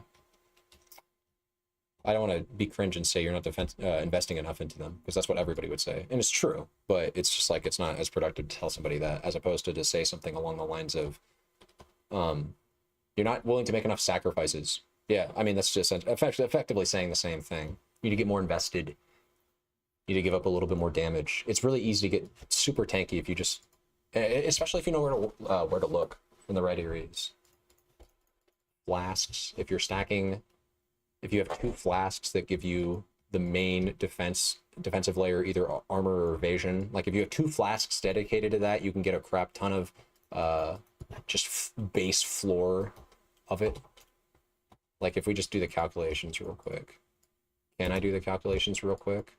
So you get 1500 armor, and then I think 20% more armor from 1,500 armor from a granite, and you get 20% more armor from a stibnite. And then if you roll one of those flasks for 60% increased armor, well then according to my calculations, you're getting a lot of armor. Just from that package alone. But of course, that's unreliable. It's only up when your flasks are up.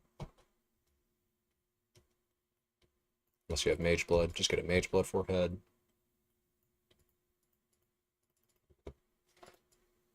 Or peeking into the Mystery Beyond of builds. Mysterious Beyond of builds. Not peeking. At this point, it's like I'm gazing. I'm well endowed at this point. Too familiar with PoE Ninja. It's also an incredible tool for solving problems with your build. That's one of those things where when I read a post like this, I'm not on display capture anymore, but when I read posts like these, I do wonder, like, maybe this guy doesn't know. He doesn't know how to look for the answers. He doesn't know how to find answers. He's running into problems, but he can't find the answers. He doesn't know how to leverage, I guess, yeah, PoE Ninja or tools that give you access to what other people are doing. That's a big way to get better at this game, is just follow what the good guys are doing. Try to understand why they're doing it. I'm just like in 8 stacks of sand. I don't even know how, like, I guess you're just supposed to rush to the very end as quickly as possible. Insta-phase. Actually, yeah, she does have a phase for this part where she always does this attack, I think. Oops.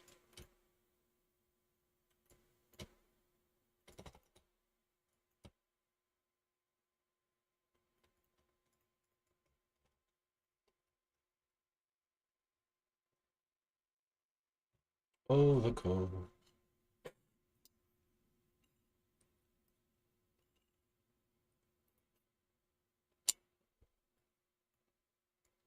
I'm going to talk to Shane and get an extra passive point.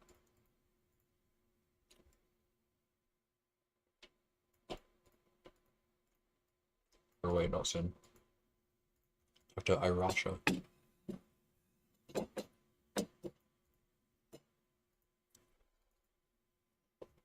I think the calendar quest isn't necessary, right?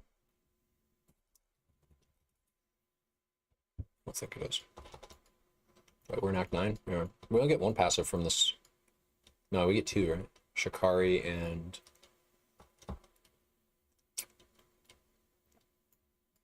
I don't know, actually. I think it's not necessary to kill this guy, but I'm gonna kill him anyways.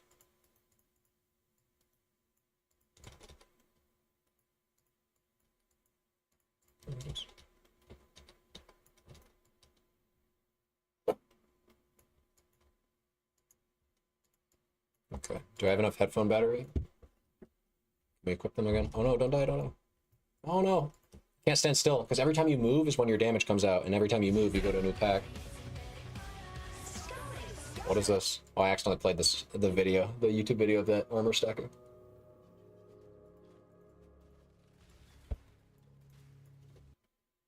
Okay, get out of this. Out of this.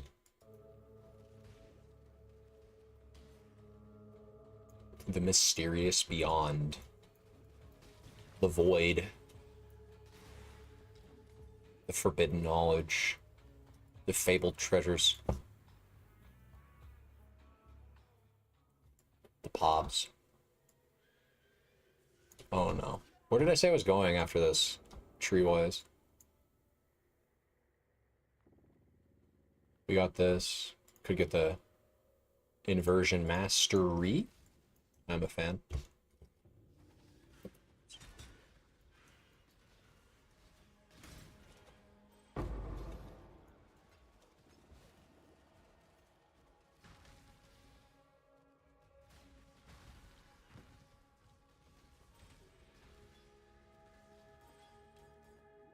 Where are we at with resistances? We're doing good.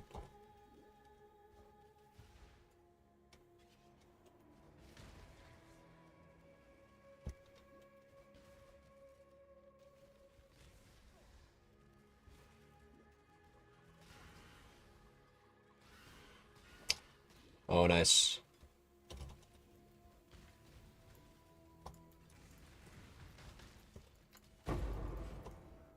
Extra blue gem at this point. Pretty easy to re-roll this into 2 blue gems so I can re-equip conductivity. I'm just not using that skill though. My damage is so high I don't really, even for single target, I don't need to let it rip, so to speak. I'm kind of just eviscerating everything.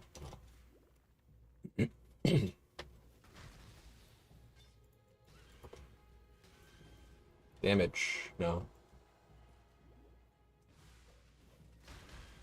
Splat. I love that, dude. It's so satisfying, this build. Oh, dude, what if we just dual wielded with this build? Take it to the next level. Or no. Because attacks with this weapon mod only apply to attacks with this weapon, so it wouldn't really confer that much damage. If I unequip this weapon right now, it's still a shit ton of damage. So are you. Wait, what? 3,400. 34. Yeah, dual wielding is absolutely the superior play from a tooltip standpoint. But I'm still wondering how much of this is just attack speed being calculated. Jesus Christ, blocks attacks too. They weren't even. That wasn't even like a damage mod.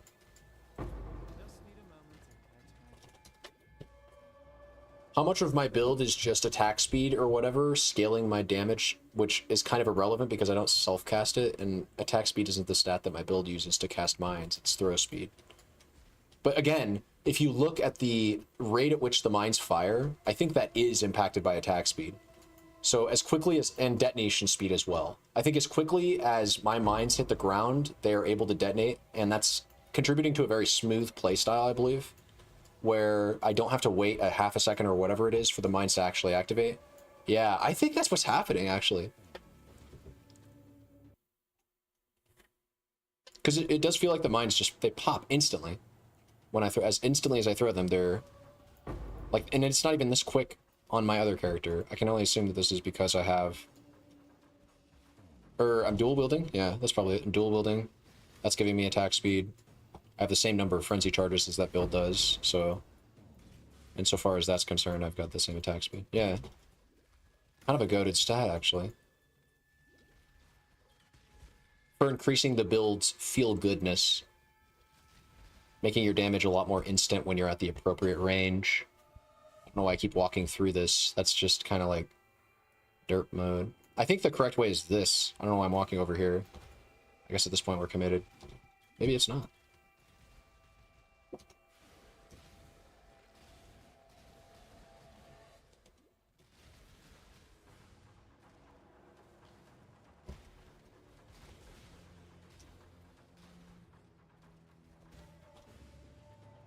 Here we are. Is he dead? Is he phased or something? What's going on with his health? No, he's not phased. He's just not caring about my damage.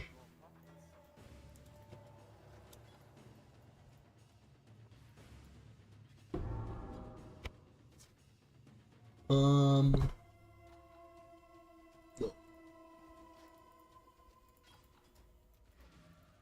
I shouldn't even actually pick this stuff up. It's not even worth it anymore. Not as SSF or anything. I have like 5,000 alts. Picking up rares isn't useful. I want to import my pods, see what my dips are like.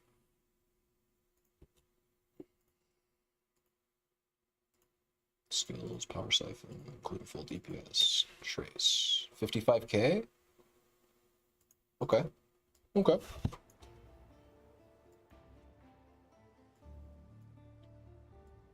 Can start filling out these masteries now too. Like we did here.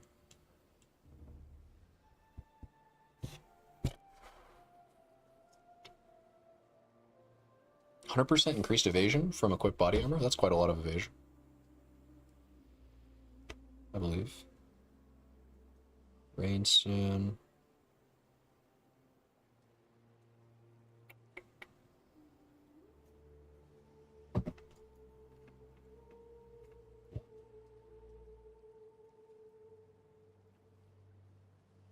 Let's get aura effect up here. This is wrath damage. I don't think aura effect is actually that worth it right now. Just lean over here. Boom, boom, boom, boom, boom, boom. Or no. I feel like dun dun dun dun dun dun dun dun dun dun. And fill out this area too. Yeah. We can get the damage here first too. Damage penetrates lightning. Although a fair amount of my damage, actually more of my damage is physical than lightning right now, which is kind of making this whole, like, this is just kind of cringe. Because, like, I'm doing more fizz. Way more fizz, actually. I'm a fizz wander right now. Interesting. Found the calendar. I don't think that's respec points. I mean, I'll take it. I wish you could just right-click it. And, like, I wish I didn't have to grab it and take it into my inventory.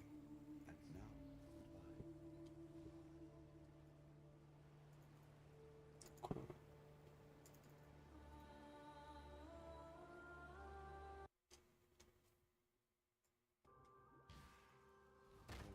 We still have to go kill the, it's not over here, right? This is the other area, I think, that already... Yeah, this is the factory or whatever. Refinery. I think it's on the opposite side. The Feather Queen.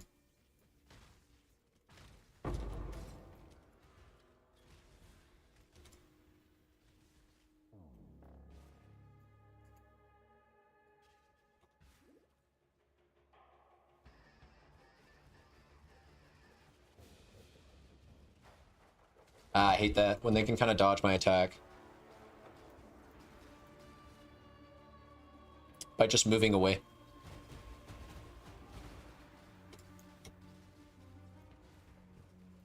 She's coming. She's gonna be in Viz, watch. There she is.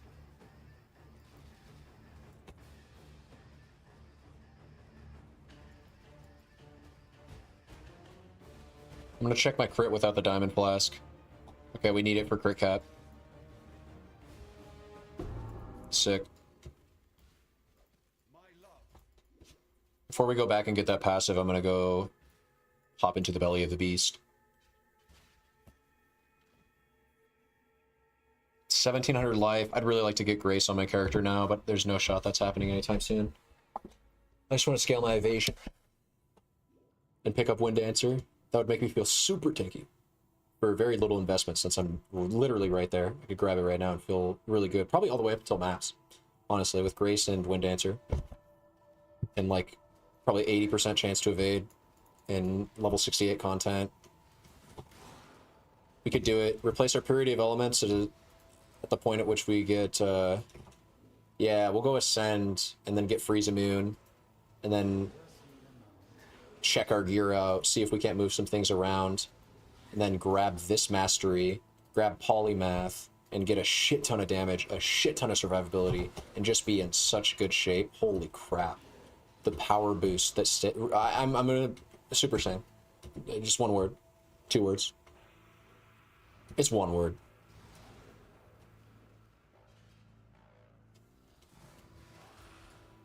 Oh, wrong way. Look at this troll padding. And this is probably the correct way, but I'm gonna go this way anyways. It's further away. So maybe it's actually the correct path. Dude, fuck me. Ha! Ha! I think this is the main reason I don't like leveling. But again, it's one of those things that I would get so much better at for sure if I just did it more. Okay. Dude, no! Ah! Not even hardcore, by the way. Yeah, I'm gonna make a hardcore run. We're doing it. I'm playing this character on hardcore for sure. This character's hardcore viable, I guarantee it. It needs my brain in the lab for a bit. Understanding how to make evasion work early. Well, how to make this character work early, more specifically. With the whole not dying to Roas, not dying to early zones. I think that's a get good thing. I think that's a, Wired, you just need to get better at the video game. You want to not die in those areas. There's really not a whole lot that you can do to increase your character's power at that point in the game. That has to be a player skill thing, right? What am I supposed to be doing? What could I be doing differently is what I should be asking myself from a play perspective, not a... I do think the zone is horrible, though, also. So. But it doesn't matter. You can think what you want about facts. They don't care. They stand resolute. Also, this build can kind of just Frostblink for clear. I just realized, because we're not dealing with elemental damage yet, so I don't have to worry about not leveling Frostblink. That's whole reason, actually, why I like leveling Frostblink early is because, especially with the last buff that the buff that it just got, The late game damage scaling, the like level 16 and up damage scaling on the gem is like 200%. It's crazy. It's crazy, man. It's crazy. Also, my Frostblink is doing like the elemental damage that I want my power siphon to do, so that I can actually invert LE resistances with it. So it is the way. No, hold up. I'm crazy. Frostblink is not an attack, so there's just nothing to be done there. Frostblink is a spell, and this mastery only works with attacks. So.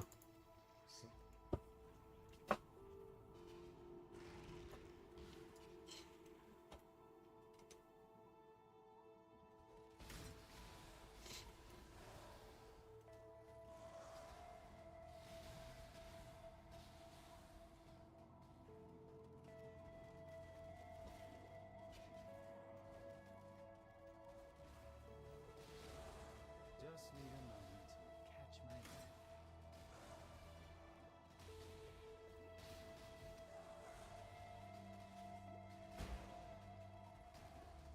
No. My flasks need upgraded. I need to get into Divine. I had a Divine Flask. What did I do with it? Just didn't equip it?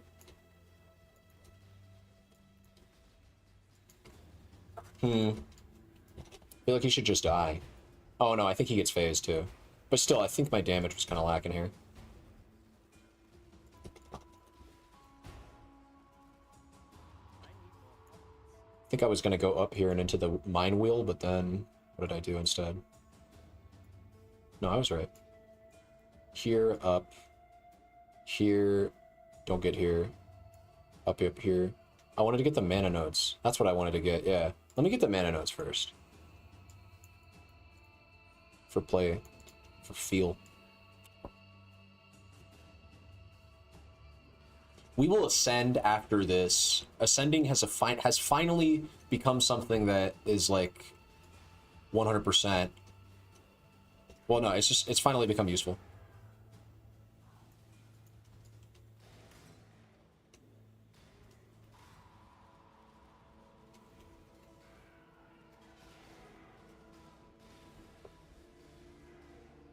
And shock immunity too. Could use that. That'd be nice for this fight for sure. Fuck. Okay. Even wand. That's a crap ton of chaos.multi for this early on. I don't like this fight. I usually die randomly if I don't kill her quickly enough when she starts doing the scream. I don't get it. Like, I know you're supposed to hide behind the pillars, but the pillars die when you have AoE damage. So I guess I just stop attacking.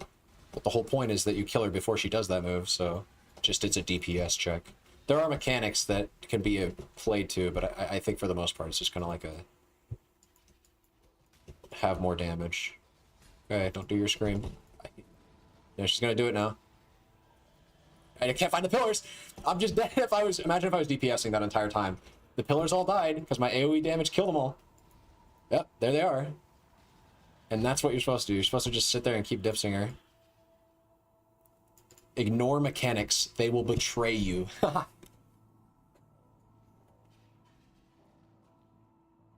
Okay. Oops. The black heart. Also, I needed conductivity. Do I not have conductivity on my bar? I have a gem slot for it, right? No, I don't still. Okay. What's my lightning rest at? So I can get a... Okay, I mean, 62. You know, what's up? I guess it's not capped. Fair enough. Almost dead, though.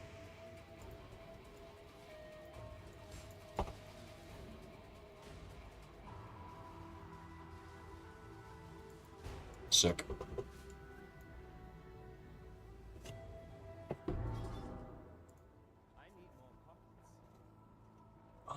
There's that divine life flask that I was talking about. Do I even want it though? Yeah, I do. None of these items would ever mean anything to my build.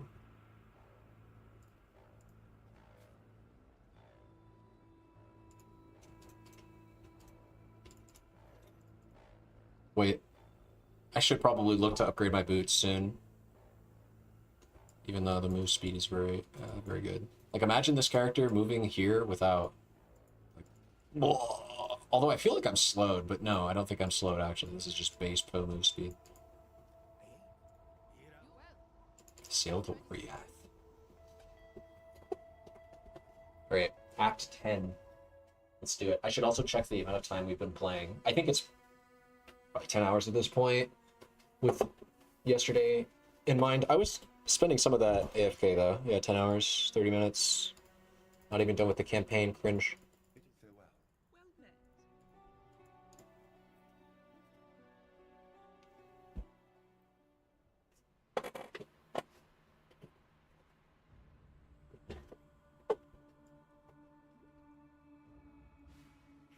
Oops, I'm gonna go over here.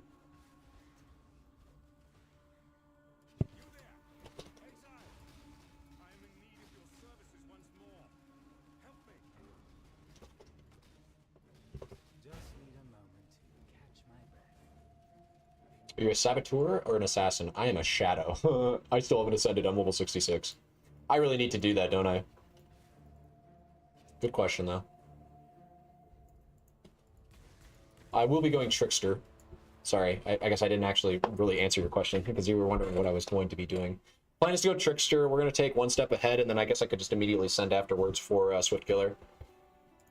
We should just go do that. I'm so close to a level, though, which would give me mana, which isn't really too relevant. I should really just go do that right now. Yeah, so much more easy? What do you mean? Wait, what? Wait. No, don't tell me they did this. Do I have to go unlock all the trial ascendancies all over again?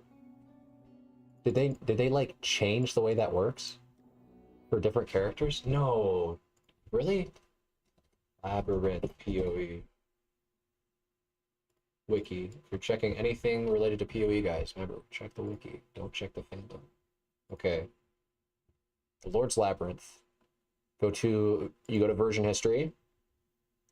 No. So then, no, go Act 3. Oh, you're right. You're right. King. King reply. Well done. Well done. Actually, I think that's kind of like knuckleheady for me to know. Okay, I should have known that. All right, this is a pretty dirt mode for me, but we'll play. We'll play. You know. Yeah, I was getting there, man. I was gonna figure that out. Believe me. I even have the door open. I just didn't grab the waypoint range. Okay. I'm truly knuckleheading. Let's go do it. What's really funny is this is by far the easiest lab. You do it in like 5 minutes. Even if you're like level 30, if you're like at the level of this lab, it's still really quick because the labs, some people don't know this. Some people do know. Everybody knows this. You will know this intuitively if you've ever done lab, that as you scale through the difficulties, the labs become more intricate in their design. From the first one just having straight up fewer floors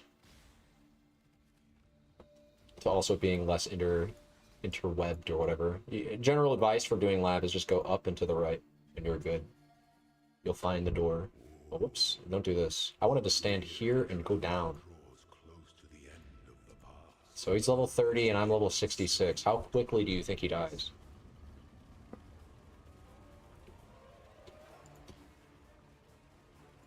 Of course it's instant.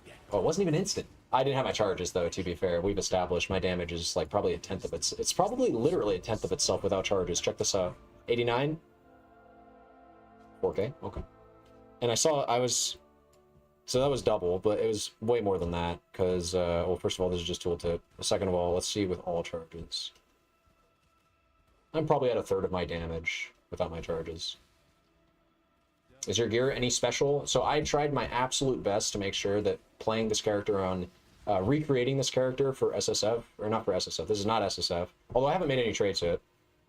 The main thing is that since I'm not SSF, I was able to pull gear out from my stash. And the main thing that I've done so far is pull out a 7 league step so I can move quicker. If anything, this is making me weaker from a survivability standpoint, so I think it's like a fair... I mean, But you could argue I shouldn't do this because it does make me tankier in some ways because my movement speed being faster means I can dodge other attacks.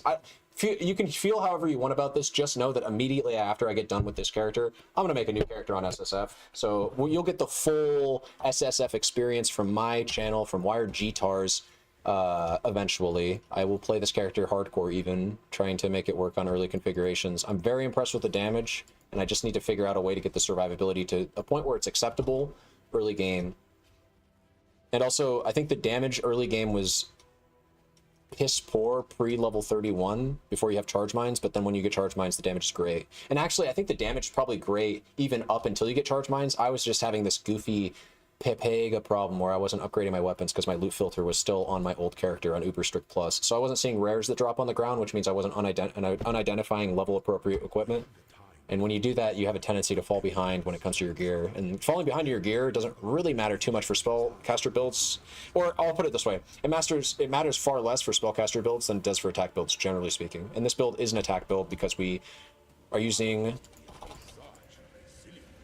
Power Siphon. So yeah, that's the long-winded explanation.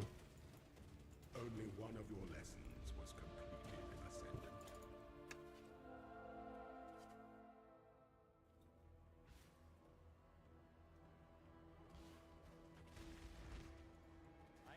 Ascendant. I should be unidentifying these. I think the right shield could come by and I would equip it. I even have to wonder about dual wielding on the main character. Like but no, you keep coming back. Well, no. What if I dual wielded one wand was just like a void battery? What kind of implicit double corruptions can you get on weapons? It looks too OP damage wise. This is an insane build damage wise early game when you have your, well, no, hold up, wait, what am I saying? Keep in mind I'm in a level 33 area as a level 66 character, so if you're saying it looks insane in this kind of content, of course I'm gonna, you know, outperform this kind of content. But when I wasn't doing this kind of content, were you here just a few months ago when I was before? Yeah, you were, because you were the one that told me about going to Act 3. The damage and clear are very acceptable right now. Thought you needed some items for the play this. No. And I thought that too, by the way, so don't feel bad with that assumption. I thought this build wouldn't be able to take off without like a Rallica. No. The main pieces that I thought were core were going to be Crown of Eyes, Malachai's Loop. I thought Replica High Desire could be like somewhere in between like core and like just extremely good early and an absolute essential piece all the way up until you're ready to craft your own Sadist Garb, so you may as well pick it up. But actually, I think you could self-craft you could self-craft a lot of your gear for this build, and it's probably still OP. This build's just broken, actually. I think all that shit that I was talking about in my build guide video, I think the core pieces, you need this. It's like, now that I'm like leveling it and trying it out, it's actually kind of busted. With mines, sorry, let me specify. I think the first guide I made was with the self-cast variant where you don't have mines. I mean, before to when you were, yeah, in a 65 area. And I guess to be fair, 65, I'm still level 66. But I think this build, honestly, I think this build is like yellow map capable right now with our damage. With 100k, you can usually do, in fact, 100k damage is really all you need to kill white mobs in red maps. So I think this build can unironically just go into like level 75 areas and kill things rather efficiently, which is kind of nutty if you think about it. Because I have like no gear. I think what we're witnessing here is just a broken character concept, right? This is just like, I hate to say it, right? Because it's going to make me sound conceited. I'm not saying the things I'm saying to sound conceited. I didn't even technically come up with this idea. Somebody suggested mines in a YouTube comment, and I just ran with it. But this build is, I think it's broken. I think it's OP. So polymath or to not polymath? We got 1, 2. This is something you should do. 3. So that's 9% more damage. Replica badge. I think I can even equip a replica badge, or not replica, regular badge of the Brotherhood. I wouldn't want to equip it unless I found it, though. I don't want to just grab a badge of the Brotherhood out of my stash and equip it for frenzy charge conversion. Or sorry, power charge conversion to frenzy charges. Swift Killer is still a good node, though. Actually, wait, Swift Killer is a bad node with Badge of the Brotherhood. Yeah. Yeah, that's what I was talking about. So I wouldn't grab this node ever if I had Badge of the Brotherhood, obviously. But because I'm not thinking about picking up Badge of the Brotherhood out of my stash and equipping to my character, I am now left with a choice between this, which is a lot of damage when you have Charge Mines equipped. But I could actually see... Excuse me. Could I see myself going... Well, no, I think I need Charge Mines to still be crit capped, right? Because once you lose the efficacy of that second line in Charge Mines, where it says supported skills have 25% increased chance, crit strike chance, I think it becomes a way worse gem. I think this gem is great when you can make use of Mind Throwing Speed and increased crit strike. I think it's amazing when you can actually make use of the Frenzy Charge and Power Charge generation granted from it, which is why I'm using it now. But eventually I'm going to be getting Aralakeshes, but that's not going to be happening for a long time, unfortunately. And actually, I think Charge Mines is kind of the only way. It's weird and cringe to say this because Power Charges were so easy to generate on a self-cast Wander. But it's just the fact that, like, all of these Power Charge on kill nodes, get a Power Charge when you... Well, in Power Siphon itself, right? Power Siphon gives you a 20% chance to gain a Power Charge. Well, that's not going to be happening to me when I'm throwing Mines. So Power Siphon generates Power Charges and has built-in Power Charge scaling inherent to the attack, which is crazy. But I don't get to leverage the chance to gain a Power Charge when I'm doing hits, because that's my Mines are hitting. And same thing here. So it's kind of like, yeah, you either need Ralakesh or you just need to Everyone knows how to die. wait, why can't I ascend? Some just need a little nudge. Where's the ascend button? Everyone knows how to die. Oh, did I already ascend? I already ascended. To get started. I'm so stupid. I just had the screen open. What am I talking about? Okay, yeah. I'm just gonna do the I'm gonna do the thing that I said I was gonna do. And become freeze immune here. I can take off Purity of Elements if I want to give my gear a little bit of a touch up. I think. Let's check our resistances. Oh no, we can't. We're in dire straits. Okay, this is Bismuth Flask territory, but I don't have a Bismuth. I have not seen a Bismuth drop yet, so I don't want to equip one. The second I see a Bismuth, I'm gonna grab it and equip it. I guess I could even consider shopping for it. I think vendors do sell Bismuths. I think Lonnie would sell me one. Got our auras equipped. We already did that. Go past. Go past. Danig. I would probably do this on a league start. I don't know. It's a Danig. It's a free Danig in a T64 area. I could find like a burial medallion or two and sell it for a few chaos for like shit this early in a league. If I'm day one, burial medallions, do they even sell for a lot? You probably just use that for like a logbook, maybe logbook finding. You don't find logbooks with one burial medallion. You need to be re-rolling for a bit. I don't even know if I would do that then. Always remember, the campaign is an illusion. You just want to get to maps as quickly as possible. Always remember that. Yeah, I really like the Mind Throwing Speed from Charge Mines. I'm going to say that. It's going to be hard to give it up. So much so that it's making me want to go badge. Like, it's making me want to just go try it real quick to see how much more Mind Throwing Speed I get. Because, man, this is so... God, it feels good. It's such a feels good, actually. And it's so nice knowing that you can do this with no gear. Knowing that everything I've assembled so far is just, like, gems and... somewhat well, like these are shit wands, right? But I'm making sure that they're not so shit that they have no stats. Like, they at least have 2 damage mobs. Oh, this guy's we're haunted, we're soul eater, we are blocking, we're fucking... I don't actually know what else you're doing. That's it. I'm gonna get shock immunity. You can't do anything with shock immunity. You really can't even do anything with this ascendancy right now. You need better gear. Perhaps I shouldn't have grabbed all of it. No, it's fine. We will grab... I said this was a good node, right? Sometimes when my flasks are up, this is a good node. When my flasks are up, we're at 6,100. I need to get evasion. Or, sorry, I need to get grace. And then this will be a really good node. And yeah, oh my god. Grace comes when my gear gets better.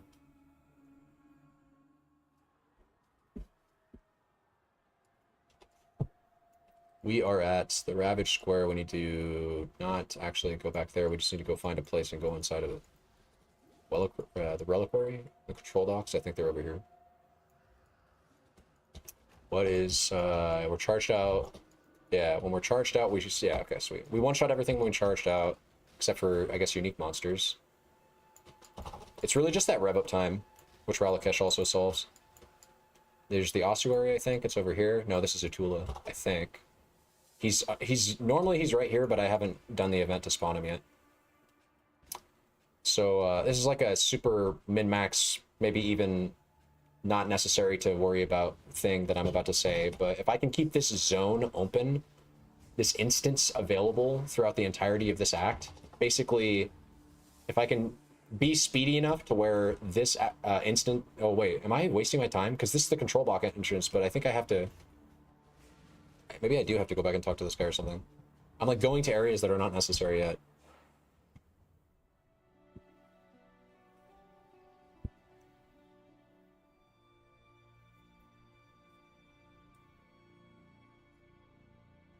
I think I need to, yeah, I think I need to go to Chamber of Innocence as quickly as I can to kill the dude there. I'm out, gotta get some food. Really excited for the SSF run. If it works out, that's my new build. That's dope to hear. That's the whole reason I'm doing all of this, for that kind of reply, for those kinds of comments. So thank you. Makes me feel really good to hear that.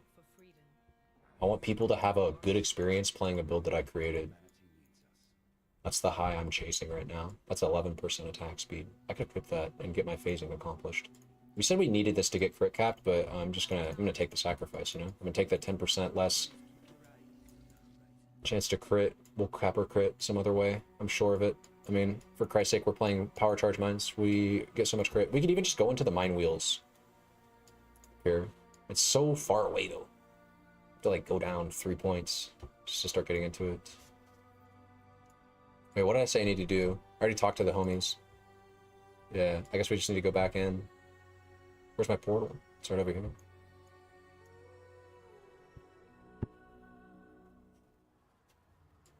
Okay, I think I need to progress the story first. I think I'm a little ahead of myself. I think I need to go way up here. I think, oh wait, ossuary? Reliquary? Reliquary. I can find her torments, the Kitaba, the teardrop, I mean, man. I've got this shit all mixed up in my brain. I don't level enough. This will be, dude, this is twofold, right? I'm getting better. I'm going to get experience leveling, so I'm going to become a better player.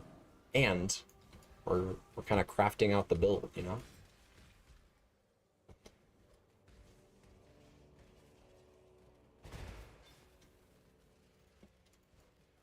What?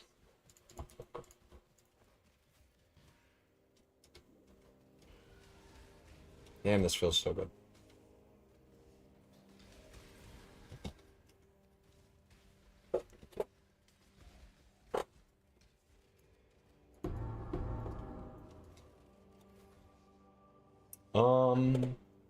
It's a lot of plat, and that's like, I just want to see. Whoops.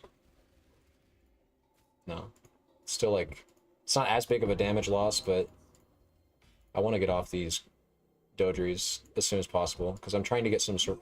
What? We're doing a Mortal Syndicate in here. I don't want to do this. I can't even hit him. What? It's got so much energy shield. And he's recharged. Fuck that. No, come on. Why isn't it working? Oh, I just didn't have that thing turned on. That's why.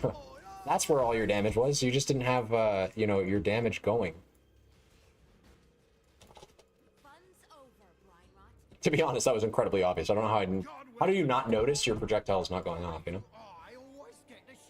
I hate Guff. Can we get him out of here? No, we can't. Oh, wait, hold up. All my homies love Guff. Okay, we got the teardrop. We got the thing. We got the thing, that's good. We're thing collectors out here. Man, I feel bad for you, Cole. You're waiting here for food that's not coming. I'm sitting here with food I'm not eating. I don't need any strength right now, right? Completely unnecessary for my build. That's actually another cool thing about this build. We don't use any red gems. Like, you can just completely say fuck strength. sorry. Let me be more clear about that. We don't use red gems early unless you want to try to fit in the cast when damage taken shit. Volatility is nice, but we have much higher demand on charge mines. I guess trap and mine damage, you could argue, could be swapped out for volatility. But why would you? You know, that would create a dependency on a red gem that we don't want to create a dependency on. It's a replacement belt. It's a lot of fire res, and I need res, right? So we equip this belt, and then that 15% increased elemental, that's like a meme roll. And I don't actually like that stat anymore. I'm attached to this new stat called resistance. So let's get level 3. I wouldn't have 3 chaos right now. I'm just going to craft on the 1 alch solution. Maybe that's even cheating, you could argue. Like, bro, you're not going to have 1 alch this early. Or at least I wouldn't have enough alchs to be throwing at all of my gear. I could understand that. That's a fair argument. Hello. That if I invest 1 alch every time I pick up a new gear piece, that's like kind of unrealistic. Okay, fair. +1 to fire, and then 23%, like tier 4 chaos dot and +1 to fire. That could it could have been a lot better if those rolls were synchronized. This is 30% lightning, but like actually it's 41% lightning resistance. I could place this instead of my diamond ring for a juicy boost to resistances. Let's see, is it gonna ruin the build? Yes, I don't have enough intelligence suddenly. I don't have enough strength suddenly. I do have a strength requirement. Interesting, I didn't know that, okay, yeah, purity of elements, strength requirement, but I'm trying to get rid of purity of elements. So let's go like this, let's move. We're shuffling things around, guys. We're doing this is the trade. Tricks of the trade. Get some resistances here, get some resistances there. Let's equip the ring. Oh, come on, come back. Equip it. We could use fire, cold. Those are the main 2 focuses right now. Boom. Fire. Res. 1 alch. Maybe you don't have this if you're, you know, hey, I'm gonna SSF after this, don't worry. We're gonna test that as well, don't worry. Cold res. Let's do focus cold. Skip the tier 1. No, we have to use a scouring orb. I wouldn't have a scouring orb here. It's okay. Okay. Somewhat acceptable levels. I could actually, this is a pro tip. You can actually, yeah, you bet your ass off you can craft resistances on these bad boys. Now, it's very important to note that I can craft a lot of good things for damage here, too. So this is a huge sacrifice. But should I really do this? Yes. Can I? Oh, okay, here's what settles it. Can you get a hybrid? I can't roll hybrid. Oh, no, I can. Wait, I just saw it. Hell yeah. Nice. Wait, what? There we go. Yeah, fuck yeah, dude. I'm rocking some hybrid res on these bad boys. I'm back. How's it going? We are destroying everything and trying to fit in Grace because we have so much damage that we just need to stop dying to everything one-shot wise. What gets us to cap? Hybrid cold, or sorry, fire lightning. Let's do that. It's storming something fierce outside. Cold and lightning, there we are. 3C, no, let's do the 1 alch because that's what's more fair for your build. I have 69 fire res and I've never felt better. Let's get Grace. Let's do it. We are now tanky as... What's an analogy? A tank? That's lame. I don't know, but we have Grace. We have... Freaking... It's a level 1 Grace. Alright, chill out. Give it a sec. Oh, dude, if I lost that instance, I'm gonna be pissed. Where's my teleport? No. Okay, so we need to go get that waypoint. Wait, actually, I don't want this because do I not have the... I have that waypoint. I should take that waypoint, actually, and then just leave that way. But yeah, when our mines are up, we are one-shotting everything. Charge mines was the play, for sure. I think you're right, by the way. You said the damage for you felt fine. I think you said this the last time you were here. I think you were saying that this damage felt fine for you up to Act 3, and I think my issue was that I just wasn't upgrading my weapon. As long as you are able to stay on top of your weapon upgrades, I suspect this build is fine even prior to Charge Mines. But I think Charge Mines takes the build and makes it like a really good leveling build. So it's one of those things where I'm currently thinking like, what would I recommend to a player, to a new player especially? Would I recommend that they try to keep up with attack-based builds. Most people that are writing guides for builds that eventually do something attack-based, like I'm thinking Bone Shatter, right? Does Bone Shatter level as Bone Shatter? Because that's an attack. And again, I don't like new players. It's not an insult to new players to say that leveling attack builds is just, it's just more finicky and like it's not even a slight to new players. It's just more finicky in general. I've only leveled to Act 3. I was upgrading wands, and yeah, exactly. That was the main thing. Going Pierce is what is a game changer for your clear. The single target kind of requires just keeping up with level upgrades, but it's as simple as just getting Pierce for clear. You don't need a whole lot of damage to clear to have decent clear with this build. You just need to have Pierce. And yeah, attack builds are harder to level for sure. I don't think there's much dispute about that. Especially when you consider, well, you're gonna say. I don't know why I'm picking this up. It's a force of habit. At 67 though, I can actually start using them. But we're almost in maps. We're in Act 10. I'm actually gonna get my resistances nerfed again. I didn't really think about that, so need a bismuth. I think this is where you do the Divinia. I don't want to do. I hate Sanctum. Okay, I'm sorry. I just I didn't like Sanctum Leagues. No, sorry. I like Sanctum League. I did not like the Sanctum League mechanic. I've never liked the Sanctum League mechanic. I do like the Sanctum League mechanic a lot more now that you don't have to, like, it's way better with tomes. I still don't like it. It's just my opinion. Sanctum also does print divines, so, you know, definitely not saying you shouldn't do it.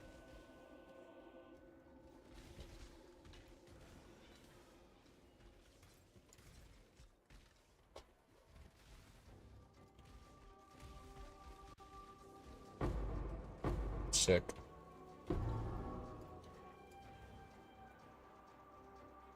That's all we need, right? Yeah. Go fight Kitava. Or not Kitava. Let's go fight the, I guess, mini boss, the intermediary boss before Kitava. I'm sorry, Cole. Dude, every time I move my plate, he gets up like, oh, I'm getting food now.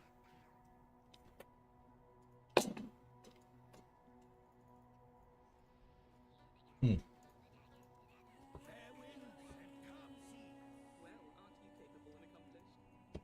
The elixir quest is unnecessary.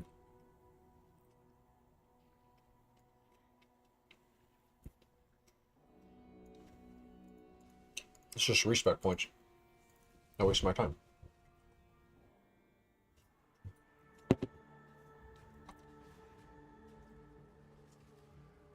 Actually, I think the thing I need... Yeah, no, it's this one.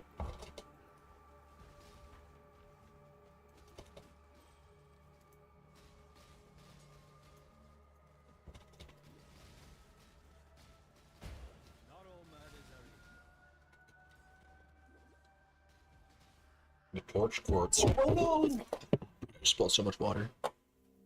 Yeah, give me a sec, I gotta clean this up. Sorry about that.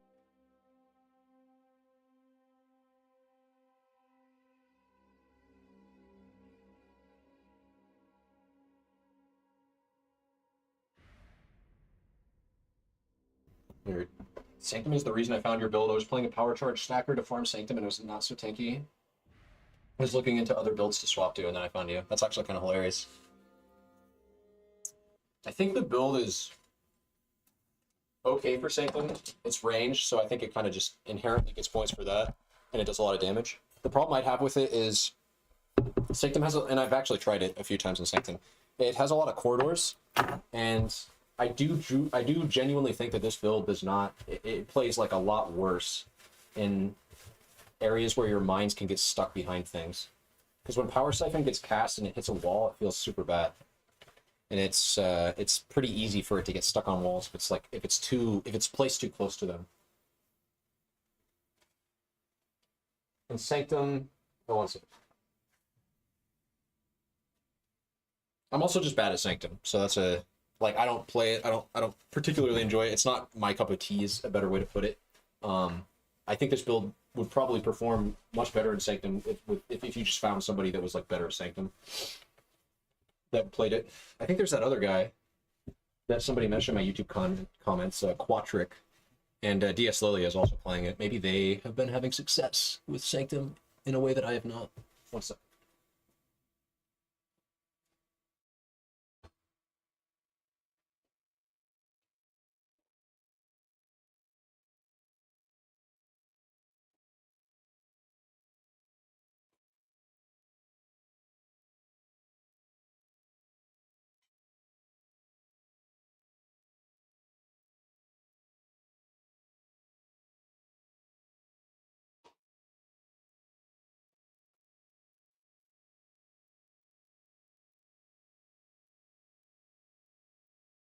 Mr. Pope. I'm gonna go put my plate away. I'll be right back.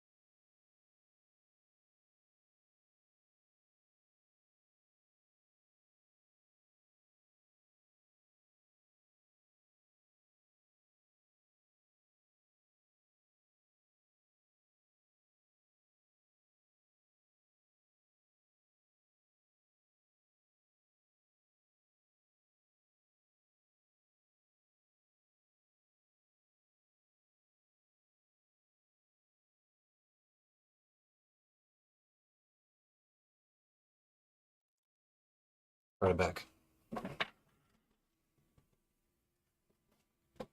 Good. Hopefully my headphones are charged. It's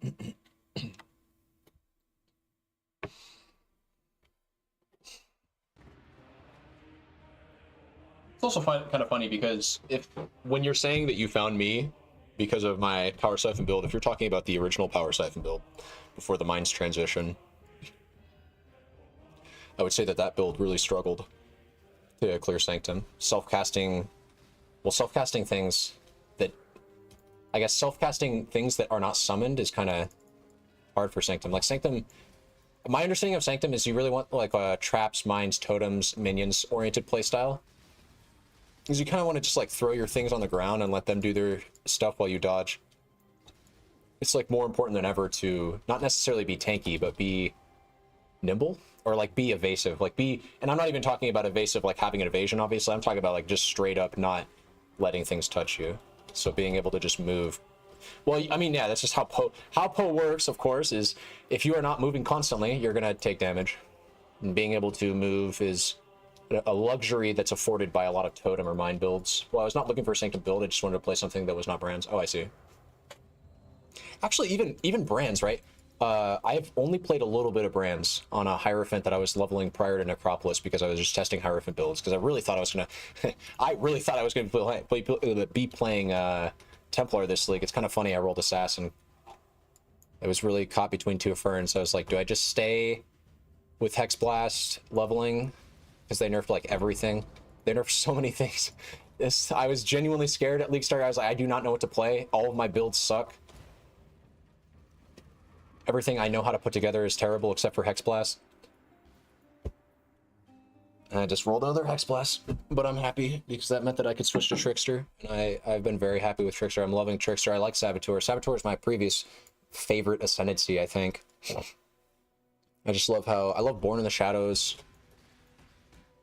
I love Born in the Shadows. I like that node a lot. I think that's a really cool node.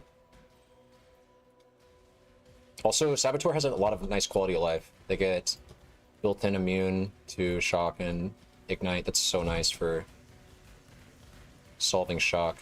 I didn't actually realize it, but solving shock can be a pain if you're not going to... Well, hold up. I should say that Saboteur's solvents for those things is not actually... It's like League Start stuff, because most builds, if they're going to solve ailments, or elemental ailments, they're going to solve all of them at once through like Storm Shroud or something, right? They're not going to waste their time getting individual resistant or immunities. And of course, that's very powerful. It's like the way to do it, because if you're going to just deal with like individual ailments, well, I hope you have some solvent for Brittle, Scorched, and Sap, because... And you don't, is the truth of the matter. I don't know if there's a way to become immune to just those ailments specifically. I think you're either ailment immune, like elemental ailment immune, or Jesus Christ. I think you're either elemental ailment immune completely, or you just do not get to be immune to all ailments. I could be wrong. Somebody correct me on that if I am. That was vivid. What? Not even going to try to make another deal? What am I doing? We go this way.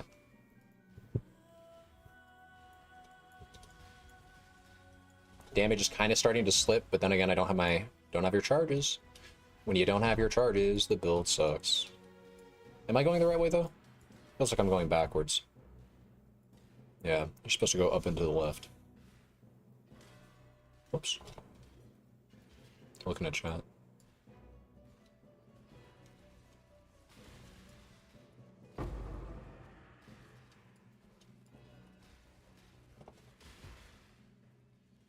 Just need a moment to catch my breath. I don't even think shield charge would be good here. We wouldn't have the strength to really level it, and then I would have to give up a wand. So yeah, I think how else would you get movement? It would just have to be like flame dash. It's not this way. We still keep going up left. This map is kind of weird because you go up left and then eventually you start going kind of just left, and even then down left. Yeah, you get over here and then you start going down left. I think I could be wrong. No, I'm not wrong. Yeah, this is just a little trippy, you know? I knew it. I need a curse for Christ's sake. Where's my connectivity? This is a boss you could just want a one-shot. All of his shit hurts. This is gonna, yeah, okay. Also, where is my damage? It's just my damage is slipping, man.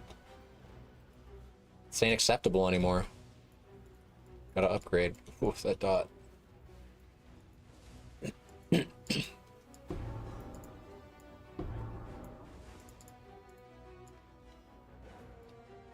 No, we gotta go out here.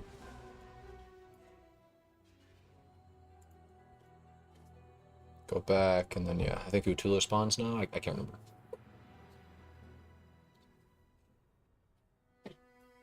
I'm gonna stream for 5 hours. I should have woke up earlier, man. I was up till like 8 last night. 8, or yesterday morning. After I made that video, I just kept staying on. But I should have gone to bed sooner. Damn, that's a lot of evasion, dude. That's like 3 times. I don't even have enough dex for it. I would equip that, though. It would cause some lightning resistance problems. And then some... I wouldn't have HP problems. I would be going in the opposite direction. I would be becoming tankier to most threats with a item like that. This is not bad for stats at all. Triple attribute. I still have, wait, this feather is a passive point from like 2 acts ago. Or an act ago.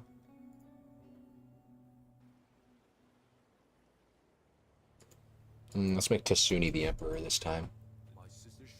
The shadows are lifted.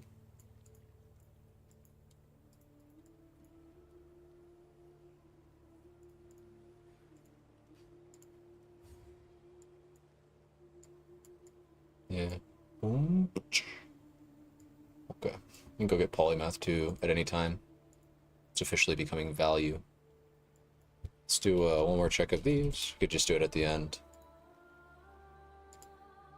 This is not necessary. No, the control blocks is necessary. That's another passive. I think my instance reset though.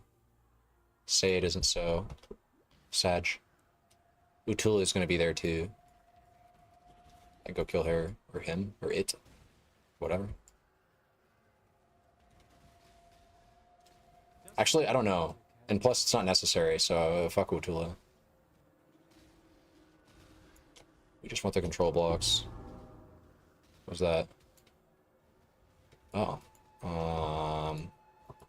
Well, it needs to kind of be evasion, though. That's weird, man. I guess you picked that up. That's kind of sick.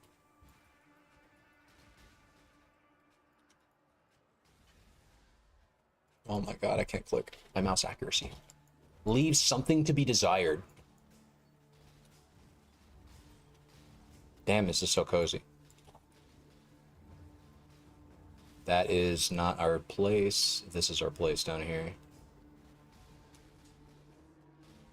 No, it's right here. This very narrow. This is the entrance. Yeah. Knew it. Oh my god, come on. Come on, what? I just... Okay, this is a trigger. I know it's just for the campaign, but you can't click on the button because then it does this, and I never want to do this. I don't want to interact with it through the campaign. I just want to immediately go. I don't want to have to hit 2 buttons. I'm sorry, it's just annoying. It's a trigger. It's been triggering me all league. Makes me not want to level another character. I gotta be honest. I'm gonna do it anyways, but I'm doing it for you. Just know that. Dude. Okay. No, we're gaming. This is going to require an upgrade, I think, before Kitava. Otherwise, it's going to feel painful. We're probably going to die a lot. But I think we're coasting. Coasting? We're cruising. Yeah, okay. We're going to need something for survivability, too. The occasional instance I get hit. Wind Dancer, I think, is keeping me alive there, though. Because we're going, you know, we are regularly going the 4 seconds without getting... So there we got hit, I think. I'm pretty sure that's an attack. Could have been a spell. I should just get Suppress, right? That's like... You get 2 Suppress wheels and you're at like 79%. With Suppression is lucky. It puts you at like 80 or something, or like 90. Like, I can literally... Just with passive points, I can get near Suppress Cup. And then reinvest them later. Yeah, that's what you do with your tree when you're leveling. You fill out all the nice, comfortable things that you eventually respec when you can... make your gear tighter and less oh my fucking... No! Dude! Why is that button there? I'm pissed.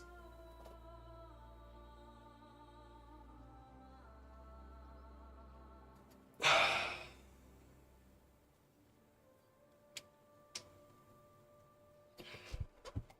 don't think I need to be doing that. Damn. In Act 9, too. Alright. Bro. Dude.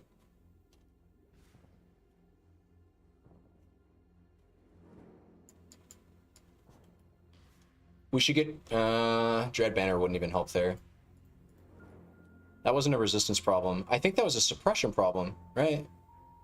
There's no shot that was an attack. That seemed like a spell. That seemed like a spell I just died to instantly. Because I didn't suppress it. Because I'm a dumbass. I don't suppress.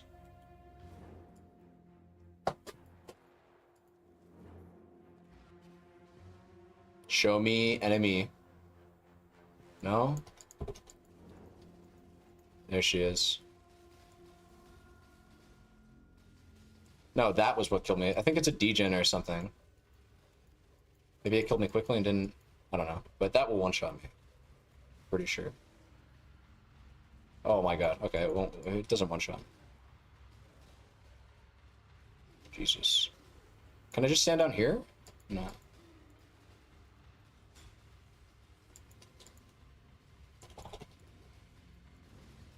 I phased her. She's not... It's a skill issue. It's a skill issue. It's true. She's still doing her invincible attack. We'll just stand here. I can't die. I can. She does focus it on you. It's not random. You just have to be tanky to survive it, because that's a hard ability to dodge. Even, like, look, you know, 50% move speed, had a Quicksilver going. That's kind of hard to dodge. She, like, locks onto you. It's a skill issue.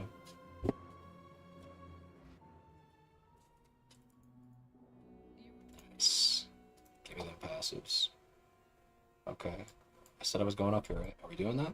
Are we doing that? Are we doing that? We just stay over here and eventually anoint Overcharge for the mapping variant of this build. We get our Pierce here. There's just no unspecking this ever until I get like Eyes of the Great Wolf or Thread of Hope or gloves. You can get gloves and helmet pierce. You can get... Because like I'm not trying to actually stand here forever. Or just in this part of the tree in general. I really do want to come up and over here. But I think that would be the... I think that'll be the... Yeah, that'll be the in-stacking variant. I think I said that in the guide too. This character will definitely stay hybrid until you're ready to go in it. Because you also get... I didn't mention this. It's hard to break down every single piece of... Like, every single mechanic. Because it took me like a few hours to really get it. But like, your int is contributing something like half of your energy shield to your pool when you get the int stacking thing going anyways. So like there's no point going int when I can't fit in an extra aura, right? I can't fit in discipline. I just don't have the mana reservation efficiency. I need to get more how do I do that on the other character? Int, yeah, it's int, because the int gives you the mana too that you need to be able to reserve your mines even when you have barely any mana. It's literally int. It's literally this part of the tree cannot be fucked with, I don't think, until you get in. And I get it, but trouble. No, I'm talking like you gotta go int. You gotta get in the int. I do also have an Enlighten level 3. You're also very correct about that. But I do think the int is a big It's for the mines. It's so that you can always be able to cast them, and all the cast when damage taken. Not actually, I don't do anything with cast when damage taken. I just do automation business. Okay, let's go kill Kitava. It's here. Damn, it's bad outside too. That's crazy. I don't know if we get to go on a walk tonight, Cole. We're going to get the pads out for the first time ever. I kid. Let's do this. I think this is, I don't know, the mines pop so quickly that it's probably like, oh, it's probably like 4 to 6% more damage on average, I bet. Here, can I, 7? Yeah, so I'm regularly hitting the 10% increase, the 10% more. With just 2 casts of it. Yeah, we're good. That's for sure a good mastery right now. I have enough mine throw speed. Jesus. We just clear. I haven't upgraded my wands in like an act or 2.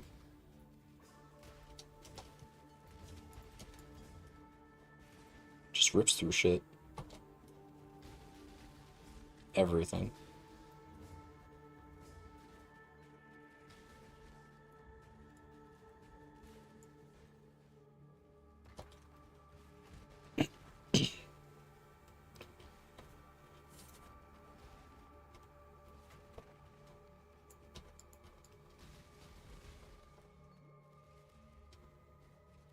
It slaps. I don't know what else to say. It's probably one of the better characters I've ever rolled too, if I'm being completely frank. Well, not from a survivability perspective, but from a damage dealing perspective for sure, and from a clear perspective too. I cannot stress enough how nice it is to have mines doing the clearing, because like Power Siphon was really good clear, but like I'm times 3. Look at the project. Like, look, I feel like a bow build. In some ways, I am. It feels like a bow build. It feels like projectiles are just going everywhere, killing everything. This is a haunted guy. Just skip the haunted guys. Straight up skip the haunted guys. This is a hardcore advice too. I do not think this is a good hardcore league. There, I said it. Okay, I think everything else about this league, except for the crafting mechanic as well. There's 2 things I don't know about. The whole forced juice thing is really disruptive for like hardcore players, myself included. I think every time I've died, it's been to a haunted mob, Kappa. That's what I'll tell them.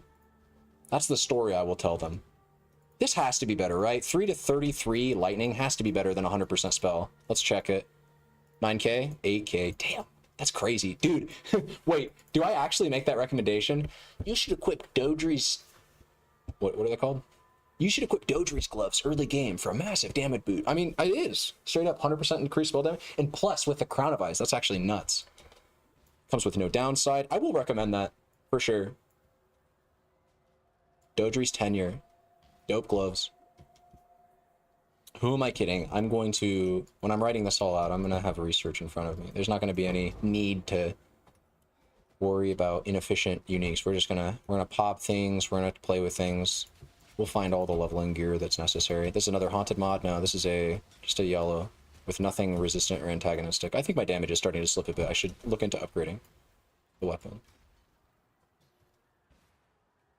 We leveled.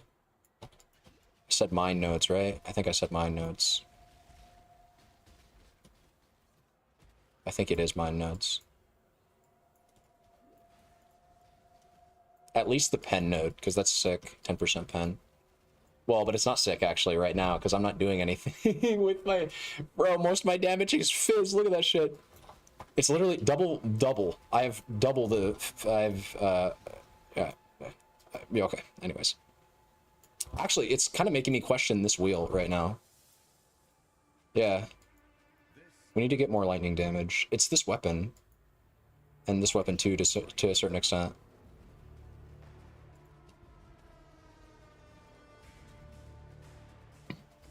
So he's not bad. Phased. I need to allocate a passive, but 10 int isn't really that necessary right now. Should be focusing more on the fight.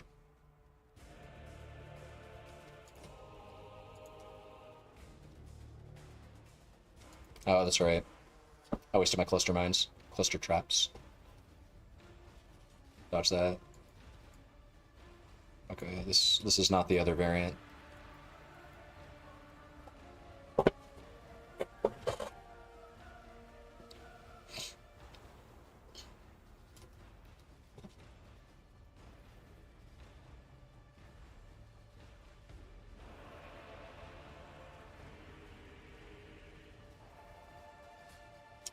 Pretty straightforward, honestly. This is like maybe easiest Deathless Kitava. Nah, not easiest. I think SRS did this better.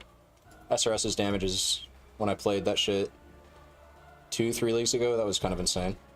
I still don't have conductivity either. Oh shit, no, I hate this attack. Oh no, that's not the attack I was talking about.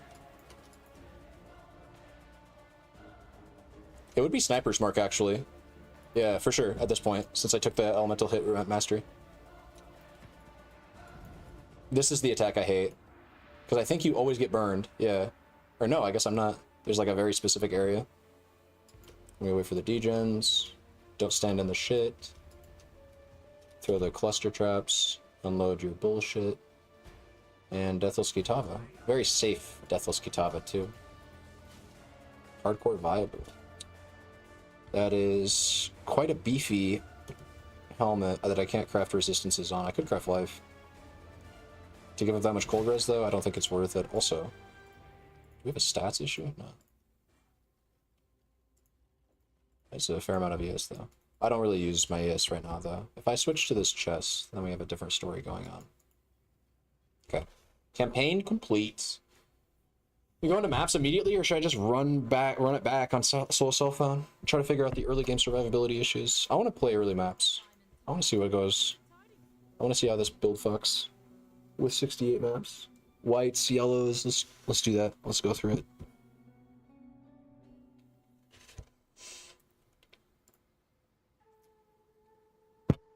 All right.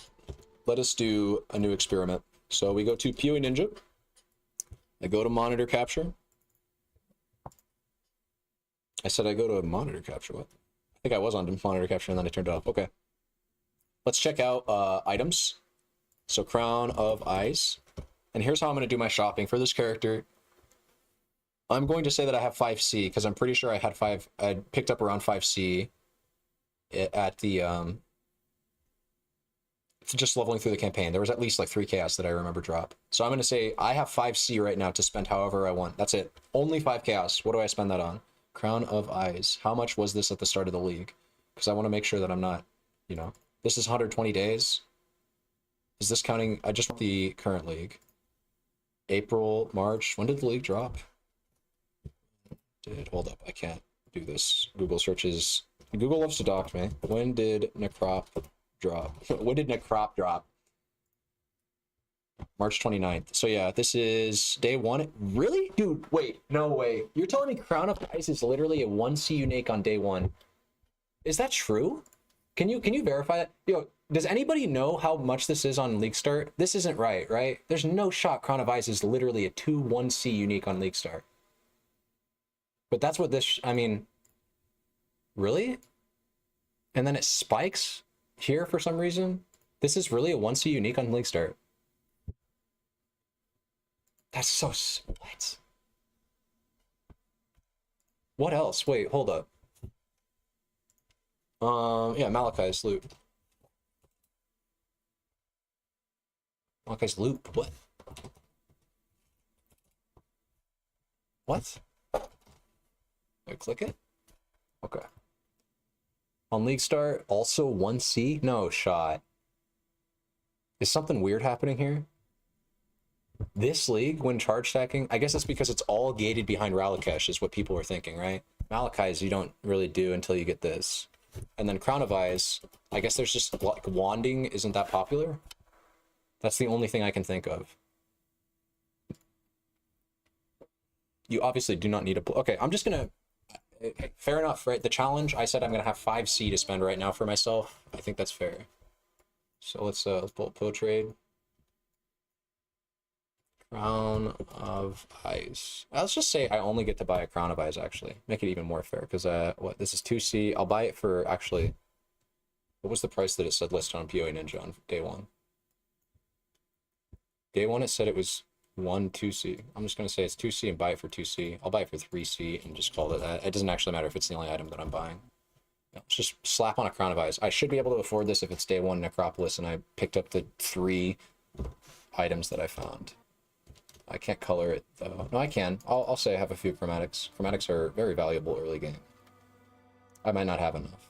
Oh, nobody's going to respond to my trade request, though, right? I could find an upgrade here reasonably, but it's not going to happen like this. Yeah, like these, that base is not going to be an upgrade for me. This base could. It's got a lot of flat. And it's not. Oops. I guess I should sell these actually, because she's just right here. I said this wasn't an upgrade, right? Yeah. 5 link that I picked up. I could craft it. I don't have ghost dance yet. I'm not really losing out on the evasion. But I think crafting it would be unfair. I don't have... I spent all those alks earlier too. Like how many alks am I really trying to just cheat code myself in here? Because I don't think I'd have as many alks as I would to be able to craft this. Early game, when you're crafting, I really just need to be an SSF. I really just need to make sure that my stash is not fucking tampered with. That's what I need to do. I just need to recreate this character. That's the fact of the matter is I just need to rerun this. But I don't want to do it yet. I just want to try the maps. I want to see what the maps are like. Well, we will not equip this then. In that case, I'm just gonna buy the Crown of Eyes. I will unveil that. I will check you out. Focus.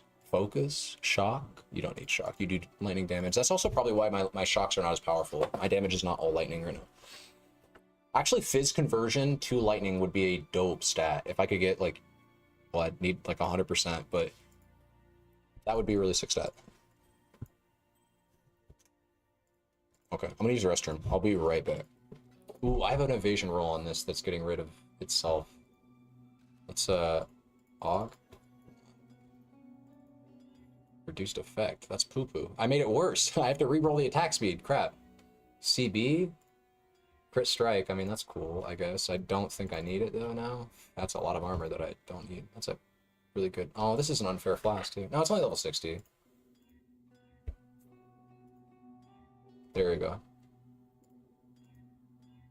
Cast speed's irrelevant. That's irrelevant. Actually, I probably should have stayed with that, but this is a higher evasion roll, so I wanted to stick with it. It's useless. Charge recovery. Give me just anything good. Anything good. Come on, man.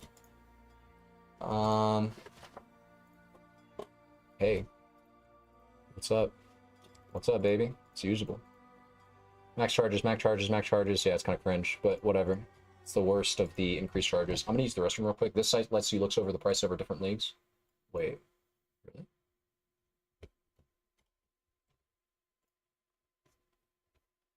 Did I just do the hockey again? Dude, I need to remember to turn off display capture when I... Oh, okay. So, Affliction? No. Let's actually... No. Yeah, we should definitely not fuck around. Oh. Okay, that's fine, that's fine. I just didn't believe PoE Ninja. Does that sound right? Crown of Eyes is a 2C unique on League Start? I just need to know, I guess, the rarity. Hold up. This is kind of a hard... This is another thing that I think this resource needs to be more apparent. PoE unique tiers. It's so hard to find the specific wiki. I should say so hard. But like this, I don't think this is it. No, this is it. Okay, it's the first Google search. Okay, never mind. I take back... Ignore everything I just said. Okay, let's type in Crown of Eye. It's a tier 3 unique. That means it has a T3, 10% regular value, more valuable. We're not doing this yet, so just running through maps, you have like a fairly good chance of finding a tier 5. I'm not going to try to actually understand this shit. All I know is that T3 uniques are like, okay, I could maybe see that when I'm leveling. Maybe.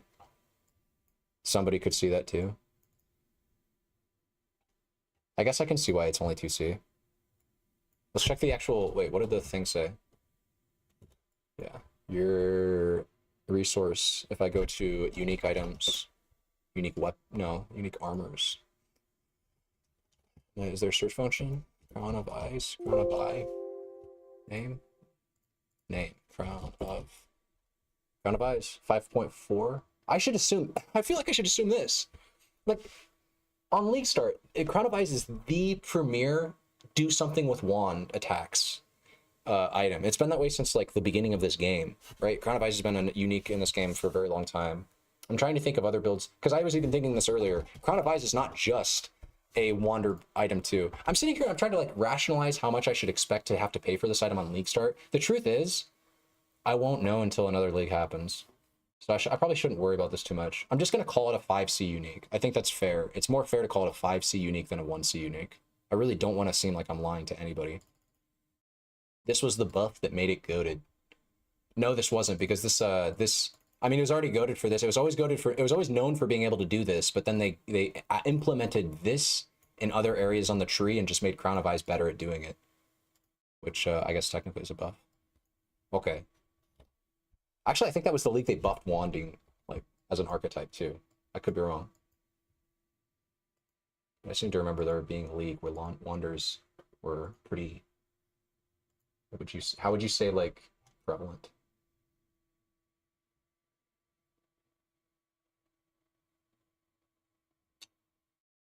This guy asked an interesting question. Would this work for a detonate dead of chain reaction build? And he's referencing the elemental hit mastery. I guess I should check for him. Detonate dead of chain reaction. Wiki. Is it hit based? Like, this does a hit, right? Explosion deals. That's a hit for sure. You control F and there's no hit anywhere, so that's kind of weird. Malachi's Loop looks like it's 3C on day 1. But okay, Malachi's Loop is not an item I'd want. I would just buy it just to hold on to it, but I wouldn't even do that. I'd probably be holding off for like a double corruption, because really, I don't need Malachi's Loop until I get Relicish's Impatience. And as long as the price is always going to be like 2 to 3C, then it's just not an item I need. It's like, why even waste the money on it, you know? But Crown of Ice is absolutely a massive upgrade. And if I could get that for 5C, I mean, I'll just buy it right now and show you. The damage is going to skyrocket. I don't know if I've shown you guys this, but on POB, I was messing around with this. Crown of Ice is an insane. It's like 60% of the build's damage, especially with the +1 corruption. Oh, I did stress this. I did stress this in one of the videos that I made. Check this item out, or I need to get my config situated. Power siphon include, count 3, config, everything is correct now, guardian. Just fuck this, okay? Just, you know, it's okay. We're doing 12 mil, I guess, instead of the 31 million that my build's actually doing. I don't have last click. Just, here's the important thing, right? If I take this item off, look at how much damage I lose, percentage-wise. 60%. That's the, and I promise you it's the same when I scale my damage up to what it actually is, okay? This isn't it. And I guess, okay, you have +1 power charge, so that's influencing it. I think that's giving me 10% damage. This item is still 50% of the build's damage. And, by the way, let's keep in mind, right? Oh, well, Wired.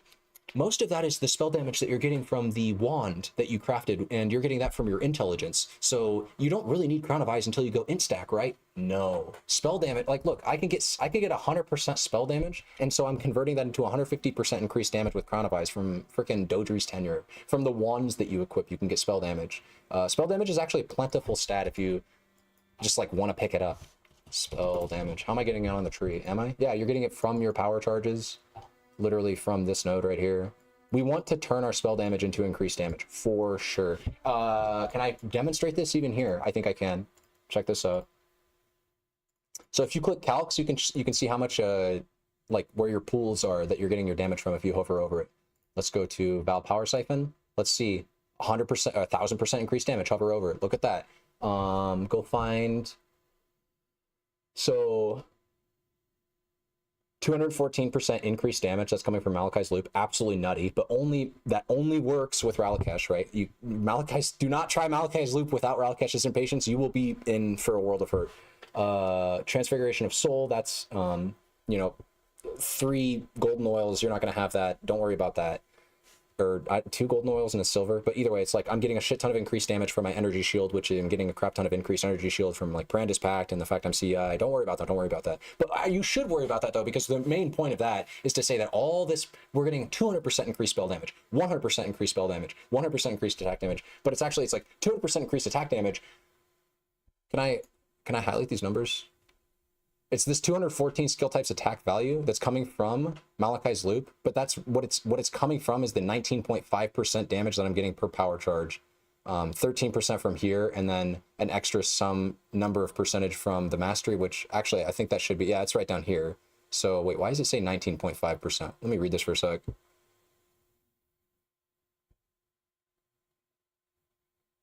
Oh yeah, of course, because yeah. Obviously, because that's getting, yeah, that's so massive. Again, we're multiplying. It makes your Malachi's Loop 50% better. It makes your Transfiguration of Soul 50% better. It makes everything so much better because of all the spell damage we're getting. Look at spell damage, 117% increased spell damage. For power charge, this is hit wand. This is elder power. That's spell damage too, right? No, that's wand damage. Which, by the way, it's probably why it's lesser than, yeah. I'm just saying Crown of Ice scales the spell damage, which we're getting a lot of, into the moon. I see many do this build on my YouTube. Is this really good? Really tanky and good for boss? I believe so. When you say you see a lot of people do this on your YouTube, that's interesting, because I haven't. But if you've seen me do it on my YouTube, which you're commenting on my YouTube, and I have to imagine you've probably seen a few of my videos by this point, if you're here, then I'm going to say maybe you saw the video demonstration where I was playing, where I was showing how the mines work. In that video, there's like a Veritania that I'm tanking. There's like a Alhazman that I think I tank. I've done tier 17s at this build. Now, that being said, this build will die a few times in super juice tier 17s for sure.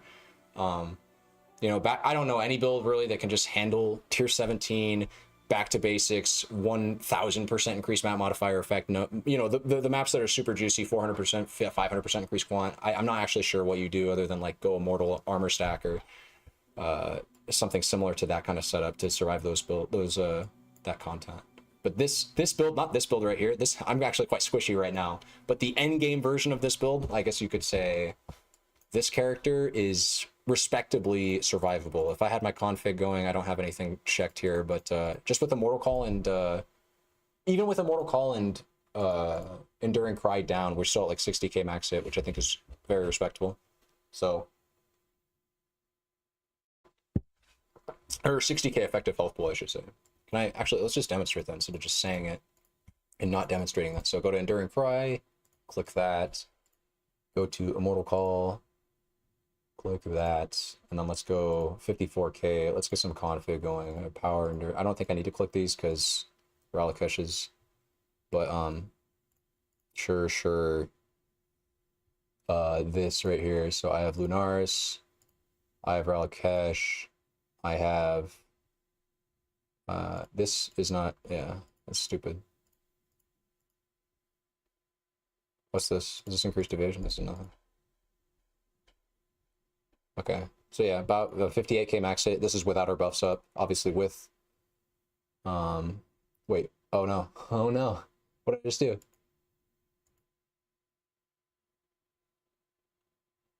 Wait, what? Oh, I don't have these up either. I just did something totally wrong, because look at my damage. I just hit the scroll wheel, that's it. What the fuck, dude? Oh, I have no idea what I just did, but that's, yeah, I think this is a fair demonstration of the build's defenses without our buffs up. With our buffs up, we go into the, like, 100k zone.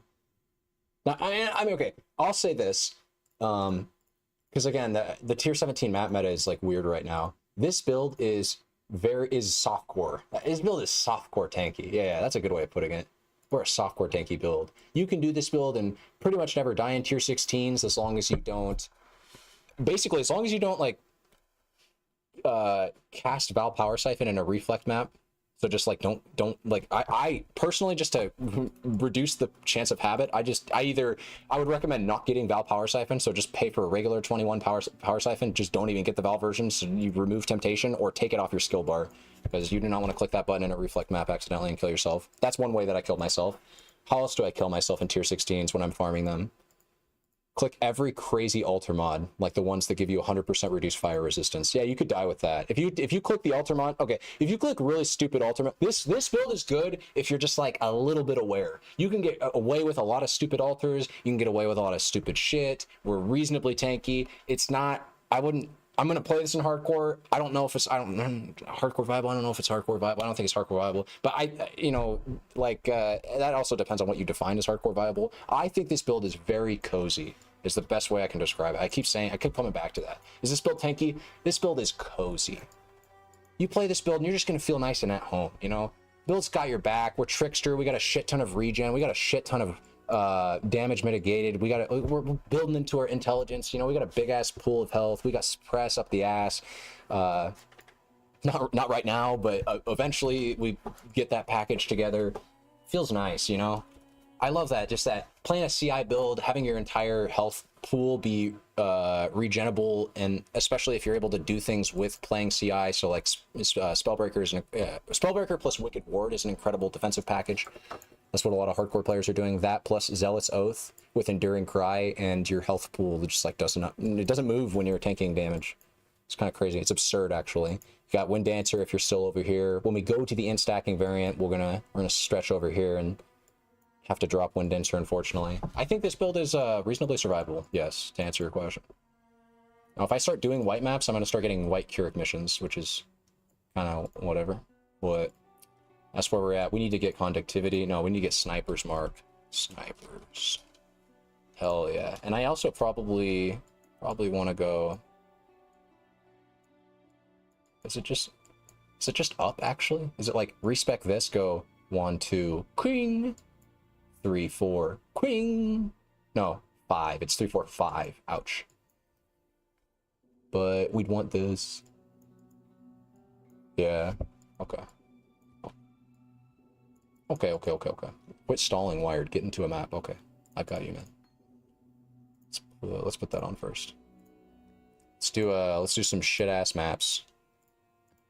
Let's do some not so shit-ass maps. I really think I could jump into yellows and be totally fine, but let's just do a white just to, you know, whatever. The tier 1. We'll gauge it. Just foul the first crown of eyes you buy and get a +1 power. Yeah. 2 gold and a blue.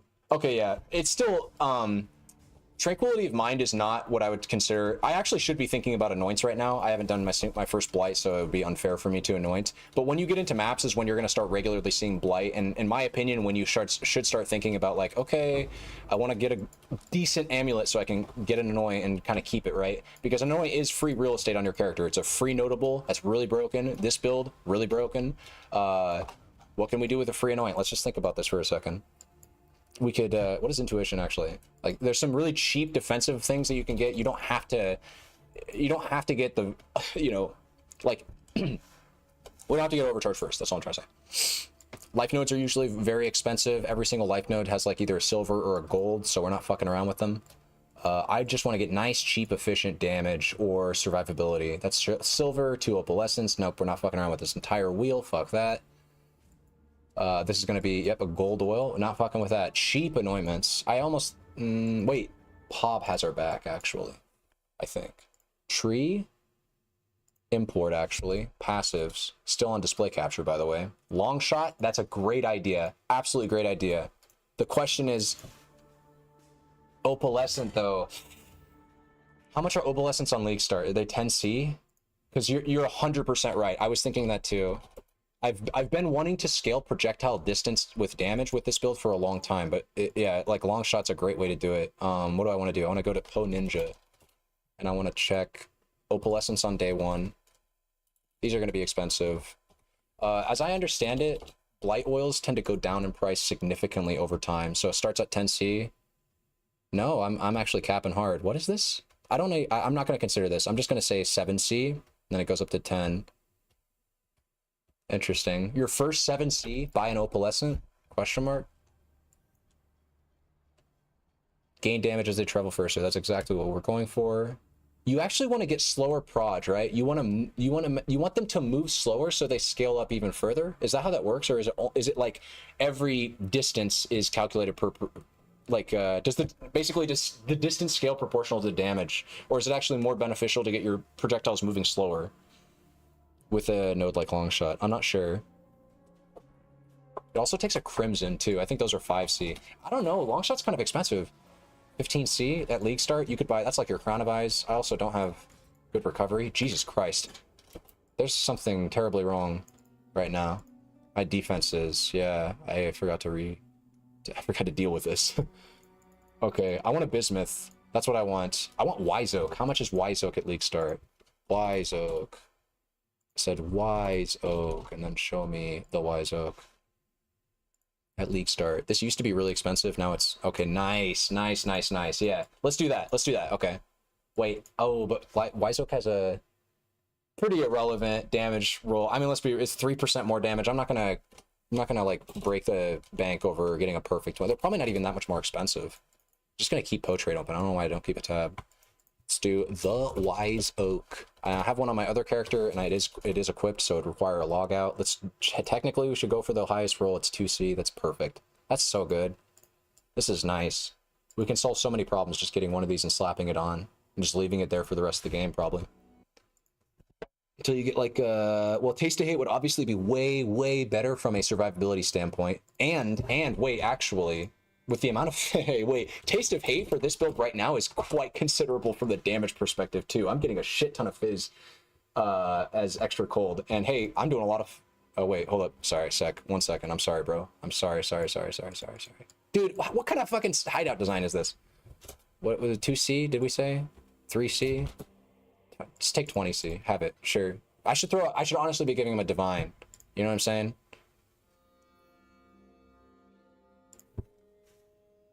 So imagine I'm paying 3C for this because that's how much he's gonna make a big deal out of this. Don't make a big deal. Take the free money, man. It's cool. I'm done with the league. I'm not really done with the league. I just can't be arsed to change the amount. You might be padding to it though. What about efficient explosives? I don't think I was. Is that this? Is that this node? No, that's not this node. Wait, what node is this? Am I blind? Efficient. I don't see it. Top of the tree?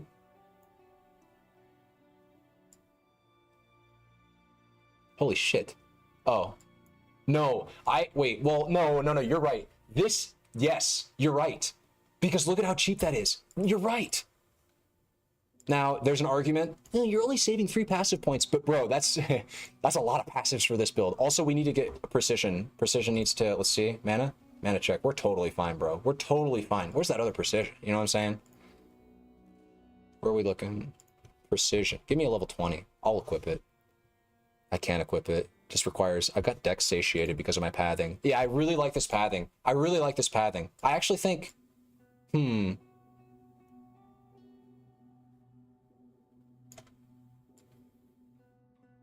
I feel like you could even clean this tree up a little bit better even. Like, does it really need, do we really need this? What?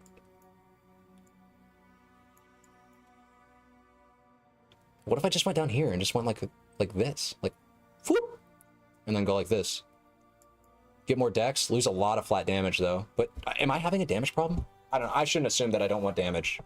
Not early game. Never assume you don't want damage early game. That's a sin. That's a good way to like brick your character. I shouldn't really roll this. I'm just going to take off the thing, and you're not going to have this many enkindling orbs to make it automatic. Even though, again, automatic flasks are that's just a quality of life thing. I don't think anybody would really fault me for equipping an automatic flask right now, but I just want to make sure we're nice and good. Now, technically, I bought one with 20% quality. I don't think it had 20% quality. I'm going to be fair and say I don't think you're going to have one with 20. In fact, wait, hold up. Can we take off quality? I don't even fucking know. Remove enchantments, I guess. Not going to get any glass blowers on my flasks. That'd be kind of unfair. Really trying to get that league start in situation. Yeah, okay. We just got slaughtered. Let's try this again. The Wise Oak. We pop and have 75, except for Fire Res. We're still low on. Okay. Okay. Let's give it a shot. Cast on Death Portal. Might be nice for these first few maps, too. We're gonna get a lot of upgrades too. The first few maps you do, you can like pretty much upgrade all your gear. This is the first little bit of endgame gear we get to see. I'm so afraid, yeah, of this guy's one-shotting me. Although, when you have resistances... I also probably should have identified the map. Oh god, look at the clear though, dude. This is my first map. I'm clearing the entire screen. Bro. This isn't okay. Temporal bubbles suck for this build, by the way, because the way the mines fan out, they very rarely actually pierce through. It's like a hard counter. Look at this. God, this build feels so good, bro. I don't even know how to explain it if you haven't played some shit like this. It's crazy. No, what the fuck? No, I even knew that was happening when things weren't instantly dying because I was too close. It doesn't feel that great. The thing that is holding this build back, the thing that will always hold a build like this back from being like S+ tier is it's that awkward playstyle, man. And I can't even deny it. I can't even deny it.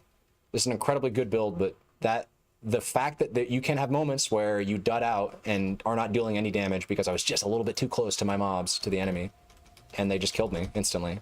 I think attack speed is causing the detonation speed to be scaled, though. I think attack speed's pretty good. Pretty good stat. Kind of lets you forget. Like, I don't usually go volatile mounds anyways on this build. You don't hit mind cap. There's even something to be said about how Saboteur is kind of... because, like, it's very rare that I'm actually, I guess, bossing situations. Bosses that are spawned and...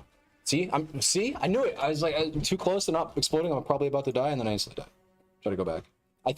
I also think I have an issue of not having flame dash, because we would definitely want flame dash. I'll just put it that way. I think it feels fine. With these guys, poisons.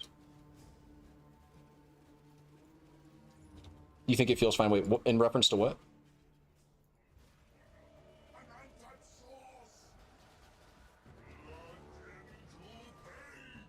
No, my Frostblink, I wasted it. Ah, dude. It's time. It's time. I wasted it hitting a chair. Flame. Just don't get too close, you're right. The build has enough clear that you can kind of just circumnavigate getting close with just throwing mines and preemptively playing that way. I agree with you. No, I mean, I agree with you. If it's a playstyle that you're able to adjust to, I think this build's great. But I do think that there will be... how do I want to say this? I'll just say, if I release a build guide for this and it pops off or whatever, and like people, more than 10 people think I want to play this build, then I could see a lot of people playing it, and then when a lot of people do something, eventually you just get the genuine, like, 100% fact of the matter back, right? Like, maybe you're drawn to the build right now because it's new, innovative, or whatever, but eventually there's going to be somebody that plays this build that's just like, you know, this whole awkward playstyle of having to be a certain distance away from the enemy is just not for me. I'm saying, I guess, and yeah, I'm doing the same thing too. I'm starting to realize that, like, you just want to kind of off-screen things. Fair, people are going to be mad, but they can't sit on mobs and kill them, yeah. Yeah, actually, pretty much, that was what I was saying. I think you understand that pretty well, yeah. Yeah, Flame Dash is way better than Frostblink when you get to, I'd say even, like, early, like, what the fuck am I doing? I should have placed a portal. I just don't have my mines. This is where Ralakesh is super nice. This is where not dying, too, is really nice before the map boss, because I need to charge up my shit. We're a charge stacker. We have this issue. Don't die to the boss. This is like the only thing convincing me that maybe they won't do something about Ralakesh's. Or if they do something about Ralakesh's, they're going to have to give charge stackers something else. Because not having your charges up because you died or because, you know, you had to go to a different instance, like that shit ruins the build for some bossing encounters. We used to see, like, I think Mathel, before they reworked Ralakesh's to give you permanent charges, back when it gave you charges only when it was equipped, the tech was that you would just have Ralakesh's here, and you'd have your boots in there, and then you just go like this. You'd swap them before a boss fight to get your charges from Ralakesh's when it gave you charges when they were on your character, but then removed it when you moved. Suppress. I think it's still a sell. This is also not to be slept on. A belt like this that gives you flash charges gain. It's very valuable as a stat if you can get it in a high quality or high quantity, which here we're getting tier 4. I think you can roll up to like 30. You can get that up to like 30%, I think. It's really good. So that was a tier 1 map. I think the biggest issue was getting wrecked by a few mobs. One, I didn't have my Yzoka up, and then second was I'm just getting too close to mobs. With Yzoka up, we're totally fine. I'm actually kind of fucking up my Yzoka right now. I should get more. I need more lightning res. Because my Yzoka is doing nothing for me, damage-wise.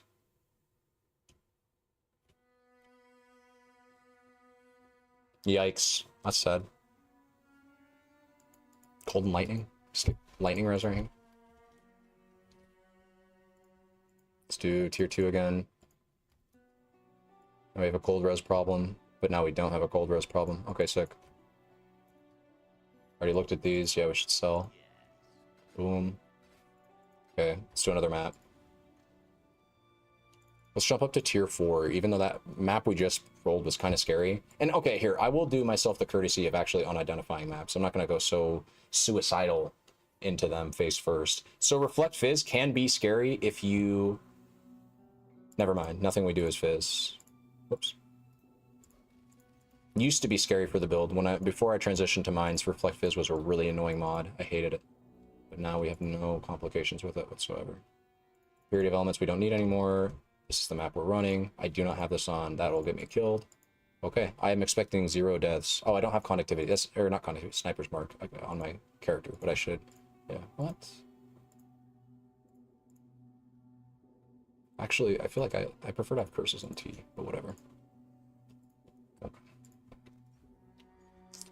Okay. I think you're 100% correct about the Blight Annoy. I'm not going to do it until I get the oils. And play the character a little bit in maps before anointing it, but I think efficient explosives is a great idea. I've been combating the problem that my ES is not regenning. Some packs will drop me to like 2k and then it does not regen when I'm out of combat. Any ideas? Yeah, do you have the Enduring Cry tech implemented in your character? That's huge for your ES recharge. I dare say that plus Zealot's Oath is like... Without Spellbreaker, that's actually all of your recoup for ES. You could also do a faster recharge rate of Energy Shield craft on, well, on, I guess, your chest piece for 60%. It's a really nutty, and look at the gear, dude. I knew that this was going to be very, very profitable to just run into a high tier map and blow shit up. Another thing you can do is, and this is kind of cringe maybe, but Graven Secret. Graven Secret is, I mean, it's a +1 power charge belt, right? There's nothing else like it. But then on top of that, with the amount of, well, yeah, you know what absorption charges do, right? You have Enduring Cry and Oath, yeah. Okay, so, well, I guess another question I have for you is how juiced are they? Like, if you're doing maps that are like 98% reduced rate of recovery of your ES, then that's just always going to be like that, right? I can't help you out with that. I have my cluster traps, but they're on a different thing. I'm trying to think about what your issue is specifically. I do have an issue with regenerating as well, similar to you, but I have that issue when I'm in super heavy, like the juiced maps that are like 98% reduced recovery. In those kinds of maps, it's kind of just, it's not a hard counter to the build, you just got to take it slower, because you're kind of like, you're countering yourself by running maps like that.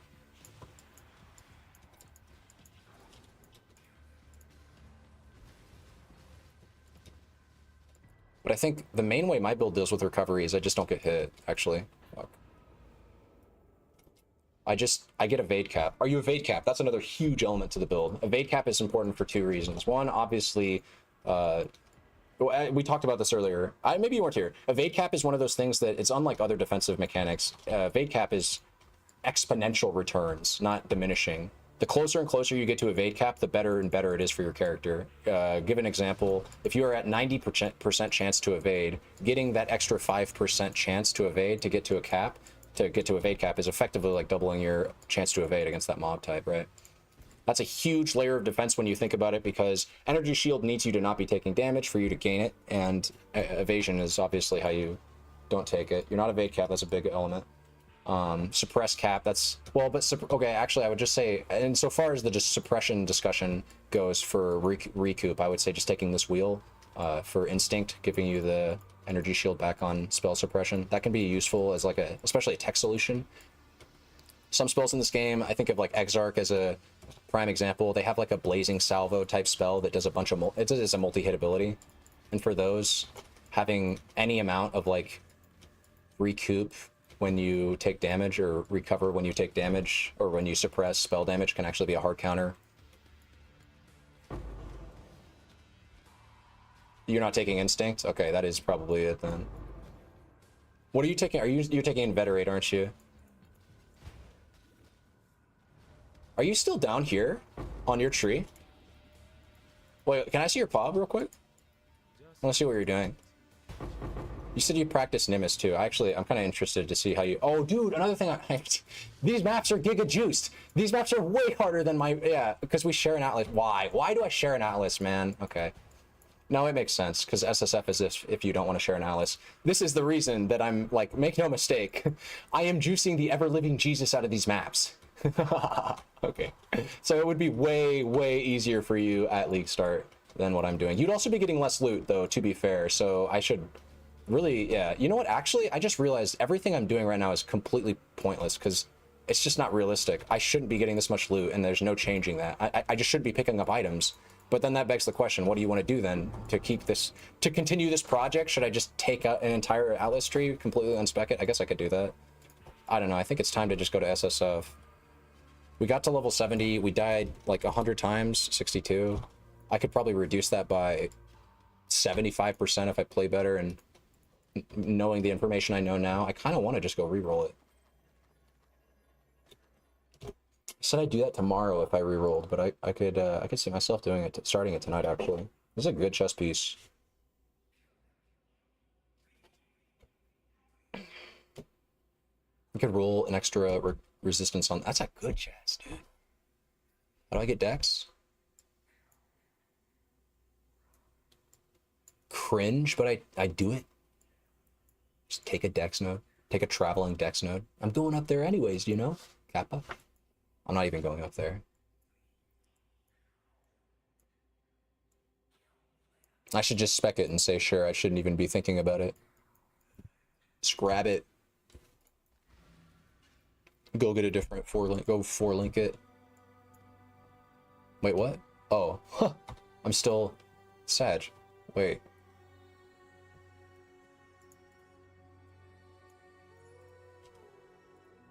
Let's get the AUG. I've used a lot of ALKs. It's unfair. I can't use all my ALKs, you know? And then we want just the last resistance, I think. It's got the lightning wrist too. That's gonna make sure my Wise Oak stays good. Do we want the last resistance on this though? Or would we want to craft something else that I should make sure to not grab a super juicy version of? No, yeah, just craft the res. Don't overcomplicate it.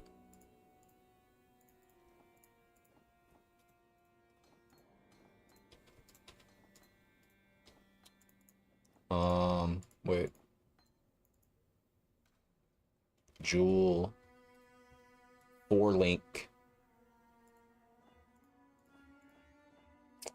This rerolls it, right? Yeah.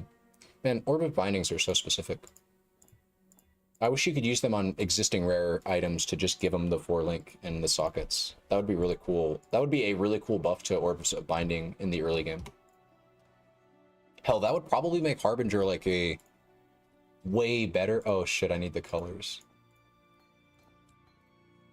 I'm using quite a lot of currency, and this is another one of those that I would just probably spend the 25 on because it's so high dex that like I'm kind of, this is, yeah, SSF is going to be harder, okay? Let that be known. I'm cheating.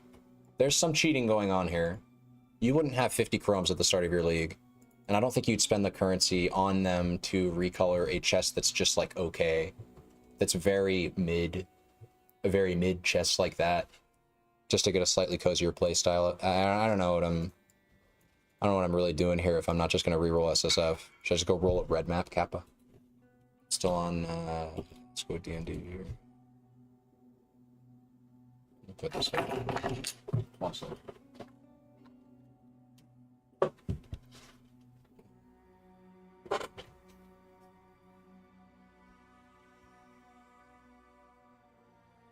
Could get a 2-point jewel. This is like not bad. But it's not great. Hello.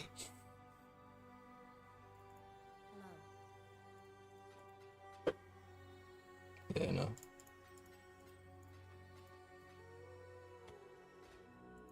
Sell it all. Probably stop picking it up too. Whoops, that was my conductivity, right? No, that was meant to be gone, right? I'm losing conductivity. We have the map open, right? But I just did this. This was the tier 5. Okay. Let's try a yellow. I'm gonna hop off the character and reroll. Let's do a blight. Let's do this blight, and then we'll say I have enough money at that point to hit the annoy, and then we'll try a red map before I reroll at some point. I have 1.7k life though. I don't expect this character to survive even in like yellows. We do have cap resistances though, for what that's worth. Kappa. That's worth a fair amount. What's my lightning as? Nice. Ooh, I'm fucking it up again. The fire res is... How did that even happen? Where am I getting fire res from? Fire and cold resistance. Oh, Jesus Christ. Yeah. Okay. I didn't die, though. What's my evasion at? 73? Do I have any redo? I don't have Dread Banner yet. That's what we need. Dread Banner's free. That's like free and insane survivability. Dread Banner's so OP for evasion builds. Keep this one in mind, guys. This is a tech solution to your I keep dying on evasion characters. What do? Get Dread Banner. Dread Banner and don't look back. I still... Yep, no mana problems here. Because Locust Mines attack... It's because attacks. That's what it is. Power Siphon has such a... It's an attack. And attacks... a long time ago, Expedition League, at the start of Expedition League, they implemented a huge nerf to mana costs and Flask, I think, right? Was that that was the patch for it? The Mana Flask... The Mana and Flask nerf patch. Everybody started complaining, oh my god, mana's insane now, it's impossible to play the game.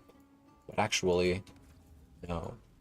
That was not the case for all builds. That was mostly the case for spell builds. Attacks kind of remained efficient from a mana perspective.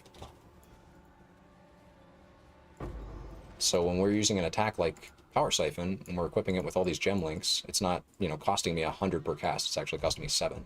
Because actually, minifying, and this is a cool element to minifying something. Minifying something reduces the mana cost by 50 and adds a reservation cost. I think that's cool. At first, I never really liked the fact that mines reserve your mana, but knowing that they reduce the cost of the skill to do so is kind of hype.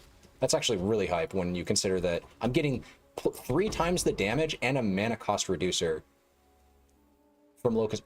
I mean, really, this interaction of Power Siphon and Locust Mines is overpowered. It's, I don't know, if GGG sees this, would they nerf it? I don't think it's supposed to work this way, right? The auto-targeting, it just feels like it's unfair. It feels like it's leagues above any other bow or wand skill you could play with Locust Mines, but that's from the, you know, that's from my point of view, having not tried other Locust Mine combos. It's a bunch of maps that you would pick up. I guess I'd pick them up, fine.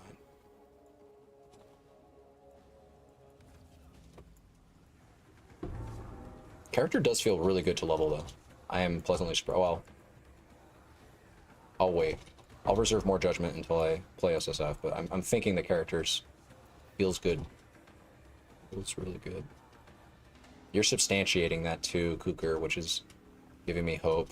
I trust that your runs are going as well for you as they are for me.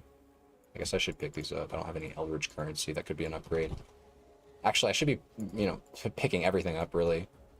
Given the state of my gear and how good this gear would probably be compared to mine. Like these boots, I need boots. 100%. Boots with move speed. Oh my god. There it is. We got the display capture still on issue. It's a wire guitar special. I think I have shock immunity coming from somewhere. I saw my character. I saw the shock immunity portrait though.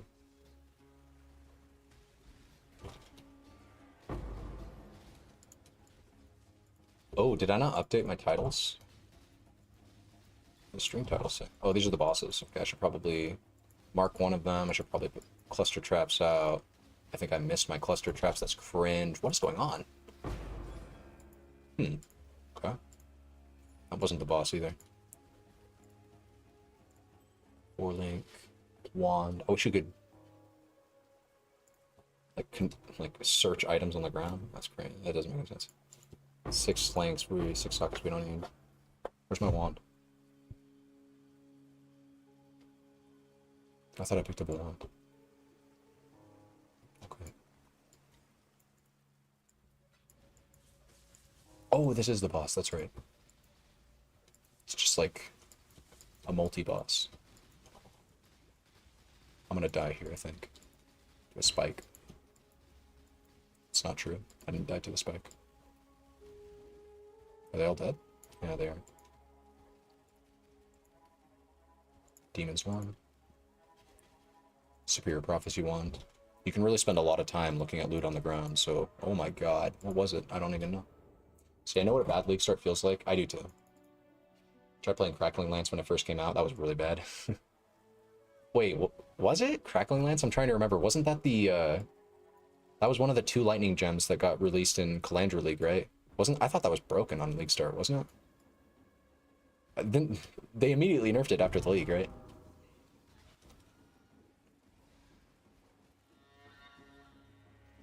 I'm going the wrong direction, aren't I? No, I'm catching back up to where I was. Came out in Harvest, okay.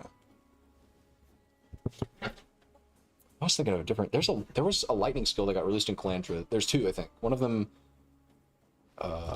it decreased your damage by 50, but it would shock the enemy as though you were doing like 600% increased.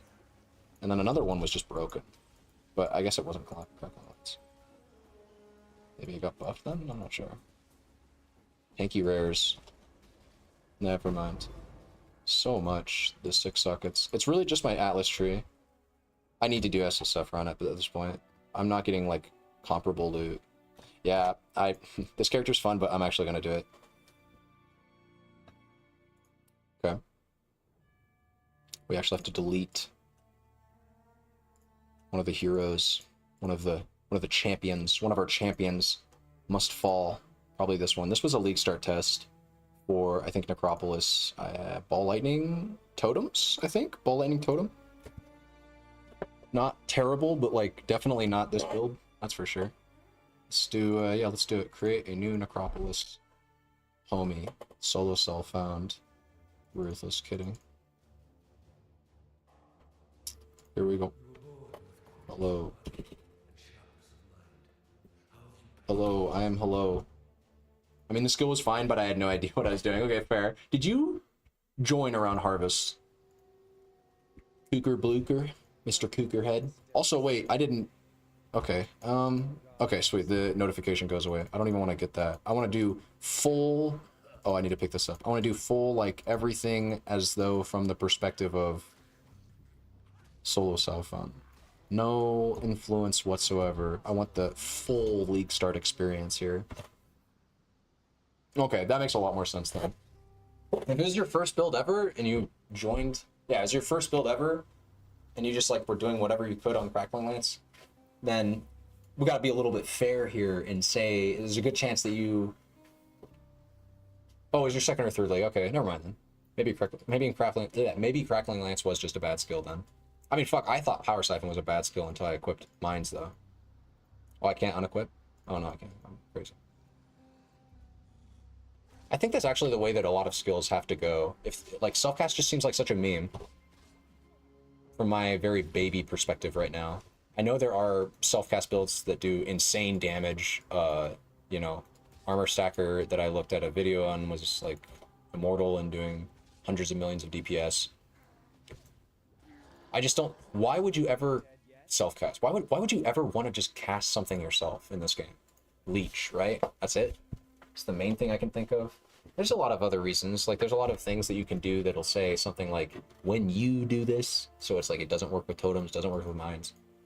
But I have this, like, limited scope right now where I just keep thinking, like, mines, totems, traps, that shit's just better than everything else. And I don't know if I'm gonna, like... Maybe that's just the kind of player I am, where I'd prefer a proxy over the playstyle where you do things yourself. I like having the ability to go range. I like the inherent tankiness that's provided by that. I also, especially playing minions, like my first jammer, my first slam jammer was actually Gazzy's. I keep thinking about this. Maybe I just make a new account. No, I can't make a new account. That's troll. I'm gonna try Explosive Trap this time. What was I saying? Is Gazzy's summon mage skeletons build for Sentinel? And where was I going with this? I think playing that build like unlock. No, I don't. Was I going that? I don't know where I was going with this story. But that was the. That was like that and Cyclone were the first. And Cyclone I played a way different league, but. I play Crackling Lance self-cast, but that's because it makes you do, or you lose a lot of damage. Wait, why? Crackling, yeah, it's PvP. Spellcast, fires. Oh, because of the intensity mechanic? Let me see this. Loses intensity, gains intensity when you cast it. I see, right? Because when you, okay. The spell loses 1 intensity for every 0.25 seconds moving. This spell gains it when you cast it, and I think you have to be the one to cast. Like it says, you cast it very specifically means you. It can't be your minds. Or no, wait, it can't be your minds. Could this be your totems though? When you cast it, that should transfer to your totems. Wait, you're making me want to do Crackling Lance totems. Just you, really? That's very you really okay. I believe you. This spell gains intensity when you cast it. What does intensity do? 33% more damage. Okay, and then you can gain more intensity, right? The max number of intensity is not 3. You can gain more on the passive tree, I think, with a mastery. So intensity is one of your scaling layers, and yeah, you're not going to give up like the 150% more damage that it gives you to go totems. Yeah, that's a meme. Also, I hate being slow in this game. Holy shit.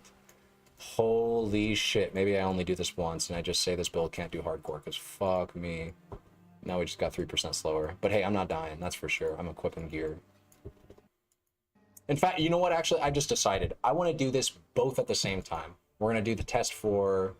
Well, wait, where's the character? I just created a character. Where is it? Is it in standard? Did I fuck up and make it? I fucked up and made it in standard.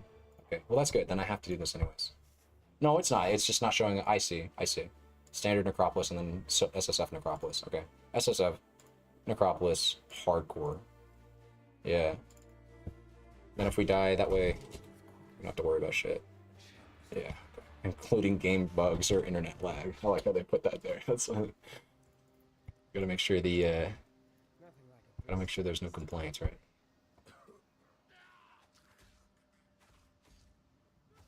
Okay. Let's not die ever. Let's get to maps. Longest I ever made it on a hardcore character was back when the game had 4 acts. I was playing a bow build that got to Act 4, actually. Yeah. I remember what I died to, too. I died to the Brightbeak, or I can't remember what their names are, but it's the bird and the big dude in Act 4 Duresso area, if you know what I'm talking about. I think they summon totems that shoot arrows. One of them just has a bow. Those 2 motherfuckers, like, one-shot me. I was so sad, too. That was the moment when I decided I'm never playing hardcore again. I think I'm never playing Poe again. That was a funny time.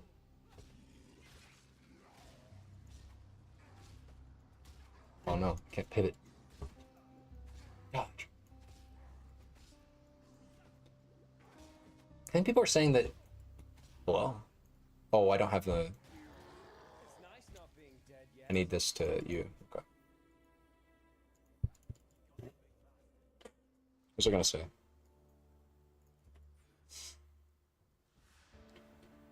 I forget.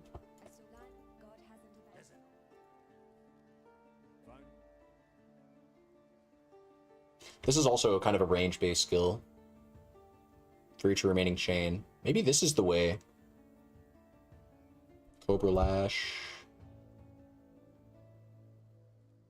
Thing is, if you go Stormblast Mines... How would I level? How would I level with this character if I didn't want to play Stormblast Mines again? I really don't.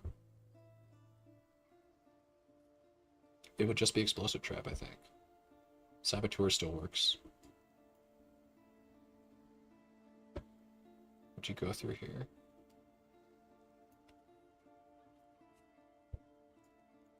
These are probably pop questions, actually. Let me do something. Is it gonna load my character, do you think? I need to restart, I think. I need to restart Pod. Method of building. I can't buy more skill gems either because I'm on SSF hardcore. Okay.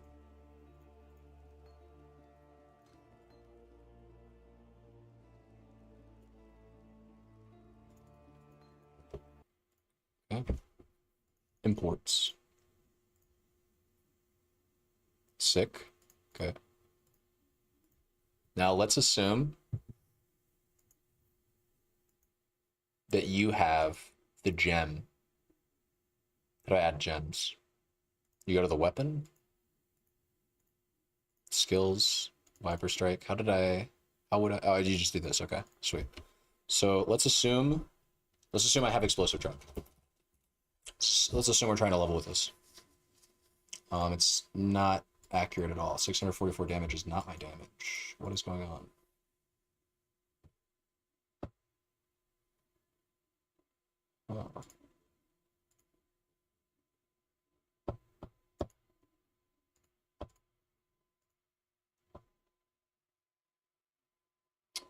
Oh. Oh, you're right. Yeah, it's set to level 20.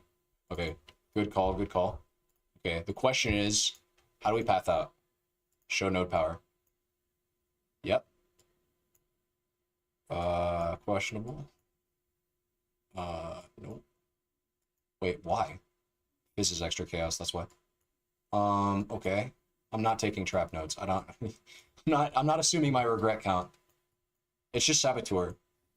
And then what do I do? I'm not gonna run explosive trap all the way to Act 3, am I? I guess you could.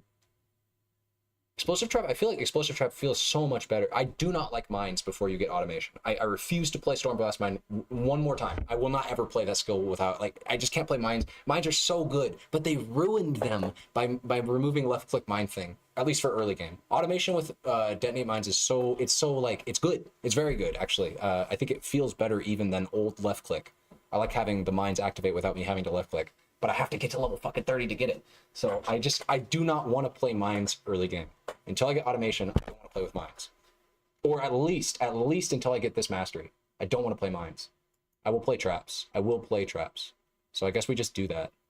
Do that here. I probably still path out the same way. I'm not gonna grab these. I'll go up. I'll grab can we just go with no, because it's not an attack. I don't like the ways to scale this skill though, early game. It would just be with gem levels. I don't really need a passive tree that scales it, right? How else could you scale it? With generic damage? Damage, damage, damage. I'm not grabbing this. Click this node again. Explosive trap ignites and does fire damage and also fizz. It doesn't help you at all when you transition though. Just think about level 30, dude.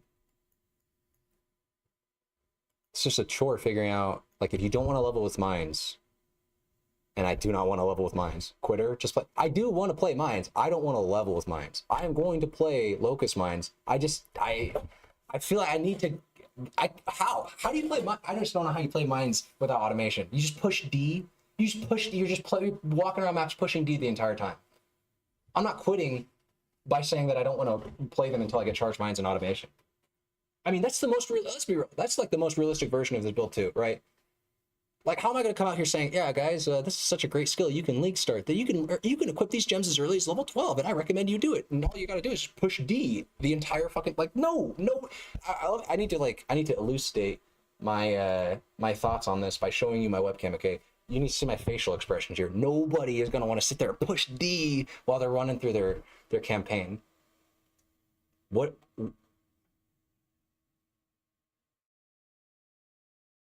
Is there? Maybe you just do it. Maybe you just grab that little fucking mastery, you know? I still don't want to play Stormblast Mines, so. What's another mine skill? What's another mine skill we get early? Mines. I hate Stormblast Mine doesn't have a good feel to it. I throw it and I feel like it doesn't do any damage most of the time. I don't know why it was ever a good skill. I know it was like nerfed 3 times. Maybe that's why it doesn't feel good. Stormblast Mine, PoE. Wasn't it nerfed like a crap ton because it was premier leveling? No? Wait, didn't it? Oh, never go to this wiki. Yeah. Actually, this is above. Very small. Actually, these are both buffs. But they lost the... Is this... This was a nerf, right? Wait, I'm confused. Was this a nerf? Was this a buff? The Stormblast Mine's better, and I just still don't like it. I just ran through pushing D. Make your detonate mines to side mouse button and just hold it down. That's actually a good idea. I actually like that idea. Hold up, wait. Can you set your other side? You're talking about this, though. I didn't take the quest reward yet, right? Wait, did I? I think I did. Or is it from Tarkley? Welcome. Yeah.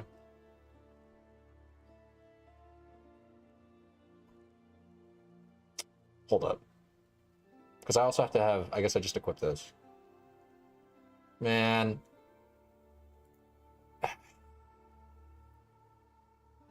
Okay, sure.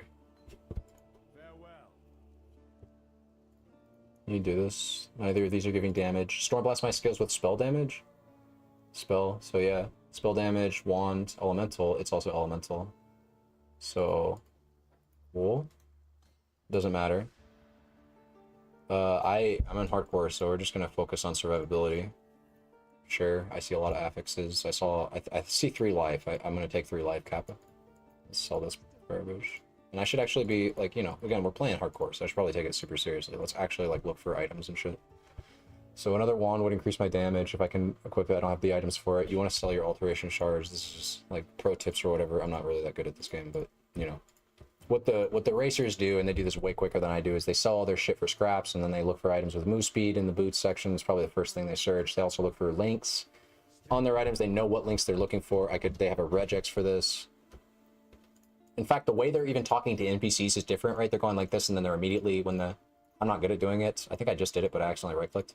Yeah, they do something like that to make sure to give them that extra little movement speed boost after they get done with their conversation with the NPC. It's cringe. It's not cringe. It's a muscle memory thing that you learn and then never have to learn ever again once you've learned it once. And it's a skill expression thing that you can do to show that you're better at the game than other people because you can do something slightly more efficiently than them. Just hold this button while I'm running through the campaign. It's cumbersome though. This is a cumbersome button. But yeah, this is... I could alternatively hold D. It just requires I take my hand has to come off the... I can't hover my flask with my fingers, you know what I mean? If I'm holding D with my middle finger, I can't hover over the potion. I feel like that's gotten me killed. That's probably half my deaths, you know, being realistic, Kappa. Probably 30% of my deaths, for 30 to 50% of my deaths last run were not hovering my flasks and reacting immediately. But we're playing hardcore SSF now, so there's no turning back. Armor scrap, that is very useful. Hold up, I just thought of something. We need to see everything. Oops. Everything. Because I need everything. This is where she's at. I cannot fight her. I'm not even fucking around. I hate this fight.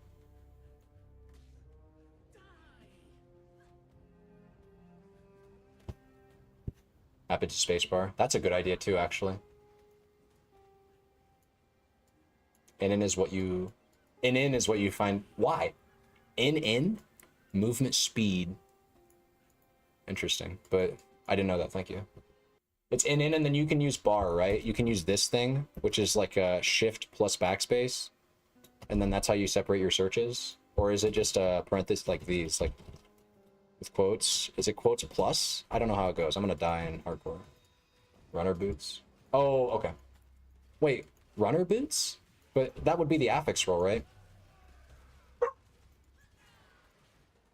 Do they always sell as magic, and that's why you can just type in runner boots, because the prefix is called runner? I see. Wait, what? Hold up. What mod is that they're searching for? Because I think what they're searching for is a specific mod that is the only mod in its tier that can roll. So that must be what it is. It's like only the 10% roll can spawn that early, and so they only search for that roll because that's the only relevant roll. I think that's why they do it. I could be wrong. Where's Hellrick? I bet I'll die to Hellrick. What do you think? It's okay. The scariest thing about this fight, unironically, gonna break down the Hellrick fight for you guys because I am playing hardcore and I think it's, you know, everything gets commentated when I play hardcore, okay? Because moment to moment I could die instantly. Hellrick is all about killing the ads and just walking a little bit back, and then I guess making sure your mines actually detonate on him. Just make sure his little cascade shit can't hit you, and you're fine. And it doesn't require sidestepping. It just requires a little... Well, okay, hold up. I'm playing mines. If you're playing a melee build, I guess you can go fuck yourself. That's what GGG said. I get hit by this. Your mines can die, so make sure you cast them. You can sidestep them and actually juke them that way. I think that's probably even better. Who knows? And then we're conservative on the resources, so we go for the logout method. And then we go to HS, or HCSSF, because I ain't no little B. And this is going to show up every time I log in. Okay, fantastic. Oh wait, that's right. Medicine chest 2, we get Pierce. Do we just Pierce and don't look back, right? No, you... Dude. No, yeah, we do it, for sure, for sure. We said we'd do this. In fact, you told me about this. You told me that this is a quest reward, for sure. We do this, we try it, we don't give up on it. Literally, from level 12, think about how good that looks in the build guide. Think about how good that sounds when I'm like, hey guys, you can play this shit as early as level 12, and it feels great. Just equip a Pierce gem, you get that as a level, like, oh man, that's so good for the new player experience. You just get all your gems for free. You don't have to buy it from shit. You don't have to mill, none of that. That's so cozy, I dare say. This map sucks so bad. We just want to make sure we don't get surrounded by rows. So I'm going to kill them and be methodical. I'm going to take it low and slow. I'm not fucking around. Look, if anyone says it's bad, just blame it on me. I'm not going to do it. I'm the one saying, in the video, I don't get that luxury. I don't get that luxury to just be like, oh yeah, and it's a guy from Twitch chat's fault. If anybody says it's bad, what I'm going to do is just make the guide so good that they can't say it's bad. Make sure they understand, hey, Locust Mines, you want to, you want to hit a sweet. I think if I just stress the importance of hitting the sweet spot, getting Pierce, and getting flat damage, you're fine, right? It does shred. Truly, if you just understand those concepts, you will have a good build. It's kind of hard to fuck up, actually, I dare say, because it does so much for you. You put the mine on the ground, and it detonates itself. Well, not early game, I guess, but you put the mine on the ground, it detonates itself and blows the entire screen up. The config is the most important part, and really, you just got to make sure you click a gem that you get offered as a reward for a mission you're going to do no matter what, probably. I don't have it equipped. I'm level 3. I'm about to die here. Watch. They charge me, I die. I could die. Okay, I get scared, man. Roas, dude. Roas scare me. No, rare magic Roas. Physical resistant, that doesn't really matter. I think, dude, magic monsters just inherently do more. I feel tanky. What is going on? Is that just gear? 21 armor? Is that... I have 40 armor this early. Hold up, wait.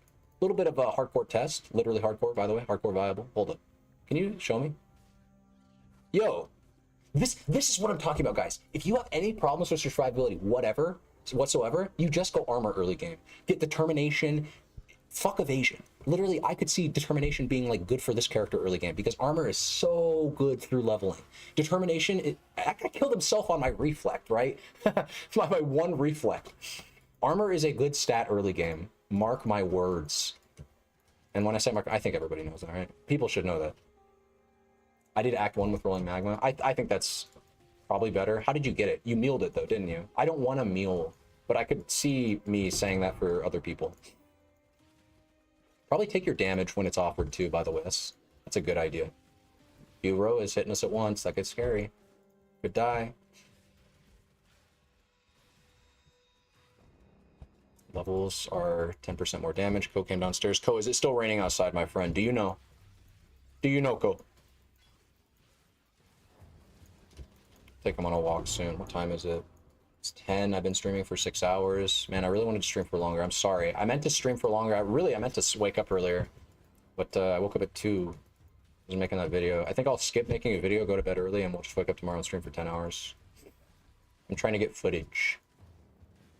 Now you can just buy it in Act 1. On Shadow? Wait, I can go buy a Rolling Magma.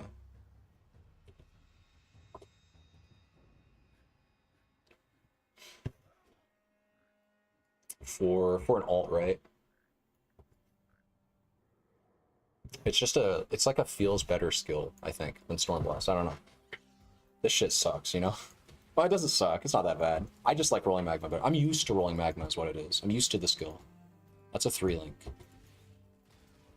That's a 3-link with, I think, actually, my preferred colors. I think. What? It's a Wisdom? Oh, sick. Yeah, so there's literally no barrier of entry. You should be able to get that after Twilight's round. That or alteration shards. Okay. Slow playstyle, guys. I do apologize. It's hardcore though, man. I really don't want to die.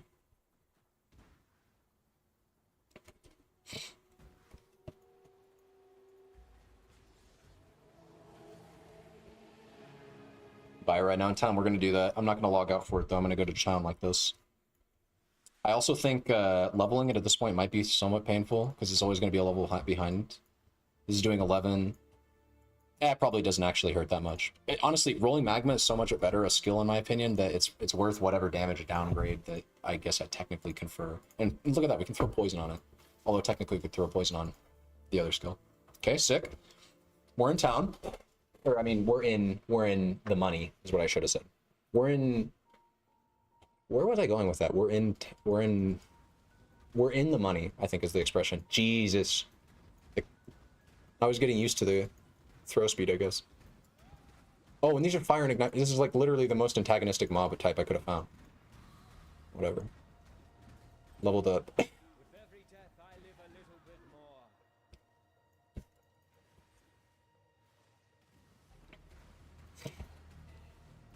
more. Nice. One thing is for sure, and this should go without saying. This really should go without saying. I know new player oriented, whatever, but like, I hope that everybody can agree that you should absolutely not try to path out of the intelligence. This flat damage that we're getting, flat percent increased, is basically 12% more damage, 12% more damage, 14% more damage. You absolutely want to take these small elemental damage nodes. And you want to find a way to make use of them, either through rolling magma, some elemental damage. The early game in PoE, in my opinion, is all about making sure that you kill things before they start to come up and hit you. It's really, actually, it's not that. I'm playing hardcore, but I think mostly it's about running through and leveling in the right areas, making sure you don't spend too much time in a zone, being efficient with your time. I think technically I should have gone to the ledge first, and then the climb, and then get the portal. Run here, I think actually I'm supposed to portal scroll here and then run back. Right, I don't think I'm actually supposed to do this. Yeah, I think I'm supposed to portal here. No, but when you log out, no, that doesn't make any sense. I'm doing this wrong. I'm doing this in the incorrect order. We're not a racer. Let me put this on the right thing. Ooh, I'm getting slowed.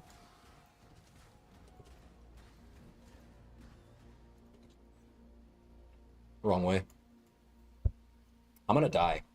This thing is gonna kill me. I just remembered, this thing comes with a guaranteed essence. I'm going to die against this thing 5 times. I don't think I should fight this thing right now. I don't think I should do this quest. This quest is suicide. This quest is... I'm going to make the correct decision to just bail. This quest is dumb to do this early. I don't know why they buffed it. It's fine, though. They can do whatever they want. I'm going to just make the correct and calculated decision to not kill myself right here. I'm going to do it right. And because I log back in quickly enough, I even get to keep my instance. Here's also something I'm going to do. I'm going to walk over here. I'm going to push I, and then I'm going to keep going this way. Jesus, I hate this field. But it's better. We just got to get into our main gems. It's fine. No big deal. Level 6, all halfway there. I don't think I go down here. I think I go up here. Why so new, bro? Power ring. I actually want that. Nope, I was jebaited. 1 wisdom scroll. The mighty wisdom on the power. No, I'm not gonna do that. That's a waste of a wisdom for sure. Devoted. I should probably check the lantern. These are fire resistant. You can tell because the little spinning fire thing. Fire shield.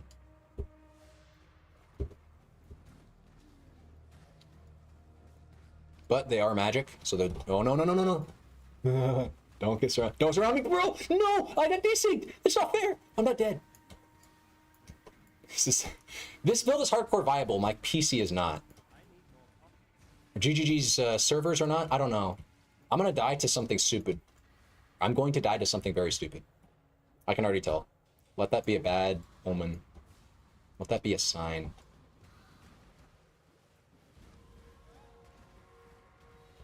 Sick. Potions. Trickery. Good node. Generic damage. Hello, Ko. What's up? Oh. Just the position.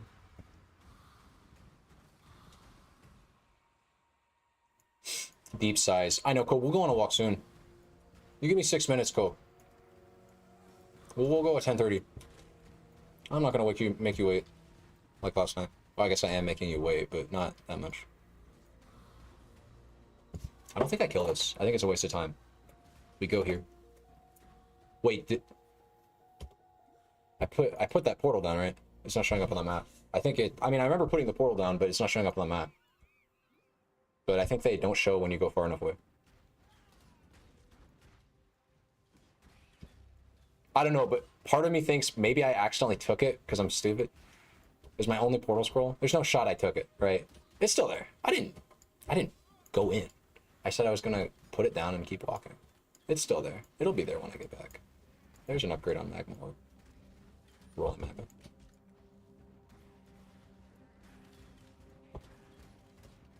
Need a movement skill. Frostblink is supreme right now. Frostblink's kind of like a... It's kind of like a damage link, actually. Because it's something to do.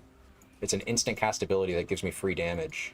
And it's really good, efficient damage, actually. The only reason you don't level it is because of maps. But if you can find a way to get Elemental Reflect immune, Frostblink is like... On Trickster, Frostblink keeps slapping. Because you get so much... Because, you know, Trickster broke in Ascendancy. I'm about to die here. You get surrounded by mobs in PoE. That's just a death sentence. Okay, you're playing Trickster in Path of Exile. You get like something to the tune of 40% more generic damage to anything you're doing, and that just scales Frostblink's already pretty absurd base damage into the moon. You don't need much more elemental damage scaling to get a Frostblink that you are not investing any damage into the point where it starts clearing trash mobs in tier 16s. And if you can get elemental reflect immune, that's actually, yo, this is the tech for why Subtractum's League Starter is as popular as it is because it's mostly a Frostblink build that uses Fire Trap for single target. So he gets to leverage, kind of like Pox RF. You get to leverage movement and clear at the same time. It's a very smooth playstyle. This build just does damage. We're not going so much for the, I mean, we're cozy, but we're cozy from more of a, like, everything's gonna die and we're gonna stay alive kind of thing. We're not so cozy as like we're just gonna run through maps and glide through them while we're clearing things. And we're still pretty quick, right? Shield charge throw, shield charge throw. This still has a very enjoyable playstyle. It's not like an auto bomber though. We just can't compete, you know? We have to push buttons. Yeah, that's the best way. We have to push buttons, unfortunately. There's Ko. What is this? It's 10:30. It's 10:27. Ko. You give me 3 minutes. Let me get to town. No, I guess I gotta kill the deep dude too, because I put a portal down. Hopefully it's gonna still be there. I need more pockets. I should go back to town, but I don't have...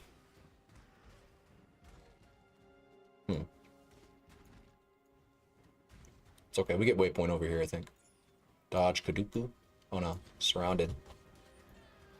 Don't let him do it. Don't let him do it. There's another plate vest. Does that scale up? Nope. Still the same trash. Level 8, I can equip Locust Mines officially. It's kind of funny you can equip Locust Mines so early.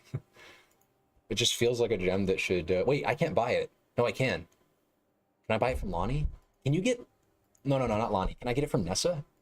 Does Locust Mines get sold from... Yeah, because I'm a Shadow. If it's going to get sold to any class, it's going to get sold to my class. The question is, does it get sold to my class? I think it does. There's a juicy potion I want. Large life. Throw that on the ground. Throw that shit on the ground. I guess I shouldn't do that technically. Yeah. Flasks can be upgraded. Just always have inherent value.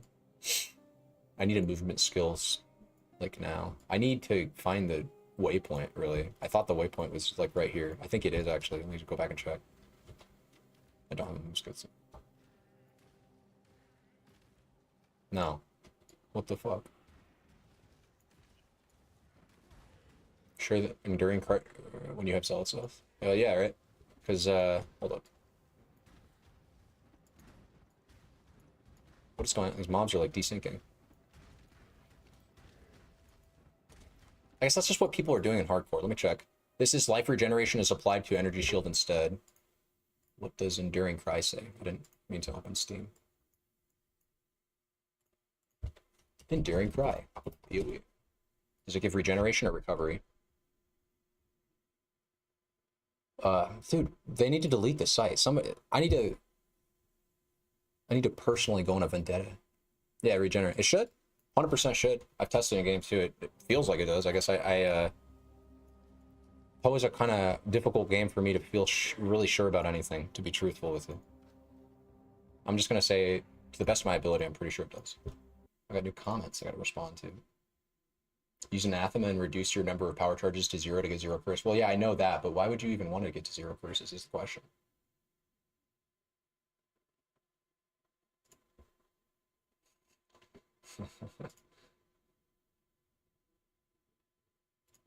Nice. Look at this. Look at this. This is what I love. This is what I love. This is what I love. I'm gonna die, by the way, because I'm like, no, it's okay. I'm looking at this. Okay, can you see this? Can't see this. Literally no respectable player sleeps on this, nor did I need a 14-minute explaining video explaining for something so simple. It is true. This is a long video that's probably unnecessarily long. So I'm like, hey, you know, just doing things for new players. And this guy comes in and has my back. Non-respectable player. And that's another thing. Why do we have to say respectable? Why do we have to put new players down? Why do we have to say, like, hey, if you're a non-respectable player, then maybe you don't know this and maybe you need a video like this, but you don't need a 14-minute. What's with the respectable? Why do we gotta put those ad homs in there? Ignore me. Browser extension that always sends you to the right wiki. Is there really? That's actually kind of funny. I'm gonna find it. Can you show me, Brettles? I'm curious. Oh no, I'm dumb. I see it Enduring Cry go off and my ES does not go up. He should go up. And another thing I want to say, that is a big reason why we use it. Another big reason why we use Enduring Cry is because the secondary buff that buffs your endurance charges, you can pretty much have that up permanently, which is super sick for Fizmit. Let me find it. Yeah, dope. Shavs is yeah. I should have said that, because for the longest time I couldn't do that tech because I had Shav. I should have just instantly known. Yeah, if you're using Shavron's Revelation, you can't do it. And Shavs is hard to pass up. It's hard to trade off of. It's a huge defensive boost if you can make that tech get into your build, but you have to give up that 80 in from Shavs. You got to give up that like basically 1k ES. I'm dead here, by the way. This is where I actually die for sure this time. I'm not capping. I'm dead for sure. For sure. The death of my character if I don't log out. No. Okay. Okay. Oh, Jesus. Molten Shell. Chill. I actually didn't expect that. Yo, Molten Shell and mobs. Okay, now we just run past. We just run past all of you guys, actually. Fuck all of this. God, the AoE on their Molten Shell is so much bigger than mine. Dude, these skellies are just scaring the shit out of me. Let's just get to the waypoint, please.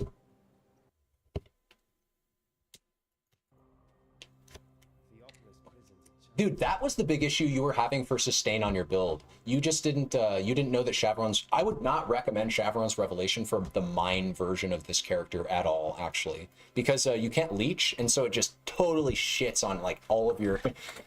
Dude, that explains so much for your build sustain issues, I think. I believe so much of your build sustain issues just got solved for... Because I was thinking about Shavron's Revelation from the instacking perspective, and like, it's really good. But then I just remembered, shutting off your ability to recharge when you're not able to leech is like a death sentence. So, and yeah, you know, I guess that's one of those reasons why you'd want leech, is so you can have access to items like Shavron's Revelation. So fair enough. There is a good reason to be self-casting, because self-cast gives you leech, and I don't know what the fuck just happened to my stash tops. I guess I do. SSF, by the way. Okay, how do we do this? We go like, I want you up here for early game. Let's just get all these things up here and then move it afterwards. Let's get these things up here too. Okay, let's get the guap. Let's get the... What are the things I use a lot early game? Flask, gem. Guap one more time. Whoops. Guap. Let's do my colors.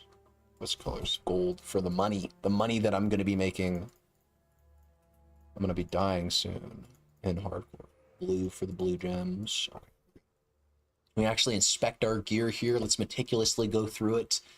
Yes, a lot of accuracy. I really appreciate that. But what I'd really like to find is a... Actually, none of this is being equipped, I don't think. Maybe the wand? No, that's not a wand. Yeah, none of this is all Garbo. We keep Pierce. Let's move you over here, up here. Up here, we want to see a mana flask, I guess. Not really, actually, that's a waste of a wisdom. You can save a wisdom scroll there, okay? I didn't take the Hillock reward either. Cringe. I'm gonna go for wisdoms early. Hello. And you should probably do the same. Rolling magma with chance to poison. You know what sounds a lot better than chance to poison? Flat damage.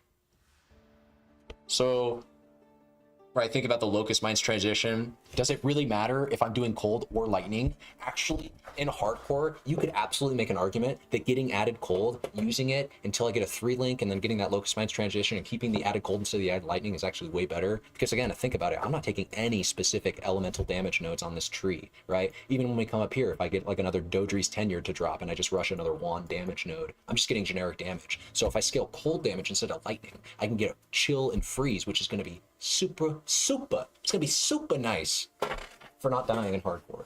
So yeah, let's take flat added cold here. Actually, I quite like this idea that I've got to get a nice, an even cozier play style, if I dare say so myself. This is not. We don't have affinities going.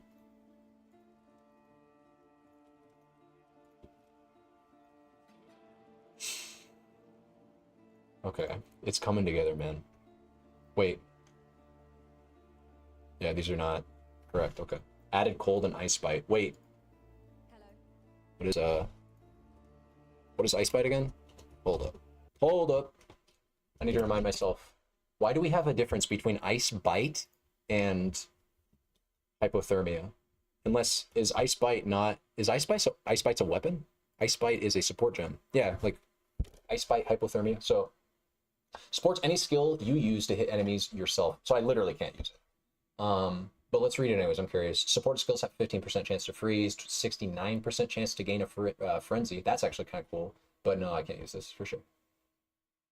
This is actually a sick gem. These are the reasons why you don't go into traps, mines, or totems. Actually, dude, that's it. When was this gem released? Wait, I'm gonna guess when this gem was released. This gem was released somewhat recently, although it's on Bitter Dream, so probably not. It's in the game since 2.0. Did they change Bitter Dream to have it? 2.0 is Ascendancy League. It's been the game for a fair length of time. There was a discussion, and I think maybe it's like a constantly reoccurring discussion being had around why self-cast. But maybe I'm wrong. Gives a bunch of flat damage. It does, but only if I self-cast it, which I'm not doing. I'm using mines. Well, no, hold up. You're right. Ice Bite would be cool. I can't equip it now, right? I can't. It's not a reward. When does the gem come? Because this gem would be good eventually for rolling magma if I can get it early enough. It's 31. No, there's no shot. It's unfortunately I can't use it. It'd be good for rolling magma if I'm doing added cold, but unfortunately it's too late. We get Bear Trap here. We get Dash or Frostblink here. We get Frostblink here. Stay sharp out there. Is there any reason to use Dash? Wait, it's 2:30. 10:30, I should say. I still haven't killed the Dweller. My instance definitely reset. I'm a little triggered about that. Or wait, what am I doing? You just take the waypoint.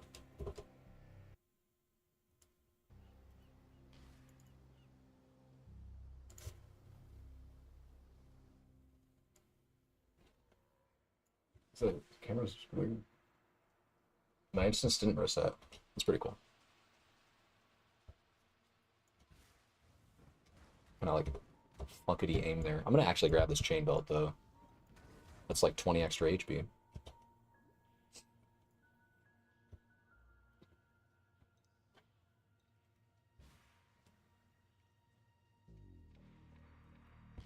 Leather cap 3-link. I actually want that. I don't want to lose the armor that I have to lose to equip this yet.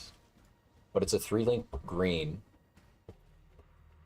No matter what, I need 1 blue for power siphon. But I'm thinking added cold. I just need 1, and it's green. It's a green base, and it's only. There's not even a dex requirement. I wonder if an item like this even has a tendency to roll more green links, or if this even has any preference, because it's so because there's no attribute requirement, which I thought attribute requirements are what influence the rolling of the colors, the socketed colors of shit, dude. Dude, it's not dropping. My action speed is so goddamn slow.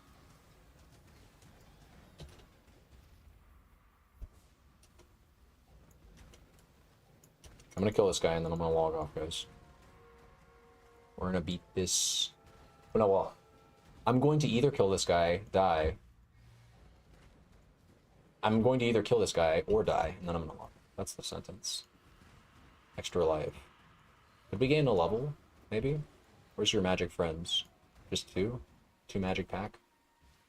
This is the wrong way, of course.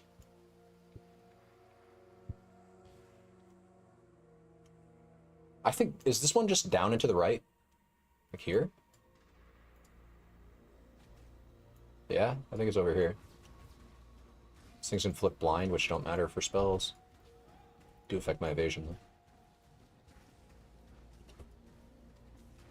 I feel good right now. I feel like I'm immortal, man. I don't know, I feel like there's no shot I die, right? Here he is.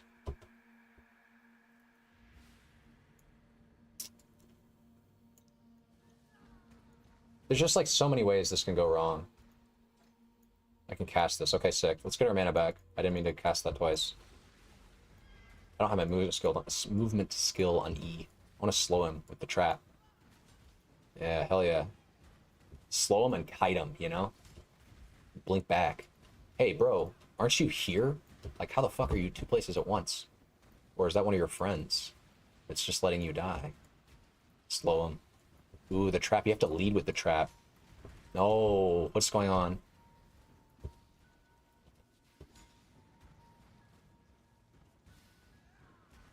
I think I'm wasting my time casting this trap. I think it's just DPS. That's all this really needs. But yeah, okay. So, see, this game's easy on hardcore, man. Just preparedness, you know? That's all it takes. Just equip armor. Take your character's defenses seriously. Talk to Tarkly. Get the extra skill points. Grab it. Sell. Boom. And then here, we want to do something like this, where we...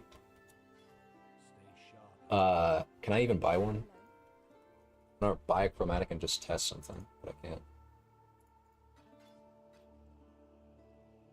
I'm still going to hold on to this. I guess I should probably equip these if I don't have anything else equipped, right? It's armor if nothing else. But it's also like buy free gen, max life, cool.